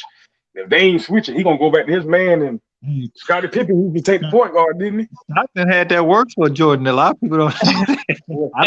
Hey, sorry, everybody. I'm sorry to cut in, but I got bad news for Hawks fans. Trae Young is out for tonight's game versus the Bucks. Well, you already know what's about to happen. Then they was gonna lose anyway, but they gonna get blown out now. Yeah, because of that referee, man. I can't believe. See, that referee, man. They gonna do the same thing they done with Giannis. Oh, the referee done that on purpose. He must be on Milwaukee payroll. Hey, Sam. My bad, bro. I want to tell y'all. You gotta move out of the way sometimes, man. No, can y'all believe, like, my little brother, bro, he called me today, man. I'm at work arguing with this dude. I said, bro, this what you called me for? This man said the only reason that the Bucks won the last game because the referee made Trae. Listen to what I'm saying. He made Trae Young step on his foot and hurt his ankle. I said, bro, I'm at work. I got to go. I don't want to hear no dumb shit like that. You can't script no movie better than that. If that's what happened. That man did that shit, bro. I don't know what he did, pass the ball or whatever. And he stepped back and stepped on the referee's foot. And that's how he twisted his ankle. How the hell the referee made you do that? I don't understand that shit. That logic right there. I mean, I know my little brother's a diehard Kevin Durant fan. Wherever KD go, he goes. So he ain't got no team. He got a player. And I don't like having basketball conversations with people like that because everything you say about the team, he gonna think you talking about Kevin Durant. Like, bro, I'm not even talking about KD. I'm talking about the team. What the team need to do. You keep telling me KD average 40. Okay, cool. Giannis down the average the same thing. So what? Hey, who y'all think should win the Kareem Abdul-Jabbar Social Justice Award? Tobias Harris, Drew Holiday, Carmelo, Harrison Barnes, or Tosano Anderson? I say Harrison Barnes. I ain't in these players' personal life enough to know why they should win. Nigga, that ain't the question, nigga. Who I just answering the question. I'm not. I don't give a fuck, nigga. We don't want to know. We don't need you to get fucking technical and shit. I'm just saying. Well, I'm not in these guys' personal life. I don't know that. Motherfucker, I asked you, nigga, about the social justice shit. So you want me to be fake and act like I know these players? I don't do shit like that. I did. I kept it 100. I don't know what these players be doing to know if they qualify for a award like that. Hey, Look, hey, but look, I be like, look, hey, blackface. I be like, look, do you want some chicken? Goat, do you want some chicken? I asked South Sudan, you want some chicken? He be like, well, I think I'd rather have steak because hey, South ain't gonna play with it, ain't it? yeah, Yeah, man, go along to get along. Just say something. Just say something. stop party pooping, man. Hey, but on a real tip, Harrison Barnes, bro, he been doing stuff like this outside of the court in the community since he been playing for North Carolina. He always Okay. been the guy. He always been the What? guy that do things like that and stuff. Okay, so do y'all know about anything about what? So you don't know anything about what? Because I haven't seen any Toscano Anderson or what. I've seen a little bit of what Tobias Harris has done. Yeah, I seen Tavares too. He do a lot for the community out there in Philly, just like he was doing when he was the little brief stint he had in LA with the Clippers. He was doing the same thing. So that's what made me like, damn, y'all trade this man. You just gave him a contract. You trade him away after he's this important to the community. I guess they was like, look here, nigga, this LA nigga, we got Kobe. We don't care about him. I'm surprised Melo up in there. You know everything that he's been going through. You know what I'm saying? You know he's Speaking of still. Melo, bro. Speaking of Melo, I seen some highlights yesterday of his son playing in some tournament. Boy, his son got game, bro. Yeah, That would they both got game. But somebody said that Imoni, what's his name? You know the Maker, the youngest Maker, Don Maker's Yeah, brother now. yeah. But I think True the King was saying that he wasn't really that good. But I thought he was pretty good though. But they say he been hobbled with injuries. My Thon Maker. Yeah, I like his him. brother, the youngest one. Damn, how many makers they got in the league? They I got two know. of them? I know. Damn, Then bro, I ain't know then more than one. they got another Plumlee in school too. Bro, come on, bro. Like four of them playing the league right now, or did, ain't it? Yeah. I know one of them used to play for the Suns, Phoenix. They I don't know got about after the Coupos. Mm-hmm. Them damn holidays. Right. You got about 2 or 3 holidays. The two of them play for the same team in Indiana, ain't it? Yeah, they got a big family. Yeah. They say their mama was cold in basketball. For real? So, okay. That's what they say. I ain't never seen no clips or no highlights. UCLA. Hmm? UCLA Bruin. Yeah. Got that right. Look at Kareem, man. Kareem Abdul-Jabbar. That man still holding on. How old is he? About 90? Nah, he ain't that old. He look like he about 90. Bill Russell 90, man. Come on. But shit, he was about what? He pushing 100, man. That nigga Polo crazy. South, he pushing 100. Like, damn. He done put him all That's a in blessing, though, nigga. Shit, hey, my grandmother was 93, South. And TJ, man, my grandmother was 93, nigga. That's a blessing. I had an aunt that was like 96. Yeah, I just had an aunt pass. She had caught COVID last year. She was 97. Appreciate it, man. She was 97 years old. And see, bro, I already knew it was something crazy because they talking about she had to go to the hospital. She got pneumonia. I said pneumonia. I already knew what it was then. Right. My grandma died in 2017, 105. Oh, 105. Man, that was a blessing, bro. She lived life. Yeah, man. That means you got a potential to whenever you got whenever you have people in your family that live a long time, that means that you have the potential to do that too, depending on how well you take care of your body. But when your maker says it's time to go, it's time to go. But I feel like if you take care of yourself, you could try to do it. The stuff is different from what we eat now, so I don't know. The shit they got in they put pork in everything you eat, all this crazy shit. You gotta watch our blood pressure, man. That's the main thing, man. A lot of people don't. I didn't realize how much pork they put pork in a lot of food we eat. Yeah, man. I just lost my wife just lost her sister a few months ago about her blood pressure. So I know exactly what you mean by that. For real? She was number 41 years old, bro. She had a stroke because of blood pressure. kept going so high, and she kept having these migraines. And she Oh woke up one man. morning. Yeah, man. That's what I tell you. My wife has been going through it the last all year, really. It started with me last year with the pandemic. Bro, I'm gonna tell y'all something, bro. This gonna sound crazy, but bro, ever since Kobe passed in early 2020, it's like my family and her family, like shit's been going straight downhill, bro, with this COVID and people blood pressure. You know, we black people anyway, so we gotta watch the stuff we eat, all the sodium and all that other stuff. And you know, sometimes us black people don't really, you know, we don't listen like that. Basically, we don't listen. We hard headed. You don't need to sugarcoat it. We hard headed as hell, and we do things, and these are the consequences. You're right. Oh yeah. When I look at when I look at your channel, your health channel you got in fitness, I love when you go live. Sometimes I don't say nothing, but I be listening a lot, bro. Sometimes I can't get to my phone because I be at work. I have my headphones on. Right. Damn, I'm gonna go ahead and let them know I'm in here, but shit, I'm at work. Well, a lot of guys, they like when I mean, listen, I do focus on the nutrition aspect because listen, you can work out all day and still have a shitty diet and it's not gonna add up right. But if you incorporate everything right, and you eat properly, and you making sure that you drink your water, making sure that you get rest, and you making sure that you staying away from a lot of sodium, processed foods, saturated sugar, refined sugars, and stuff like that, and dairy.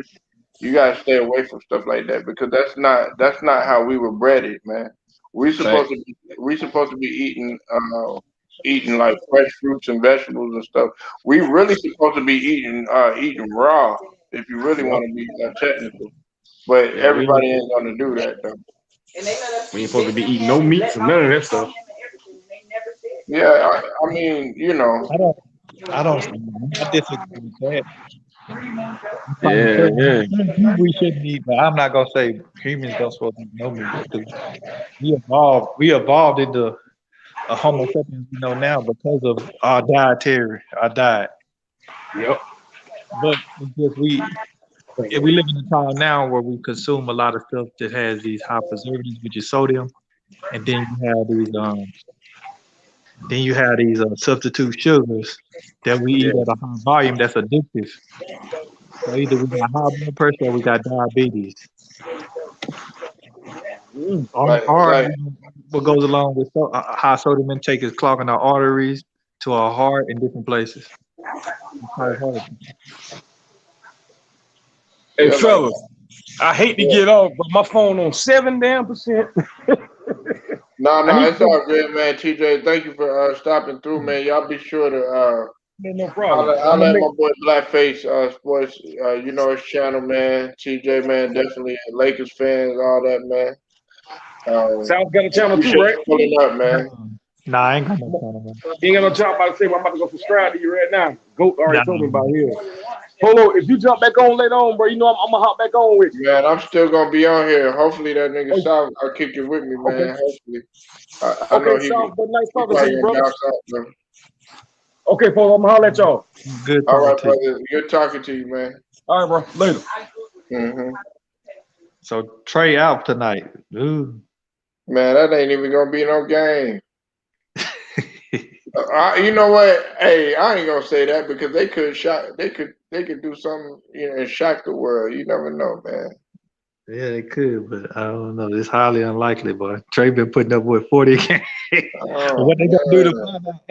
What he had 35, 40. Yeah, 48 game one. Man, I don't think the ref meant to do it, South. But I just do you feel like he could have moved out of the way? Conversation, man. It was just a freak accident, man. Unfortunately, we wouldn't even be talking about it if he wouldn't have got hurt from it. But since he got hurt, now it's a big deal. You get what I'm saying? Yeah. It wouldn't even be that big a deal if he didn't. If he didn't. Just like the one that with Giannis, that wasn't no accident. You know what I'm saying? You saying that it? was, huh? You saying it's intentional? Yeah. I mean, that was an act. You know, he didn't mean to do it. I mean, it wasn't intentional Yeah, none of yeah. because he was going. Um, Listen, sorry, I misworded it. He was going for the rebound and everything.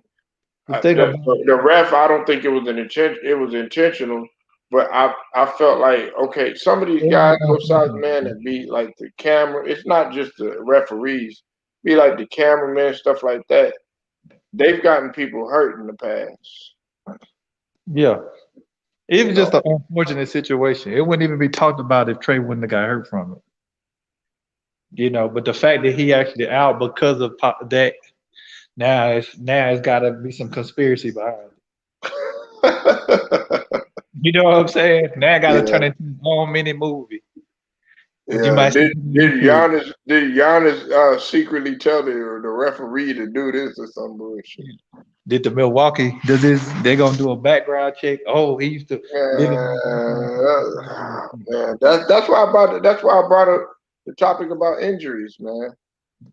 Because it's like okay, the effects of the injuries that have taken place have kind of caused a lot of riffraff.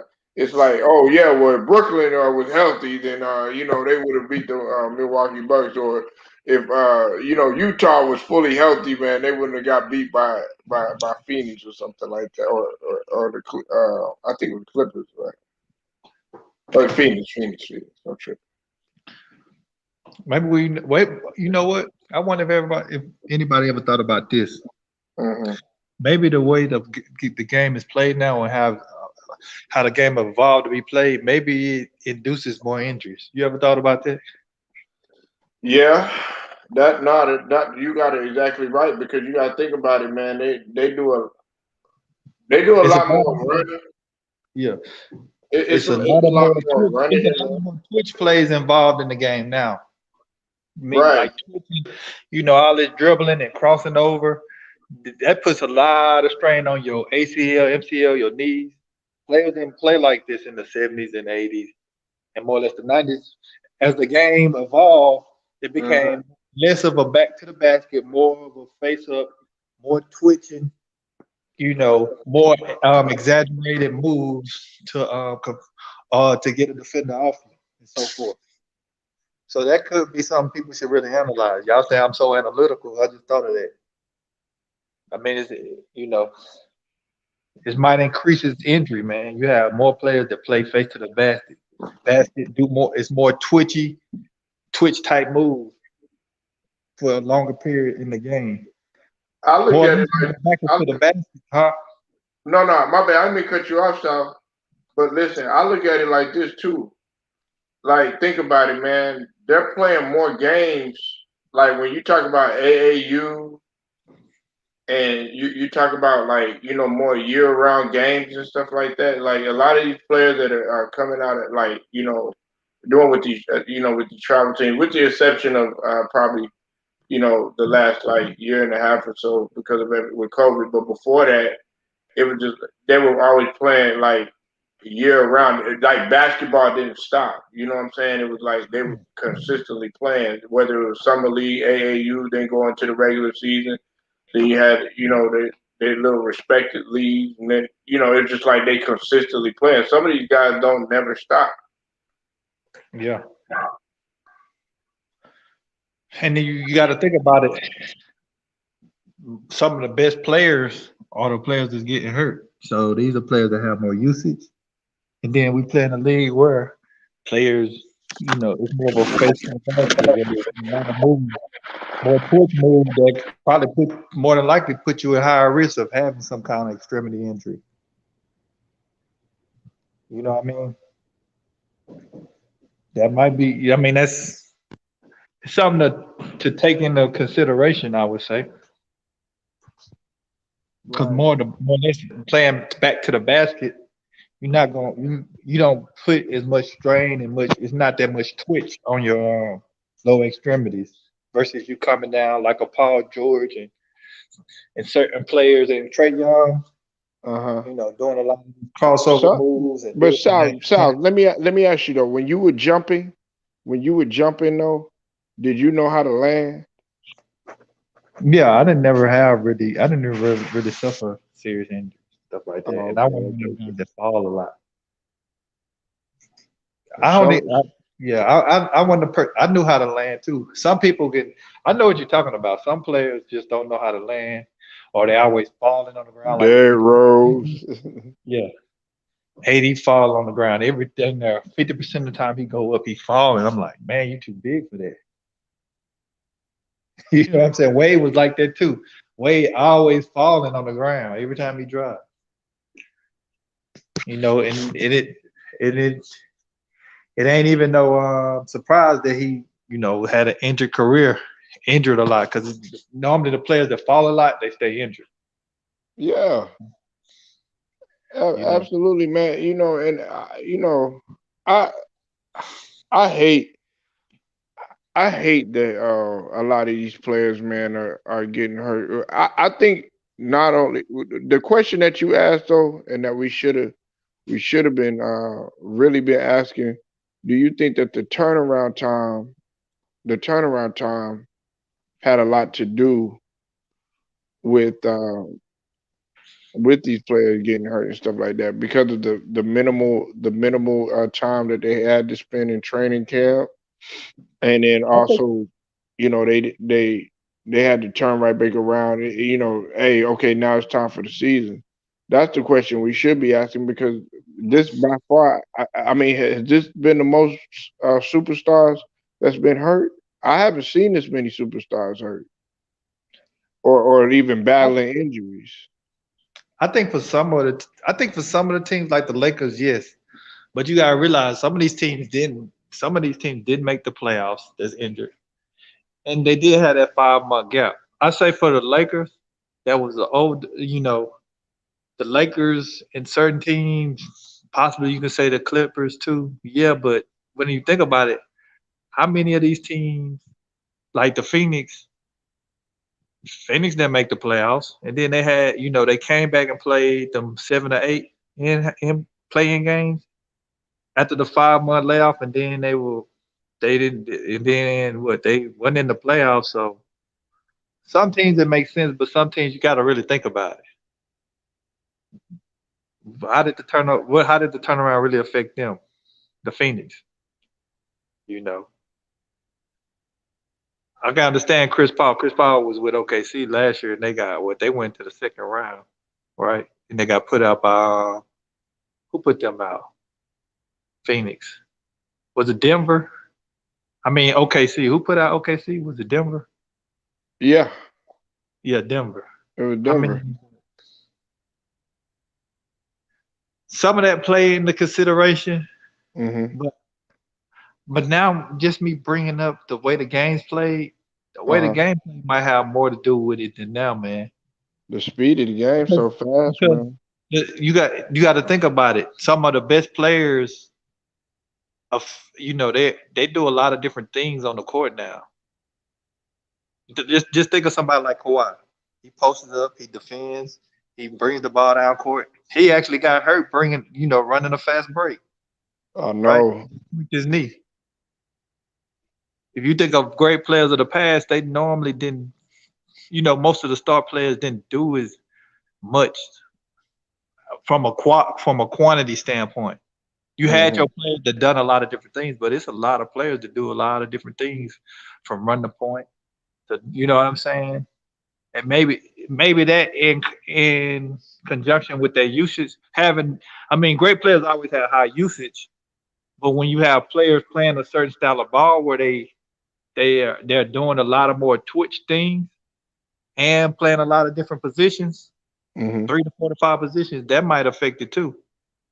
Yeah, that's true. You got to think about it. Kawhi, he guards guards and forwards. He'll bring the Hmm. ball down court. He post up. He do a lot of most other things, you know, which puts him at higher risk, even before you even talk about the knee complications that he had in his career. For a person that had see, that's something you have to look at. Hmm. You know,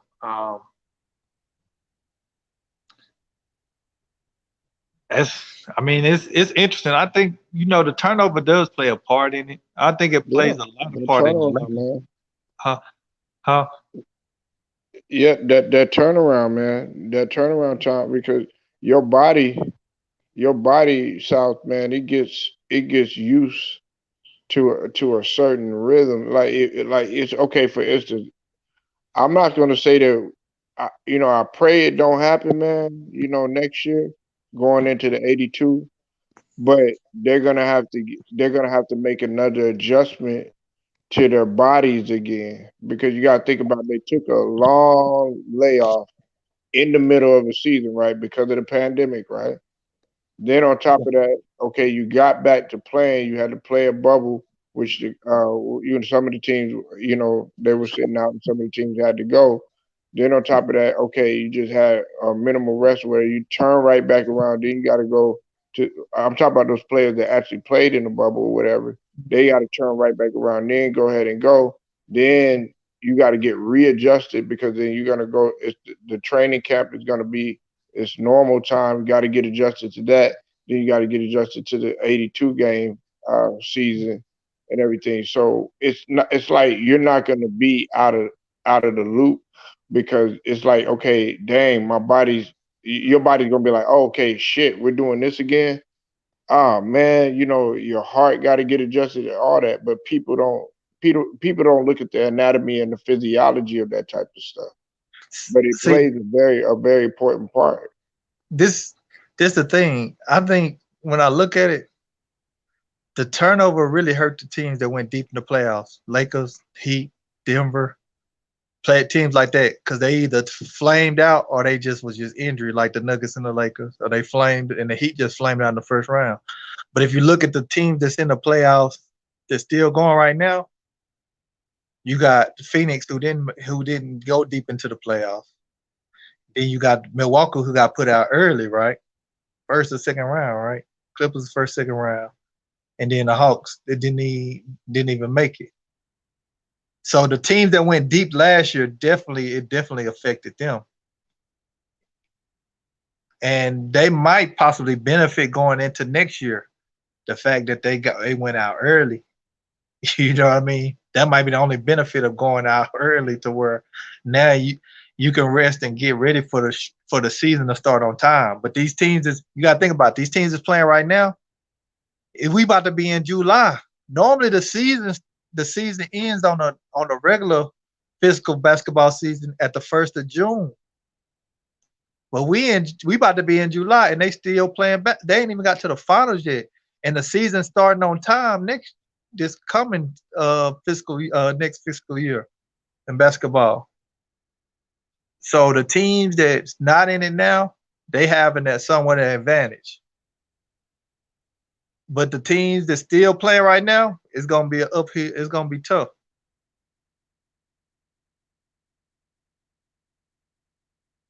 Well, Polo, you disappeared. No, my bad. I had you on mute. I was on mute. My bad, bro. Okay. Yeah, nah, you on point because I was saying the same thing. I was just like, I said, yeah, it's already, July. I was thinking about what you said about, we supposed to be, we think about June, Mr. June, we think about that. Yeah. You We're remember not thinking about the July, second week of June, the finals is over, man. We Yeah, about to be in July, and the season's yeah. supposed to start on time next year. All these teams that's playing now got an hmm uphill battle going in the next season. hmm That So turnaround time. so what the and That's why I said we not out of the loop yet. so you looking at as we look right now, you looking at the finals possibly ending if it go deep. It's a long series in the middle of July.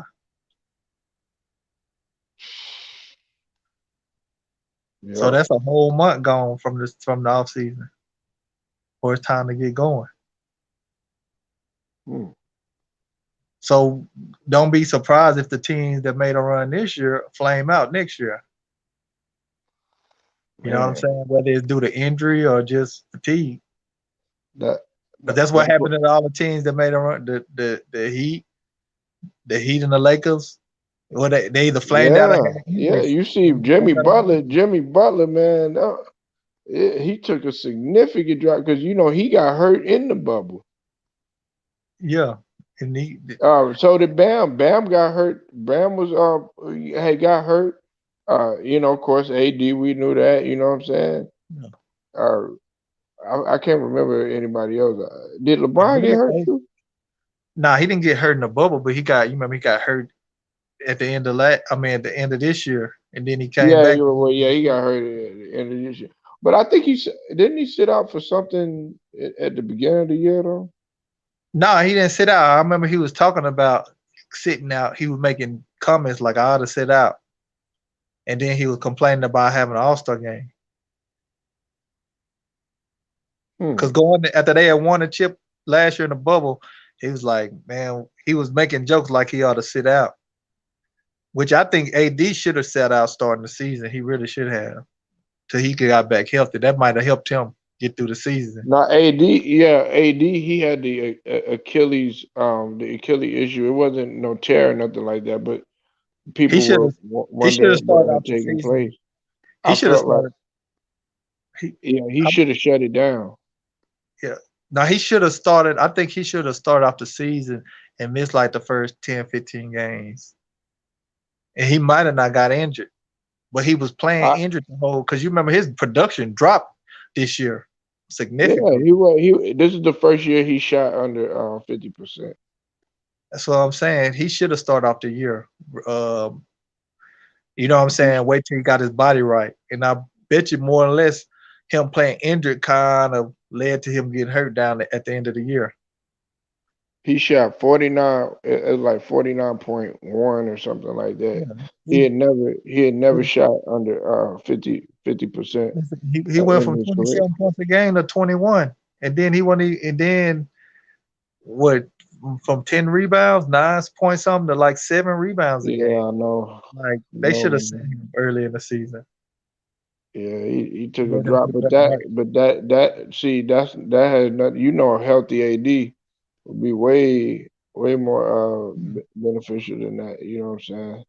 AI coming with a world tour.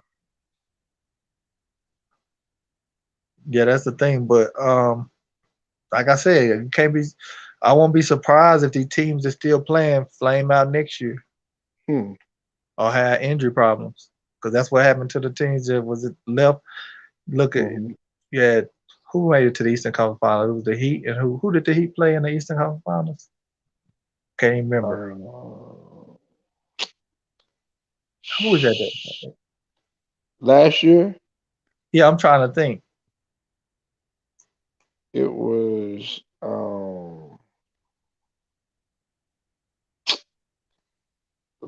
no, it wasn't Brooklyn. It wasn't the Sixers. Wasn't the Sixers, no.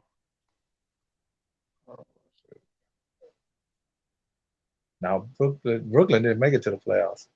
No, they hold on. They beat Milwaukee in the second round, so I'm gonna want Milwaukee.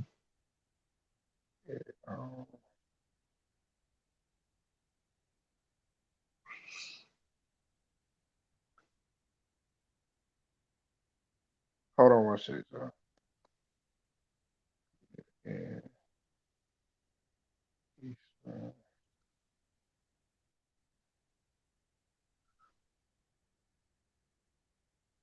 It was oh yeah, they played the Celtics, man. Yeah, they played the Celtics. Yeah. Look at the Celtics injured. Brown got injured. You know what I'm saying? Before the playoffs, wasn't it? Or during the playoffs, he got injured. And Kemba Walker stayed injured all year. See what I'm saying? All 4 of the teams that made the conference finals were injured. Think about that. The Heat, Celtics, Lakers, and Nuggets, all of them were injured going into the playoffs. So think about it. Every single one of the teams that made to the conference finals had injuries and all that going into this playoff. Yeah, because it was just Tatum again, man, and see he was out a consecutive year. Oh yeah, I forgot about Gordon Dragic too. He was hurt too. I forgot about that. Yeah, And he didn't even, yeah, he was hurt. Every team that made the conference finals was injured, had key injuries.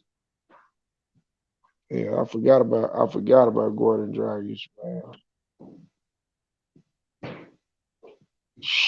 Man, that's crazy, man. I don't, man. My heart be going out for these guys because you know to have to do that again in the state of society that that we live in. It's just like sometimes South. I'm not gonna front. Sometimes I feel like okay, dang, how when people talk about pandemic and all that, I really I'm like, dang, was this supposed to be, you know what I'm saying? Because they already talk about overpopulation again. Talking about overpopulation. What you Yeah. mean? Like the world being overpopulated, man. Oh, okay. Yeah, yeah, man. Not only it's and when you take that into consideration and you take about what's going on and everything, a lot of the elites, quote unquote elites, don't want that to take place. So you just fill in the blanks whenever I say elites, they don't really they frown upon that. So they're gonna try to do anything they can to, you know, um, get rid of that. Yeah, I get I'm what you're trying. saying. I'm trying to be YouTube friendly about it, but I think you understand what I'm saying. I know what you're trying to say, Polo. Yeah. So I look at certain stuff like that. It's like even with the rule changes that they make in football and the rule changes that they make in basketball and stuff like that. It's kind of like, man, they're trying to keep everything so damn regulated to the point where you're walking on eggshells. You literally can't do anything. You gotta understand this, Polo. Money and technology always changes the perception of things.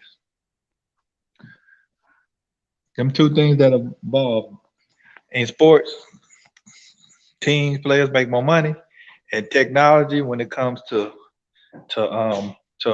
refereeing or to managing the game, a lot of different things evolves the perception of the game. Just for instance, in football, because of the advanced technology of understanding what concussions and different things do, it it has evolved the game where to some people it's a softer game or different things are done. Because you remember back in the '90s, motherfucker have 4 or 5 concussions in the game and get your ass back out there.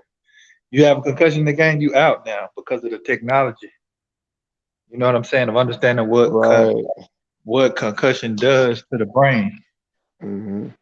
So money and technology is going as that continues to increase on the money side and evolve technology, it's gonna always change the perception of things.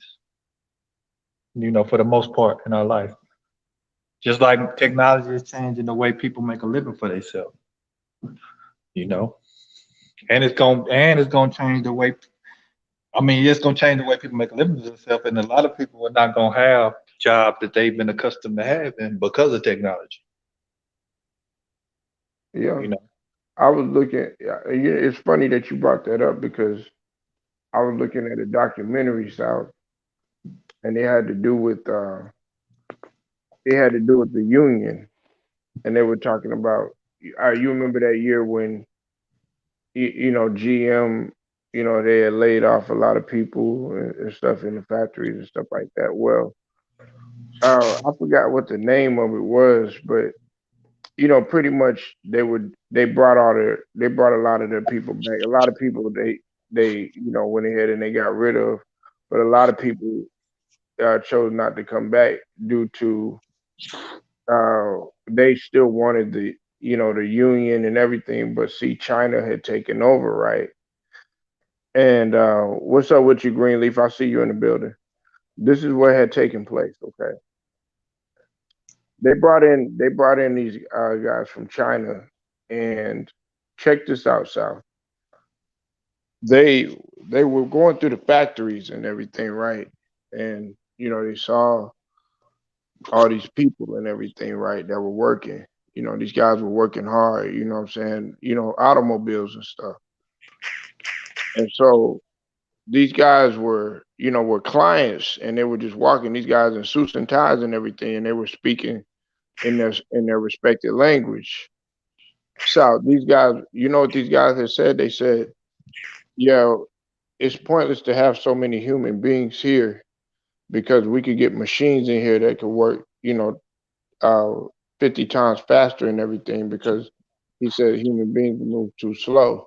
So we need to get machines in here so they could do uh, the work 50 times faster and everything. So that way we can move product even faster. So they laid off a lot of people because they felt like, okay, technology in these factories and robots in these factories and stuff like that would be able to do, the job much better than the average human could. And that's the way that they're really thinking, You kind because of just answered as, your question that you huh? said.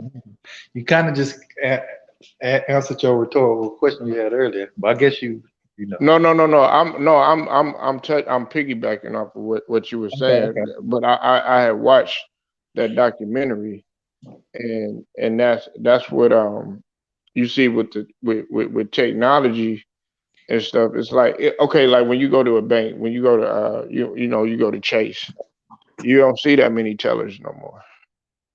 It's like you see the person there will be able to help you out, but they'll be like, oh sure, I'll be able to help you out. And they'll show you to the ATM rather than you going to the actual teller, unless you need to go in there and actually go to the save, COD, all that other stuff, and actually go sit down with a banker. There's not really because it's like everything is done through it's When you go to computer and tech. Walmart, you have more self checkouts Oh than my God, yes, South, you was on point with that. I was just getting ready. Yeah, that's Walmart, Kroger. so that's what I'm saying. Nowadays is the ways. Right. You know. And it's been happening. So now what I preach and what I try to tell people and everything, because they trip on me, South, because I'm trying to get into cyber security and everything. And so, and people like, what do you mean? What are you talking about? But see, if you say that to the average person or whatever, you No, you getting say into that to black people. Go on and say it. All yeah. the other If you people understand. well, not, I mean, I'm gonna make a generalization, South. You know what I'm saying? Because some people, people are listening. But if we go, all right, if we go to the hood or whatever, you said like computer, man, I ain't going to no computer. Da, da, da.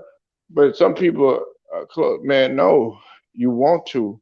That's what you want to do. You know what I'm saying? Because it if you're running a business, right, Sal, you know, uh, and you're doing cybersecurity and you know about it, right?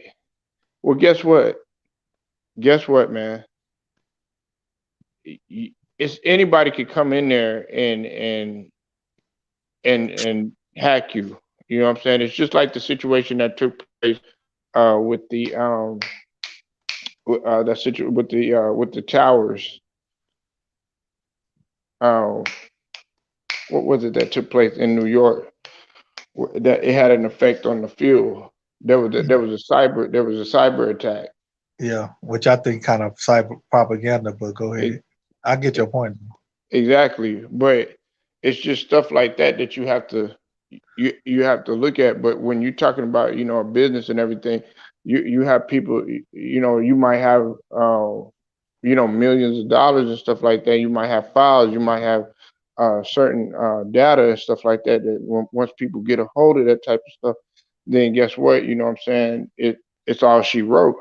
But you want to be one step ahead. You want to be 50 steps ahead of the game. So you picking up that type of knowledge, you know what I'm saying, or rather than having a 20-year-old or whether having somebody younger than you, no, you need to know it yourself, because that guy that you have up in there, yeah, they might be good in there. They might, hello South. You might have a young, pretty, you know what, up in there. You know what I'm saying?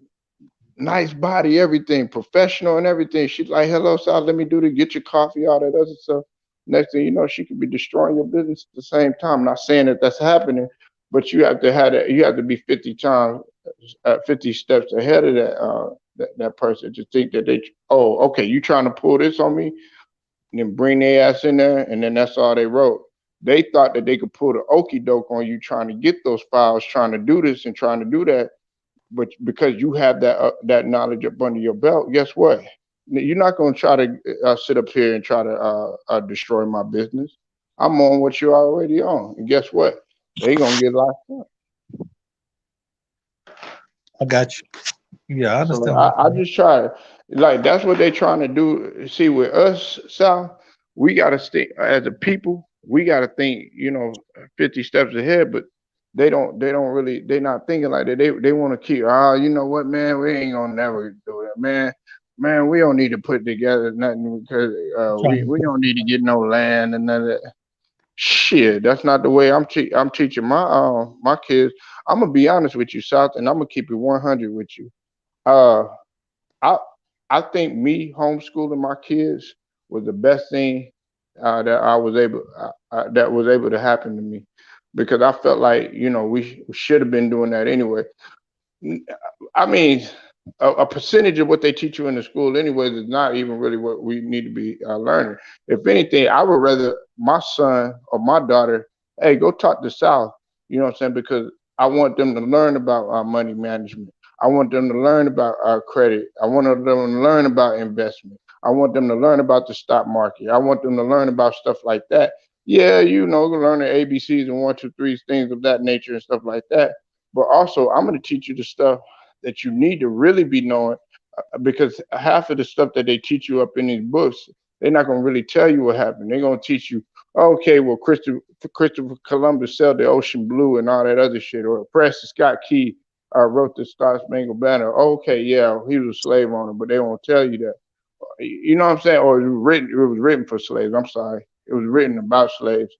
They won't tell you stuff like that though. Can you hear me? Yeah, my bad, man. I went off. My bad. I went on a little rant. Shit.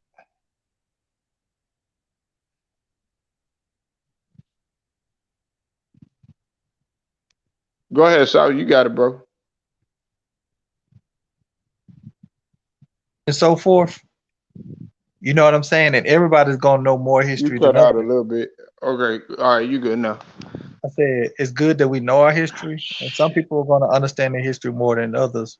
But one thing we got to come to a realization is that we supposed to be making history just like the people before us, and sometimes we get so caught up in the history of the past, and we don't realize, okay, we got to evolve. We got to take certain fundamental things from history and evolve it into our situation now. What everything that worked in the past is not going to work now because this is the different conditions. But it's good to learn those lessons from history and make history now. And I think a lot of people don't understand that. They just stay stuck in history to where they know all this history, but they still not really applying it and saying, I got to make history now in real time. I got to make something happen now. The history of the past is not, it might help me learn something, but I still got to make history now in my time. You know what I mean? That's facts. That's the thing I seen from the Moors who followed Noble Drew Ali, from the Nation of Islam who followed Honorable Elijah Muhammad, from a lot of or even the Malcolm X and Martin Luther King's. Like, we should learn from these people. We should learn what they meant to us, not let people tell them let other people determine what these people mean to us. We should really do our research, but from that point, we gotta understand we gotta make history just like these great people. And we shouldn't have this idle we shouldn't have this idol complex to where we can't do nothing without following one man. You know what I'm saying? We Yeah. got to stop that too. We got to take care of our home first. It's great to have leaders, but we can't act like we only got to have one man that people worship to get shit done. You know what I'm saying? We can't do that. But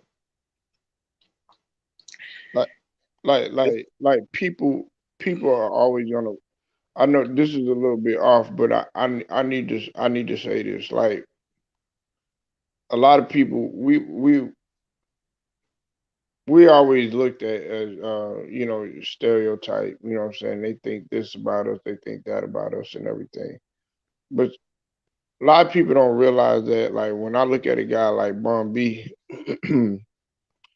see if you ever listen to like Bun B's music and everything like that, you know what I'm saying, you'll notice um his delivery, how he raps, and how his sound is and everything.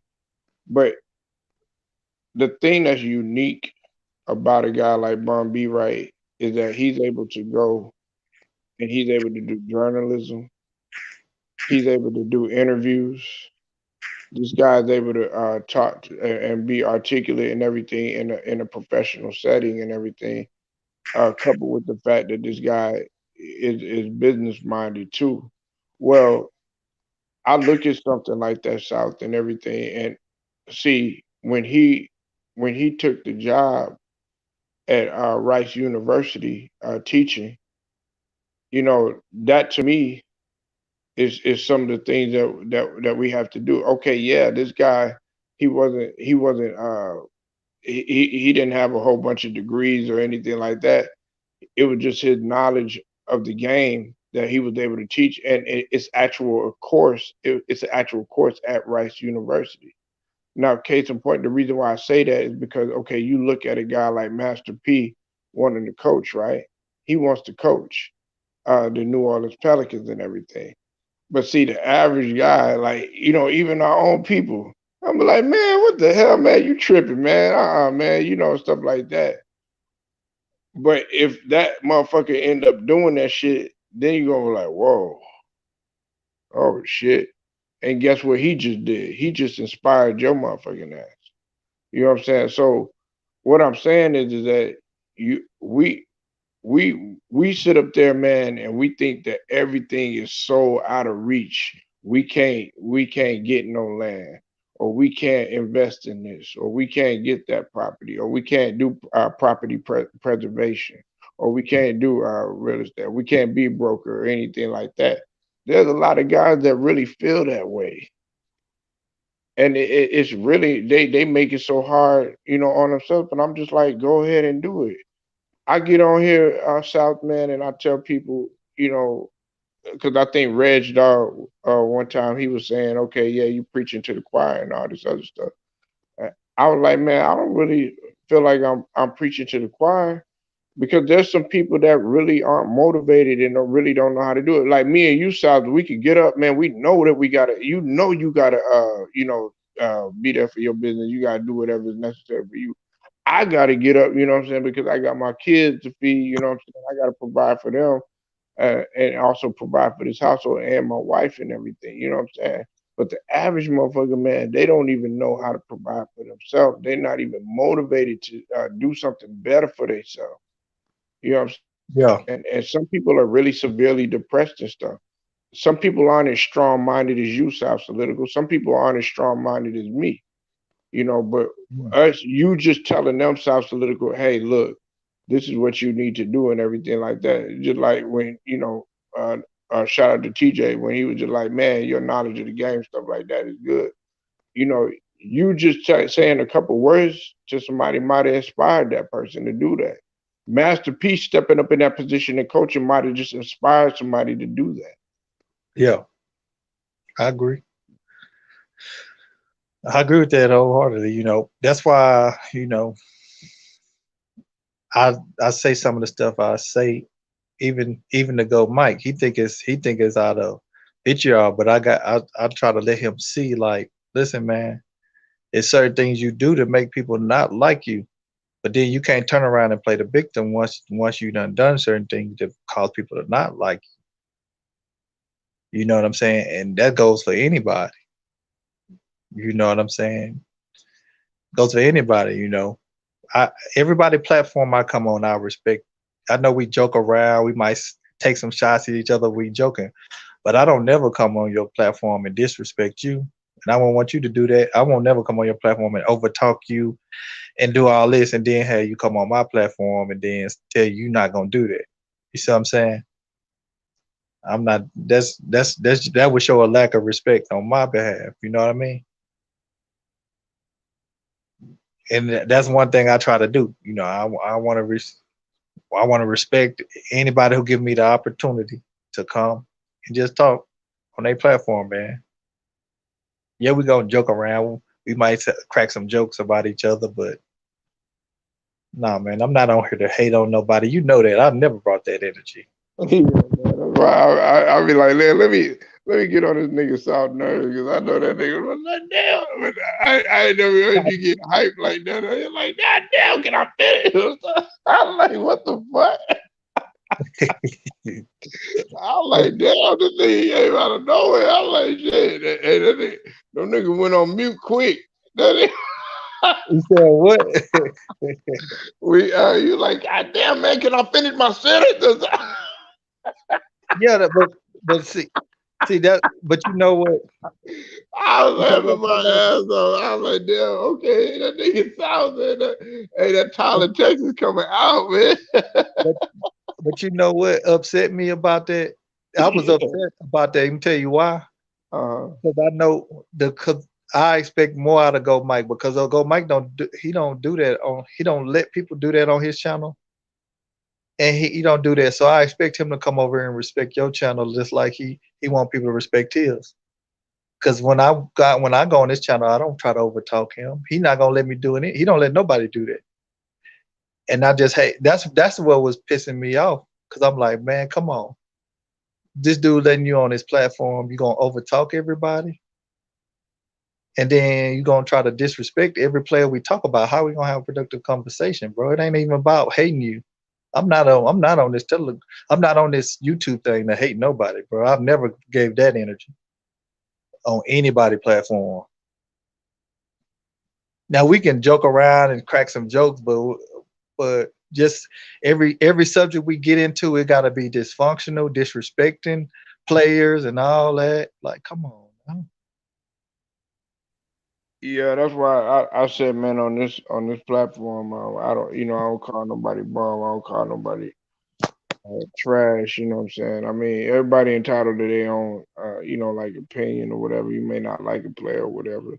There's some people that they don't particularly care for, like LeBron, or they might not like MJ or something like that, or they might not even like Kobe or something like that. But I'm not gonna disrespect. I'm not gonna disrespect the man. Atlanta's up 10-2, by the way. What? I had to throw that in there. What if they blow Milwaukee out tonight? They might shock the world, man. They gonna jump out and Milwaukee just wear you down, man. Yeah. As the game go on. Mm. That's why I feel like they're gonna win because they don't have to shoot great. They can be an inefficient team, but because they play so gritty and grimy, they still be right there in the game. You know what I mean? Yeah. And a lot of people would disagree, but I felt like PJ picking up a guy like PJ Tucker and picking up Drew Holiday and Adam Forbes, they won in the off season. They won the off season, move. Of course. Them were bodies that throw it. They came up very pivotal in the next series, having all the bodies that throw it Durant when they were dependent on him to produce more. Right. And people want to keep arguing the point of Greek guarding Durant more in that series. And I'm always who be arguing about that shit though. I mean, your guy, he made some decent points, but that's what made me come on because he kept talking about Greek guard Durant more. That's when I came on. I don't know if you're paying attention. I was like, look, guys, If Greek would have guarded him more, he might have not had enough to finish down the stretch, or he might have been in foul trouble to where he wouldn't have been able to play a pivotal role down the stretch of game 5, 6, and 7. You know what I mean? Like, you just can't put your best player. See, the thing about it is, who's Milwaukee best rim protector? Well, it is Giannis. Giannis. So if you got Durant running a lot of pick and rolls up at the top of the key, why wouldn't you put him on a big? Because he can hold a big and help protect the rim and get some rest on defense. Because you got to remember that game 6 and game 7, Greek and Durant were exhausted. Mm-hmm. He might have not had enough to finish strong the game, some of them games strong at the end of the series if he was guarding Durant. You know what I'm saying? Right. But he was able to get some rest, guard the help, help protect the rim, and had a little bit more at the end of the games. And why is it even a big argument? They got the job done, so why are we even talking about what they should have done? They got the job done. You know what I mean? They got it done. They won the series, so why are we talking like they didn't get the job done? Because people want it done a particular way. Yeah, doing it the right way. Do it the right way. If they don't see that, if they don't see a matchup like a KD fully guarding such and such, the whole series or something like that. And that's But that's no shade to it's anybody. never been like that, man. I don't know why people keep making this up like best players on team just always guard each other the whole game. Okay, because That's it's a like myth. this. It's like this, Sal. It's like this. Like, okay, back in the days, you know, I guess people, some like me and you, and I think like TJ, I know at least for me, you live to see, you know, a McGrady versus Kobe matchup, or you live to see a Carter versus Kobe matchup, or a Jordan going at you know Drexler, and at times sometimes he would switch off and go at another player or something like that, or a Shaq versus Robinson, or something like that. That the people live to see the matchups and stuff like that, or a Bird and Magic or something like that. And I think that's what they When do. A lot of when it, people want to see it. Oh it, yeah, you should have got it, such and such or whatever. It's a lot of people that really want to see it. this the thing about it. When it comes to perimeter players, it's never been the time where you had two perimeter perimeter players just guard each other the whole game like that. Maybe with bigs, yeah. But even like I went on T Price the channel to kind of debunk this because I'm like Kobe, one of the best perimeter players to ever to play the game, right? Play both sides of the ball. But they still, you would have him guard certain players down the stretch of the game, but they had players like Rick Foxes and the Devin Georges and other players because Kobe can't guard these premier players for the whole game because number one, you don't want him to get in foul trouble early in the half, and number two, you want him to have something to close the game out. That applied to Jordan and any other great players. You know what I'm saying? Get down the stretch, they would get on, or if they felt like a player was cooking, they'd get on them. But these coaches, Phil wasn't putting, Kobe on the other team best guard the whole game. No, they don't do that, man. They always had bodies to throw. And then if Kobe might want to say, hey, let me get on him, or Jordan or whoever, they'd get on him. But no, man, that wasn't no recipe for winning. Trying to put your best player, your best guard, your star player as a guard on the other perimeter player, and have him exert all that energy and possibly get in foul trouble, trying to guard the other team best player the whole game. No, man. I mean, like if you looked at like the matchups, like okay, like you have uh like when Charlotte would play when they had Baron Davis, it would be Charlotte and the Sixers. You have AI and B Diddy going at each other or something like that, or Toronto when they had Carter, and he would be guarded, when they went up against LA or something like that, him and Kobe, what I'm saying, would be kind of, going at it and stuff like that, man. And see, it wouldn't happen. It would happen, more often than not. But when they did, when they were matching up, you like, oh shit, you know what I'm saying? It was kind of that adrenaline, like, yeah, these niggas about to go at it, and something like that, Even like with Jordan and Dumars, when Dumars would guard Jordan, Yeah, people like to see stuff like that. yeah, and that stuff happens, but don't know most of the time if a coach can avoid it, he's not gonna put his star player on the other team star player to risk foul trouble early in the game or just the bulk of the game because he want them to have enough to finish. You know what I'm saying? I'm not saying you might have series like where a team where players match up and they guard each other for most of the series or the whole series, like you know what I mean. But over time and through history, over the whole main scope, that's never been like the, you know what I'm saying. When you talk about guards, especially, it's just big man. Okay, two big greats, they gonna guard each other. There's no getting away from that. But Man, Magic wasn't finna guard the other team best player if he didn't have to. That's why they had the Byron Scotts and Michael Coopers.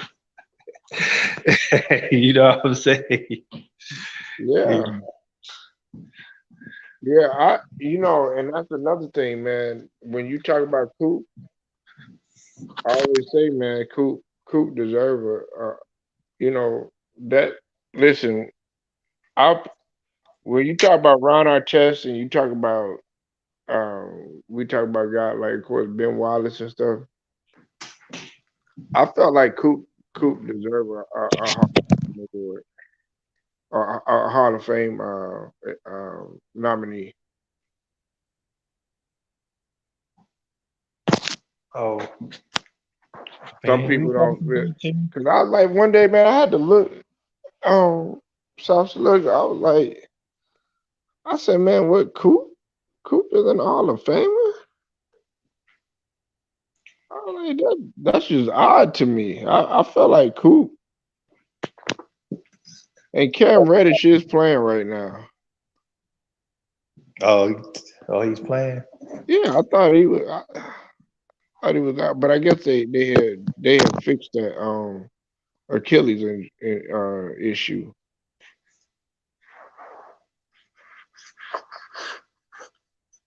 Yeah, but I felt like Coop, man, for all he done. Now I don't know about Byron Scott,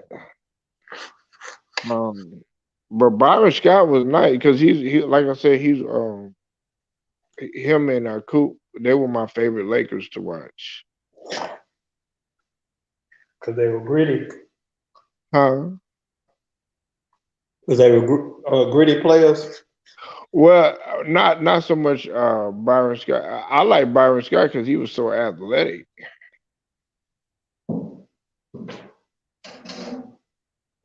Like Byron Scott was really athletic. That nigga was gonna dunk on you, man.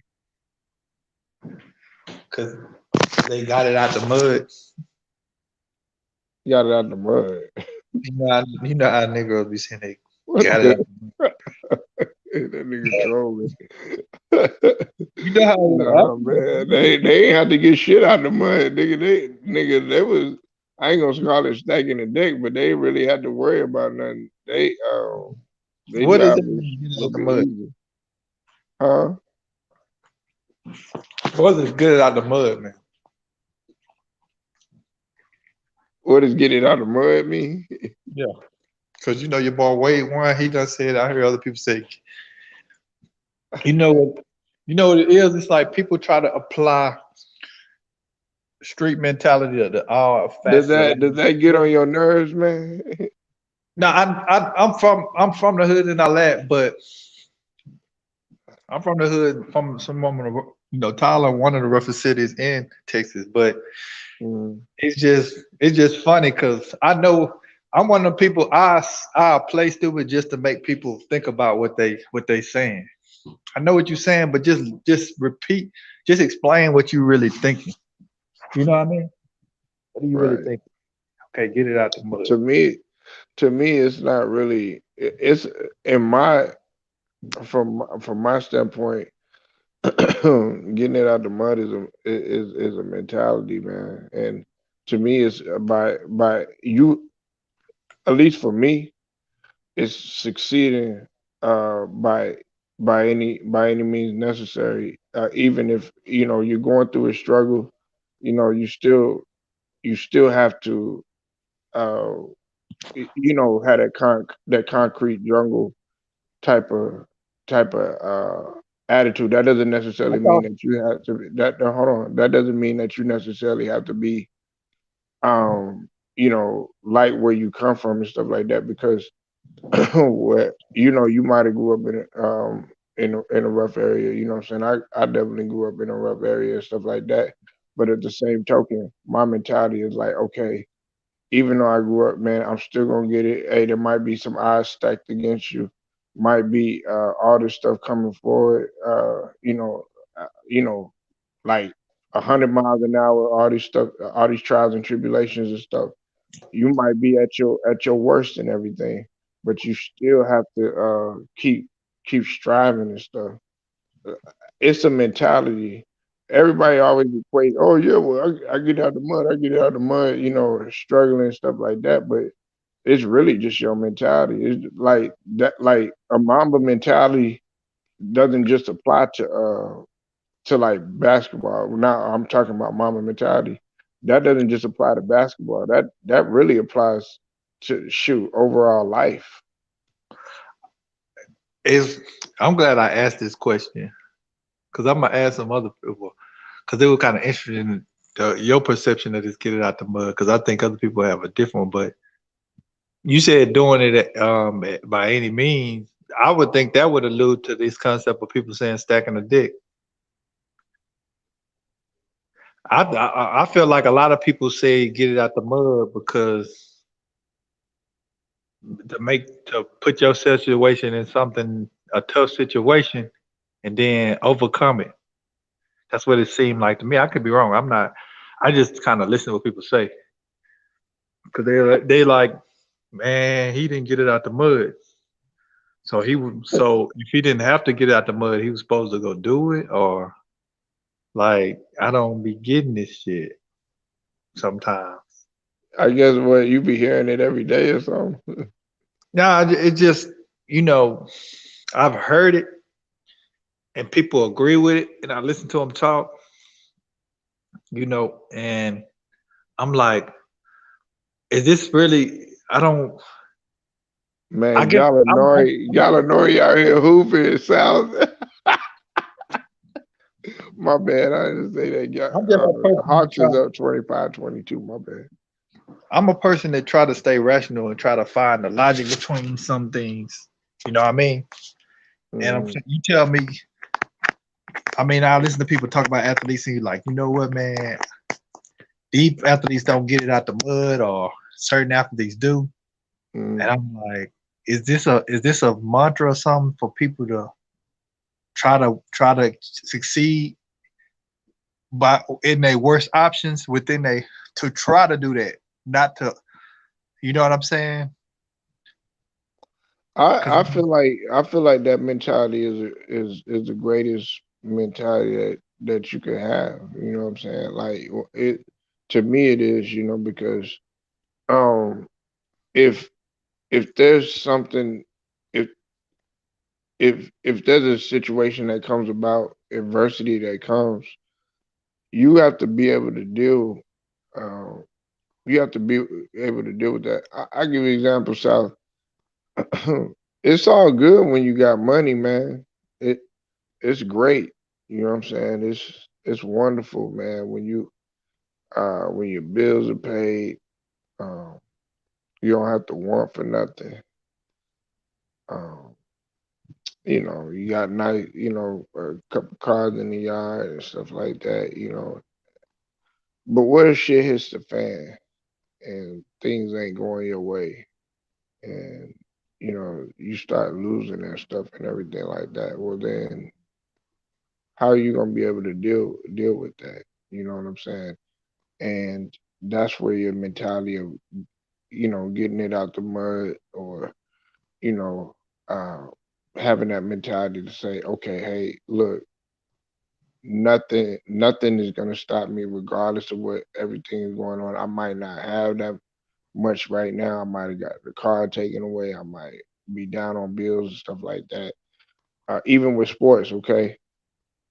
Uh, I'm trying to think of a perfect example. Okay, when the Kobe situation,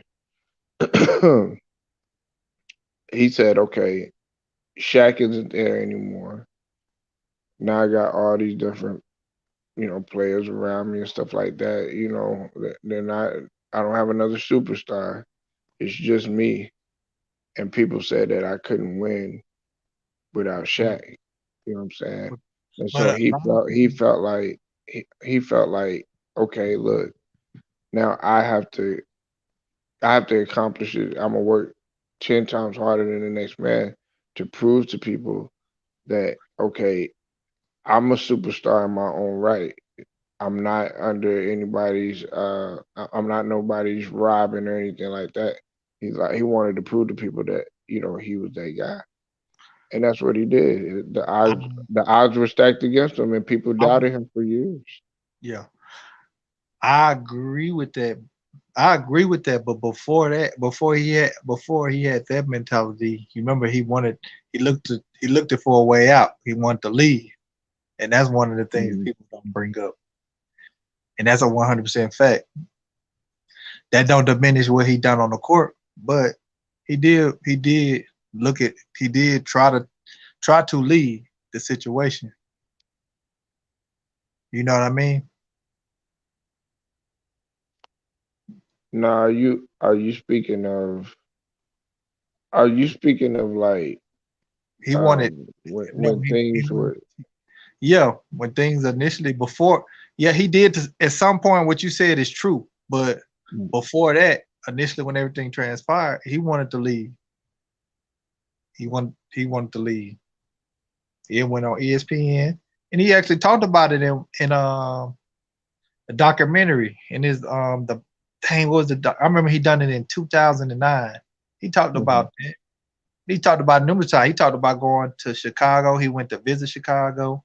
Yeah, yeah, Yeah, yeah. so like I said, and there's nothing wrong with that. I just, people that's big Kobe fans, they act like they forget about them. But I know you're an objective person. All these players got their faults and all that, but I mean, whether you want to call it fault or not, he ended up staying because, with the Lakers franchise, they convinced him to stand, but he wanted to leave.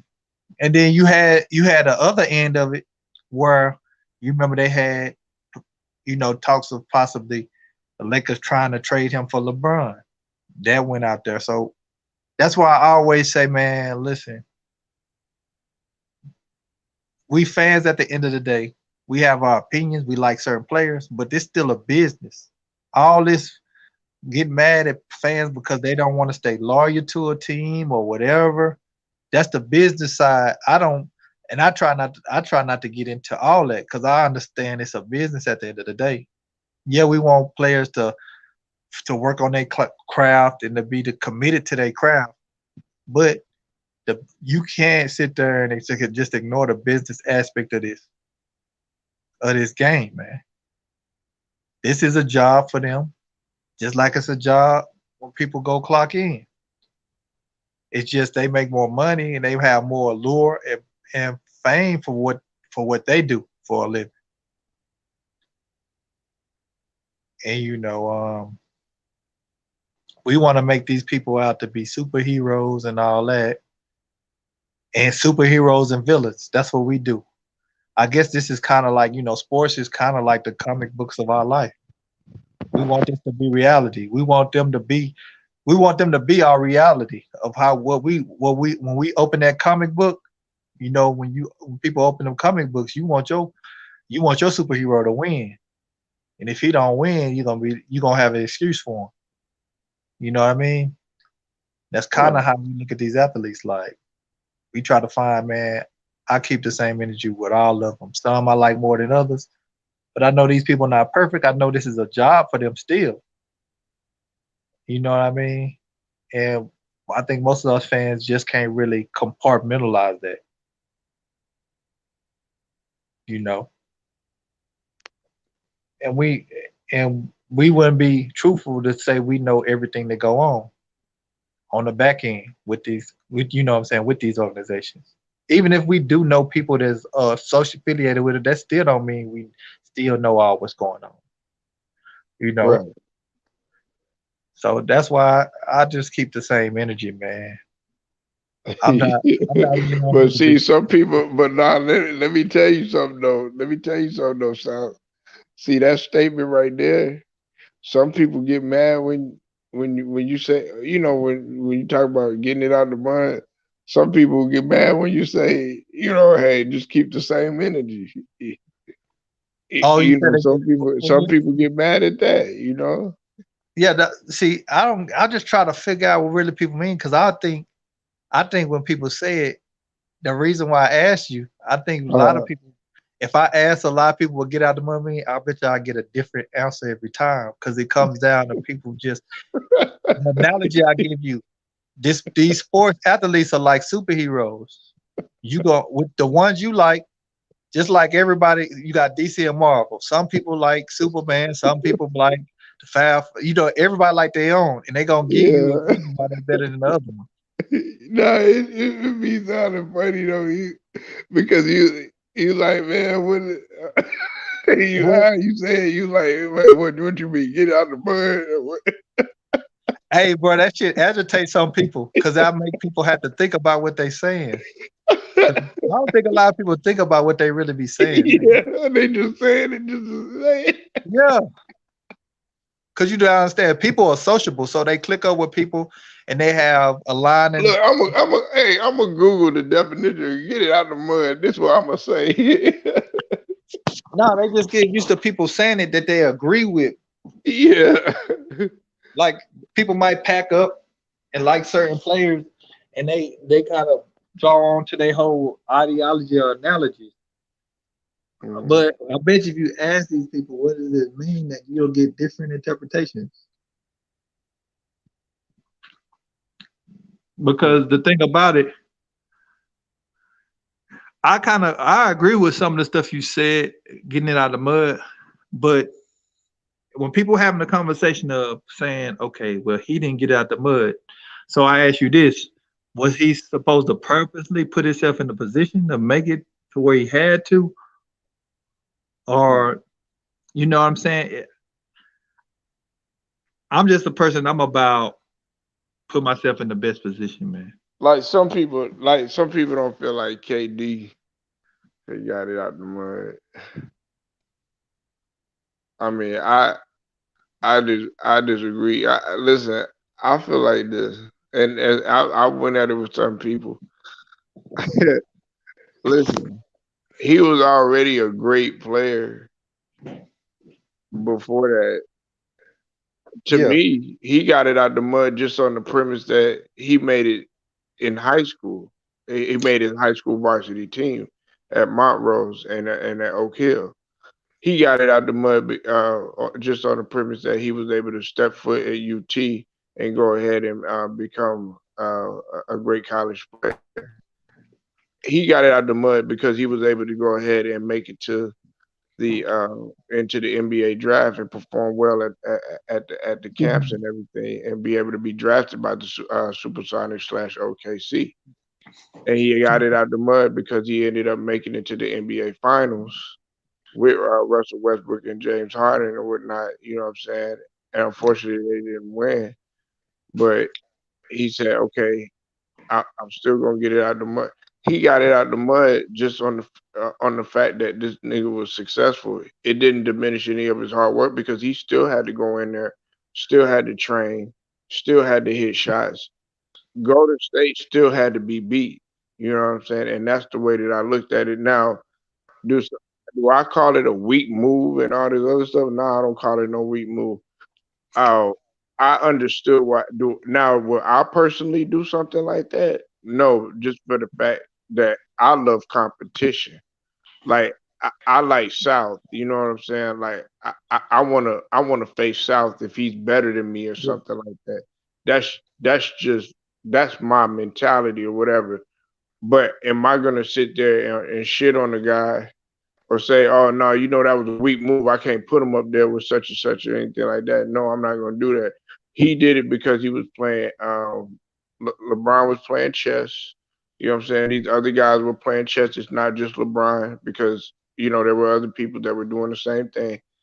Uh, he was he was playing chess too, and he actually he did a better job at it. You know what I, I'm saying? I You think, can I say think what you want about it. He ended up winning the championship. He got better. He learned a lot over there in that system. He was able to become a better defender because he was in top five in blocks and never was that type of. He was all right defender in OKC, but he wasn't the type of defender that he was. And guess who he was around? He was around a guy like Draymond. Like, yeah, he became a okay, defender. I don't like what Draymond did. You know what I'm saying? I don't like the fact of what he did and how he destroyed that and said that stuff to KD. But he learned a lot from that system. He said it was beautiful basketball. That's what he wanted to play and everything, and that's one of the reasons why he did go there. He did his role. What's his name had went out, and he had to step in and do everything, hitting mid-range shot, hitting three-point shots when he played against. I think it was Houston or somebody like that. They were short-handed, so they still had odds stacked against them regardless. Yeah. With me, I say it is Man, you getting it. making me hungry. I'm about it. I'm Damn, not. Sal, what I'm you eating eating, Nate? watermelon. That's watermelon. Oh, what? Oh, okay, yeah, I just bought me one the other day. He got me a big one. Yeah, but just get it out the mud thing. Remember, I said this. You got these words are deflectors for people to have so people can hide their own personal feelings about people they don't like. It's a deflector. Yeah. So instead of saying I don't like the rent and not make it seem personal, I can say he didn't get it out the mud. But me, I can give you reasons why I might like a player like LeBron game. I think that he's better than Durant. I can give you specifics. But when people start saying shit like he didn't do it the right way, he didn't get out the mud, that don't say nothing to how he play and affect the game. You see what I'm saying? That's nothing specific. That's just a person. Those are personal deflector words to say you just don't like the person. Yeah. You know what I'm saying? So you thinking like a lot of people, they'll say the reason why they don't like LeBron is because he didn't get it out the mud or he But that don't explain nothing about how the impact he has on the team. You see what I'm saying? The same applies to Durant. What the hell did that explain to me? If I was a person that was trying to learn about basketball, what makes players great, what the hell does that tell me? Nothing about the players. You know what I'm saying? It tells me nothing. It's just to me it's a deflector. Where it's a deflector. That's why I'd be like, what do you? That's why I ask people what they really mean. I kind of know how people mind think to say this, but when you start really make them explain that, they get offended. Like you know what I mean. You know what I mean. Like yeah, I know what you mean. You just don't like the player right. because you Oh could tell. man, these people, man, stacking the deck is a mentality. Getting it out the mud is a mentality. keeping the same energy is a mentality. You know, like all these different phrases and these Yeah, different quotes and stuff like that, man. You really got to put some yeah. muscle and some I, substance behind I kind of what you I really kind of say. like to keep the same energy because it kind of lose to being objective. Even though a lot of people that use it are not really like that, it kind of lose to being somewhat objective. You know what I'm saying? Look, I put it to you like this. Okay, let me spin this around real quick. So let's talk about something. It regards to sports, but it's one of your sports that you like talking about and I like talking about. Let's talk about the Kaepernick situation, okay? Now look at this. I'm gonna ask you how you feel about it before I even say anything about it. About the Kaepernick situation, just explain how you feel, everything. It could be regard to anything. I'm gonna shut up. I'm gonna let you have the floor, and I'm gonna tell you what I think about it. And there's a reason why I'm asking you this. The Kaepernick situation. Mm, Yeah, let me be specific about when he was kneeling and all that other stuff. You know what I'm saying? That whole situation oh, and when it him initially him, him started. being blackballed and all Oh man, it's I can't even remember how I really felt about it. It was it. You know what kind of convoluted everything with me. It was the fact that if you gonna stand on something, stand on it, Kaepernick. Like, is this something you really want to do? Because you knew what could potentially be the ramifications. I mean, anybody that's doing that, if you're gonna stand for something, you gotta at least know what's the possible ramifications of getting blackballed or whatever.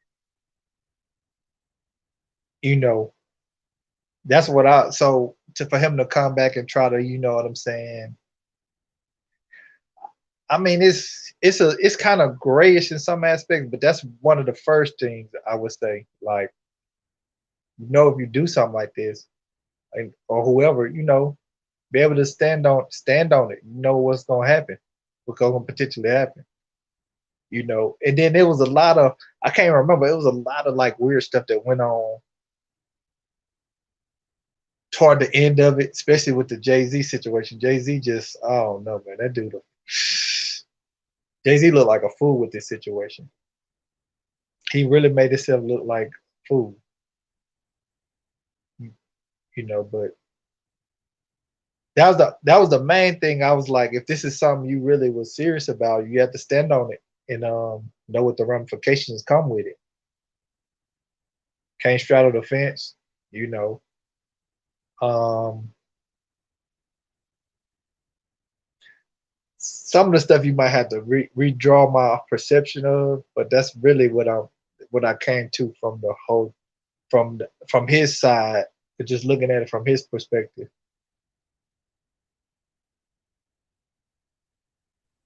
that. Look, the reason why I I asked you about this out is because like when we talk about like keeping like the same energy and stuff. I'm not Yeah. talking about you, but I'm talking about No, everybody else, right? yeah. Well, with the Kaepernick situation and everything, everybody wanted me to be like, oh yeah, yeah, yeah, man. I agree with what he doing and stuff like that. You know what I'm saying? As far as him kneeling and stuff, and the fight for social justice. Black Lives Matter, this, that, and the third, or whatever. Now, I'm not gonna speak too much on BLM and all that. You know what I'm saying? Because Yeah. I'm being YouTube friendly and all that stuff. And we know what the organization is about and everything. But I will say this though, okay?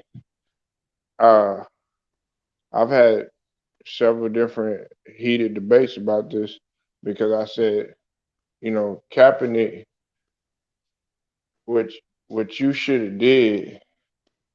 Yes, I'm all for uh, the peaceful protest. I understand how you feel and everything. Uh, but you weren't doing that when we had already had issues in our country before, but because you're not playing that much and you're on the sideline doing all this stuff with your hair, you're taking a stance, you're kneeling.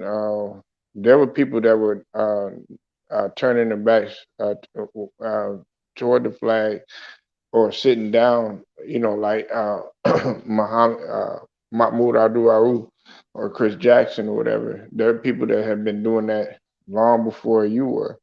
So because you were having difficulties with the organization, because things weren't going your way, okay, you wanted. I felt like it was kind of of an attention game. Right. Now you got everybody kneeling and stuff like that. But I'm like this, we got to go to regular jobs, okay? I might not feel I might not feel the same way about a person, you know what I'm saying, a particular race or something like that, that you do because of what I've heard or what I've seen or whatever. But unfortunately, I do have a family to feed. I have a bag to get, and I I have a livelihood or whatever. What you did is you just cost yourself, a lot of things. For one, you cost yourself, you know what I'm saying, possibly being able to play the sport that you would love, that you grew up playing, that you had played since you were yay high, and now you were one, you were a few minutes away from actually winning a Super Bowl, a chance that nobody ever gets in a lifetime. Now to them giving you, trying to make men's with you, trying to get up here, get an opportunity to play again, but you want to sit up there and you want to try to play by your own rules, set up this trial, and do this on your own, and make this little statements and stuff like that. Now, let me get it outside. That to me, you know, it, and everybody disagree. A lot of people disagree. A lot of people agree. But I'm just like, okay, you, a lot of the stuff you brought on yourself. You bought on yourself, and I don't feel sorry for him. You know what I'm saying? I love my motherfucking people and stuff like that. But I'm not gonna sit up there and be and be stupid. I'm not saying that, well, he is stupid. I'm not disrespecting Kaepernick like that, but I'm not gonna be stupid and kneel, because think about it, Sal. Nigga, I'll go in and I'll go scream Black Lives Matter in the south side of Chicago or something like that and kneel. And nigga, them niggas ain't thinking about that. They gonna say, nigga, get off my turf. Either you with this way or you that way. And I'm gonna get lit up because of a gang war or something like that they got going through. And basically what I say that is because we got problems in our own damn community that we can't even fix ourselves, and they already looking at us like we stupid. So you sitting up here and you doing that and everything like that. Roger Goodell ain't trying to think about you. They're like, man, what is this guy doing? Da, da, da, da. He's messing up, because you got a lot of people that are black, that are white, that are Hispanic and everything, that have died for that flag. Uh, I don't agree with them going, into the military, fighting for us, and all that other stuff. You know what I'm saying? Because of some of my personal beliefs, but I'm still gonna, stand for the national anthem. Unfortunately, that's what we have to do. We know what it's about. We don't really necessarily want to do it. But my grandfather was in the military. I had cousins that was in the military. So I gotta show them respect. But you chose not to do that. You brought that on yourself. You know there's veterans in there watching. You know there's people feel the way that they do, Sal. Yeah. And so I just feel like, okay, let's keep the same energy. Okay, how you gonna sit up there and say, okay, yeah, you kneeling for social justice, stuff like that, But at the same token, like you were saying, okay, now, you know what? I've came to my senses. Then they try to give you a chance to get in. Now you want to try to control the narrative. Yeah. It's like if And a you lot of people don't agree with me, Sal. A no, lot of people don't agree with me. but you see the answer I gave. If this is something you really believe in, why you shouldn't deviate from it at any cost? Why did it come to a compromise all of a sudden?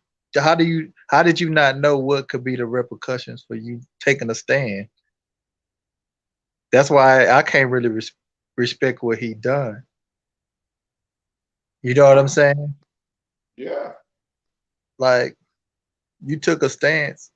I respected initially because but once I seen how you moved after after things got real, it's like you really didn't mean that. I don't know what you was expecting to come from it, but but like yeah, it just that's why I mean, like I said, I try to be objective about everything, man, and not put my feelings into it. I just do, man. Like you didn't stand on what you said was your reason for doing this. You know, Yeah. What's your end game? yeah. You wanted you wanted players. You had some players support you, which they affected their career. Hey, man, but I mean, I don't know what you was expecting to come from this. What were you really expecting to come from this?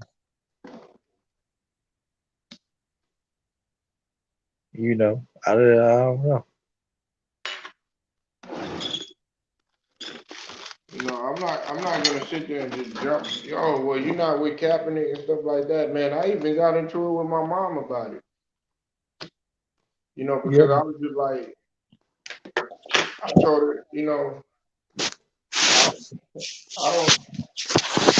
I don't agree with it. I don't agree with what he's doing. You know what I'm saying? As much as I like Kaepernick, yeah, I just like like to do my people. I'm just not like gonna be with the stupid because think about it, Charles. If I go and go kneel at my job and I go start protesting and stuff like that, man, guess what? I'm not gonna have a job next yeah. day.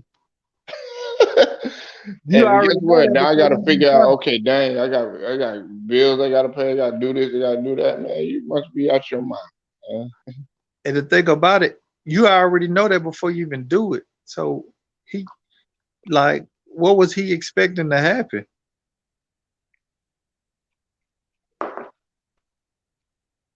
All he did was stir up a lot of controversy. Exactly. And got him a And then contract a lot, too yeah. And then you had a with lot of these Nike. owners. They were asking. Now you can say that he did get him. I forgot about that. He did get Yeah. that one. Yeah. I mean, he got a But I bag, know you know what that's I'm that's a chess move. That's a liberal chess move by saying? Nike. People might not understand what we mean by say that, but no, no reason to go down that rabbit hole. But even when you talk about this acronym that you just gave, they talking about the lady that's over there, over the acronym you gave. By supposed to be for our people, but you buy houses in other neighborhoods. What you all about black people lives? They own her. Oh, really? You didn't know that? Mm-mm. Black people lives matter, but you choose to live in neighborhoods where black people don't exist. That's interesting. Hold on one second.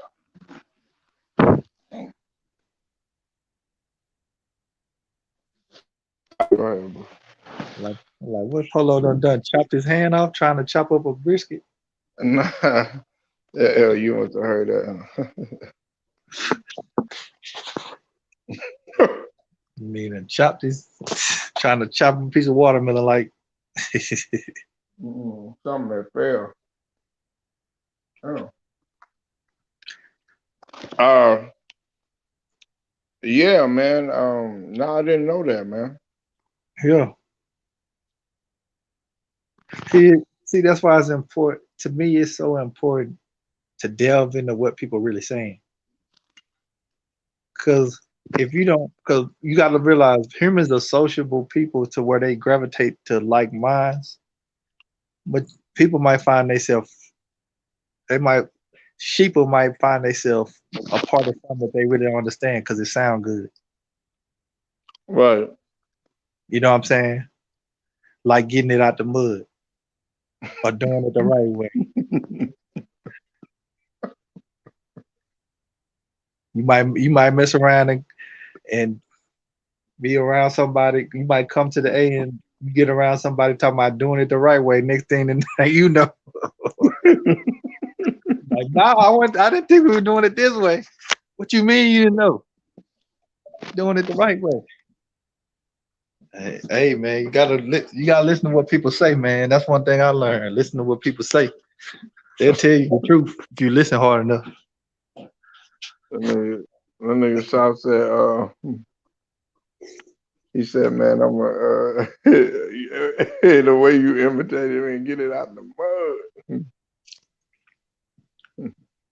I'm trying. Hey, man. I ain't nothing wrong with it though. I don't know nobody for feeling the way. But if you are gonna say get it out the mud, man, I say this. You know, have that mentality when not only when you're successful, but have it when you're not successful. Because you know what it make me. You know what it make me think about. Hmm. It made me think about you have kids that grow up in nice situations, and then might be out here trying to sell drugs because you know what? They think they need to get it out the mud, right? Oh yeah. Hmm. You Yeah. know what I'm saying? Because they following their friends. So it's crazy out here, man. Crazy out here, man. I just Yeah. think people put themselves in the best situations to be successful. You know, us as men, we got to be objective about situation, be able to assess things in life, Yeah. whether it's opportunity,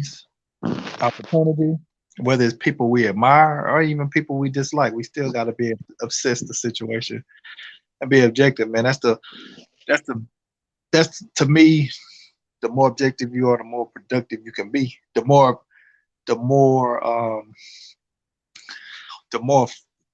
accurate you can be of assessing the situation, you know,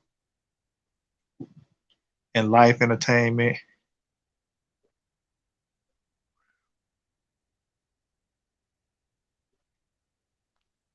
I'm finna I'm gonna jump into a whole nother live south. I don't know if you're gonna pull up, but I'm gonna shut this one down and go into a whole nother live, man. You're welcome to pull up, you know what I'm saying, if you want to. All right. Yeah, I'm gonna shut this one down and get into a whole nother one. But man, it's Polo Sports Talk, ENT, and also Polo Sports News Plus. Hey, just holler at me later. I thank everybody that pulled up and like, share, and also sub to this, and also hit the notifications so you get your notifications in the future. I'll holler at y'all.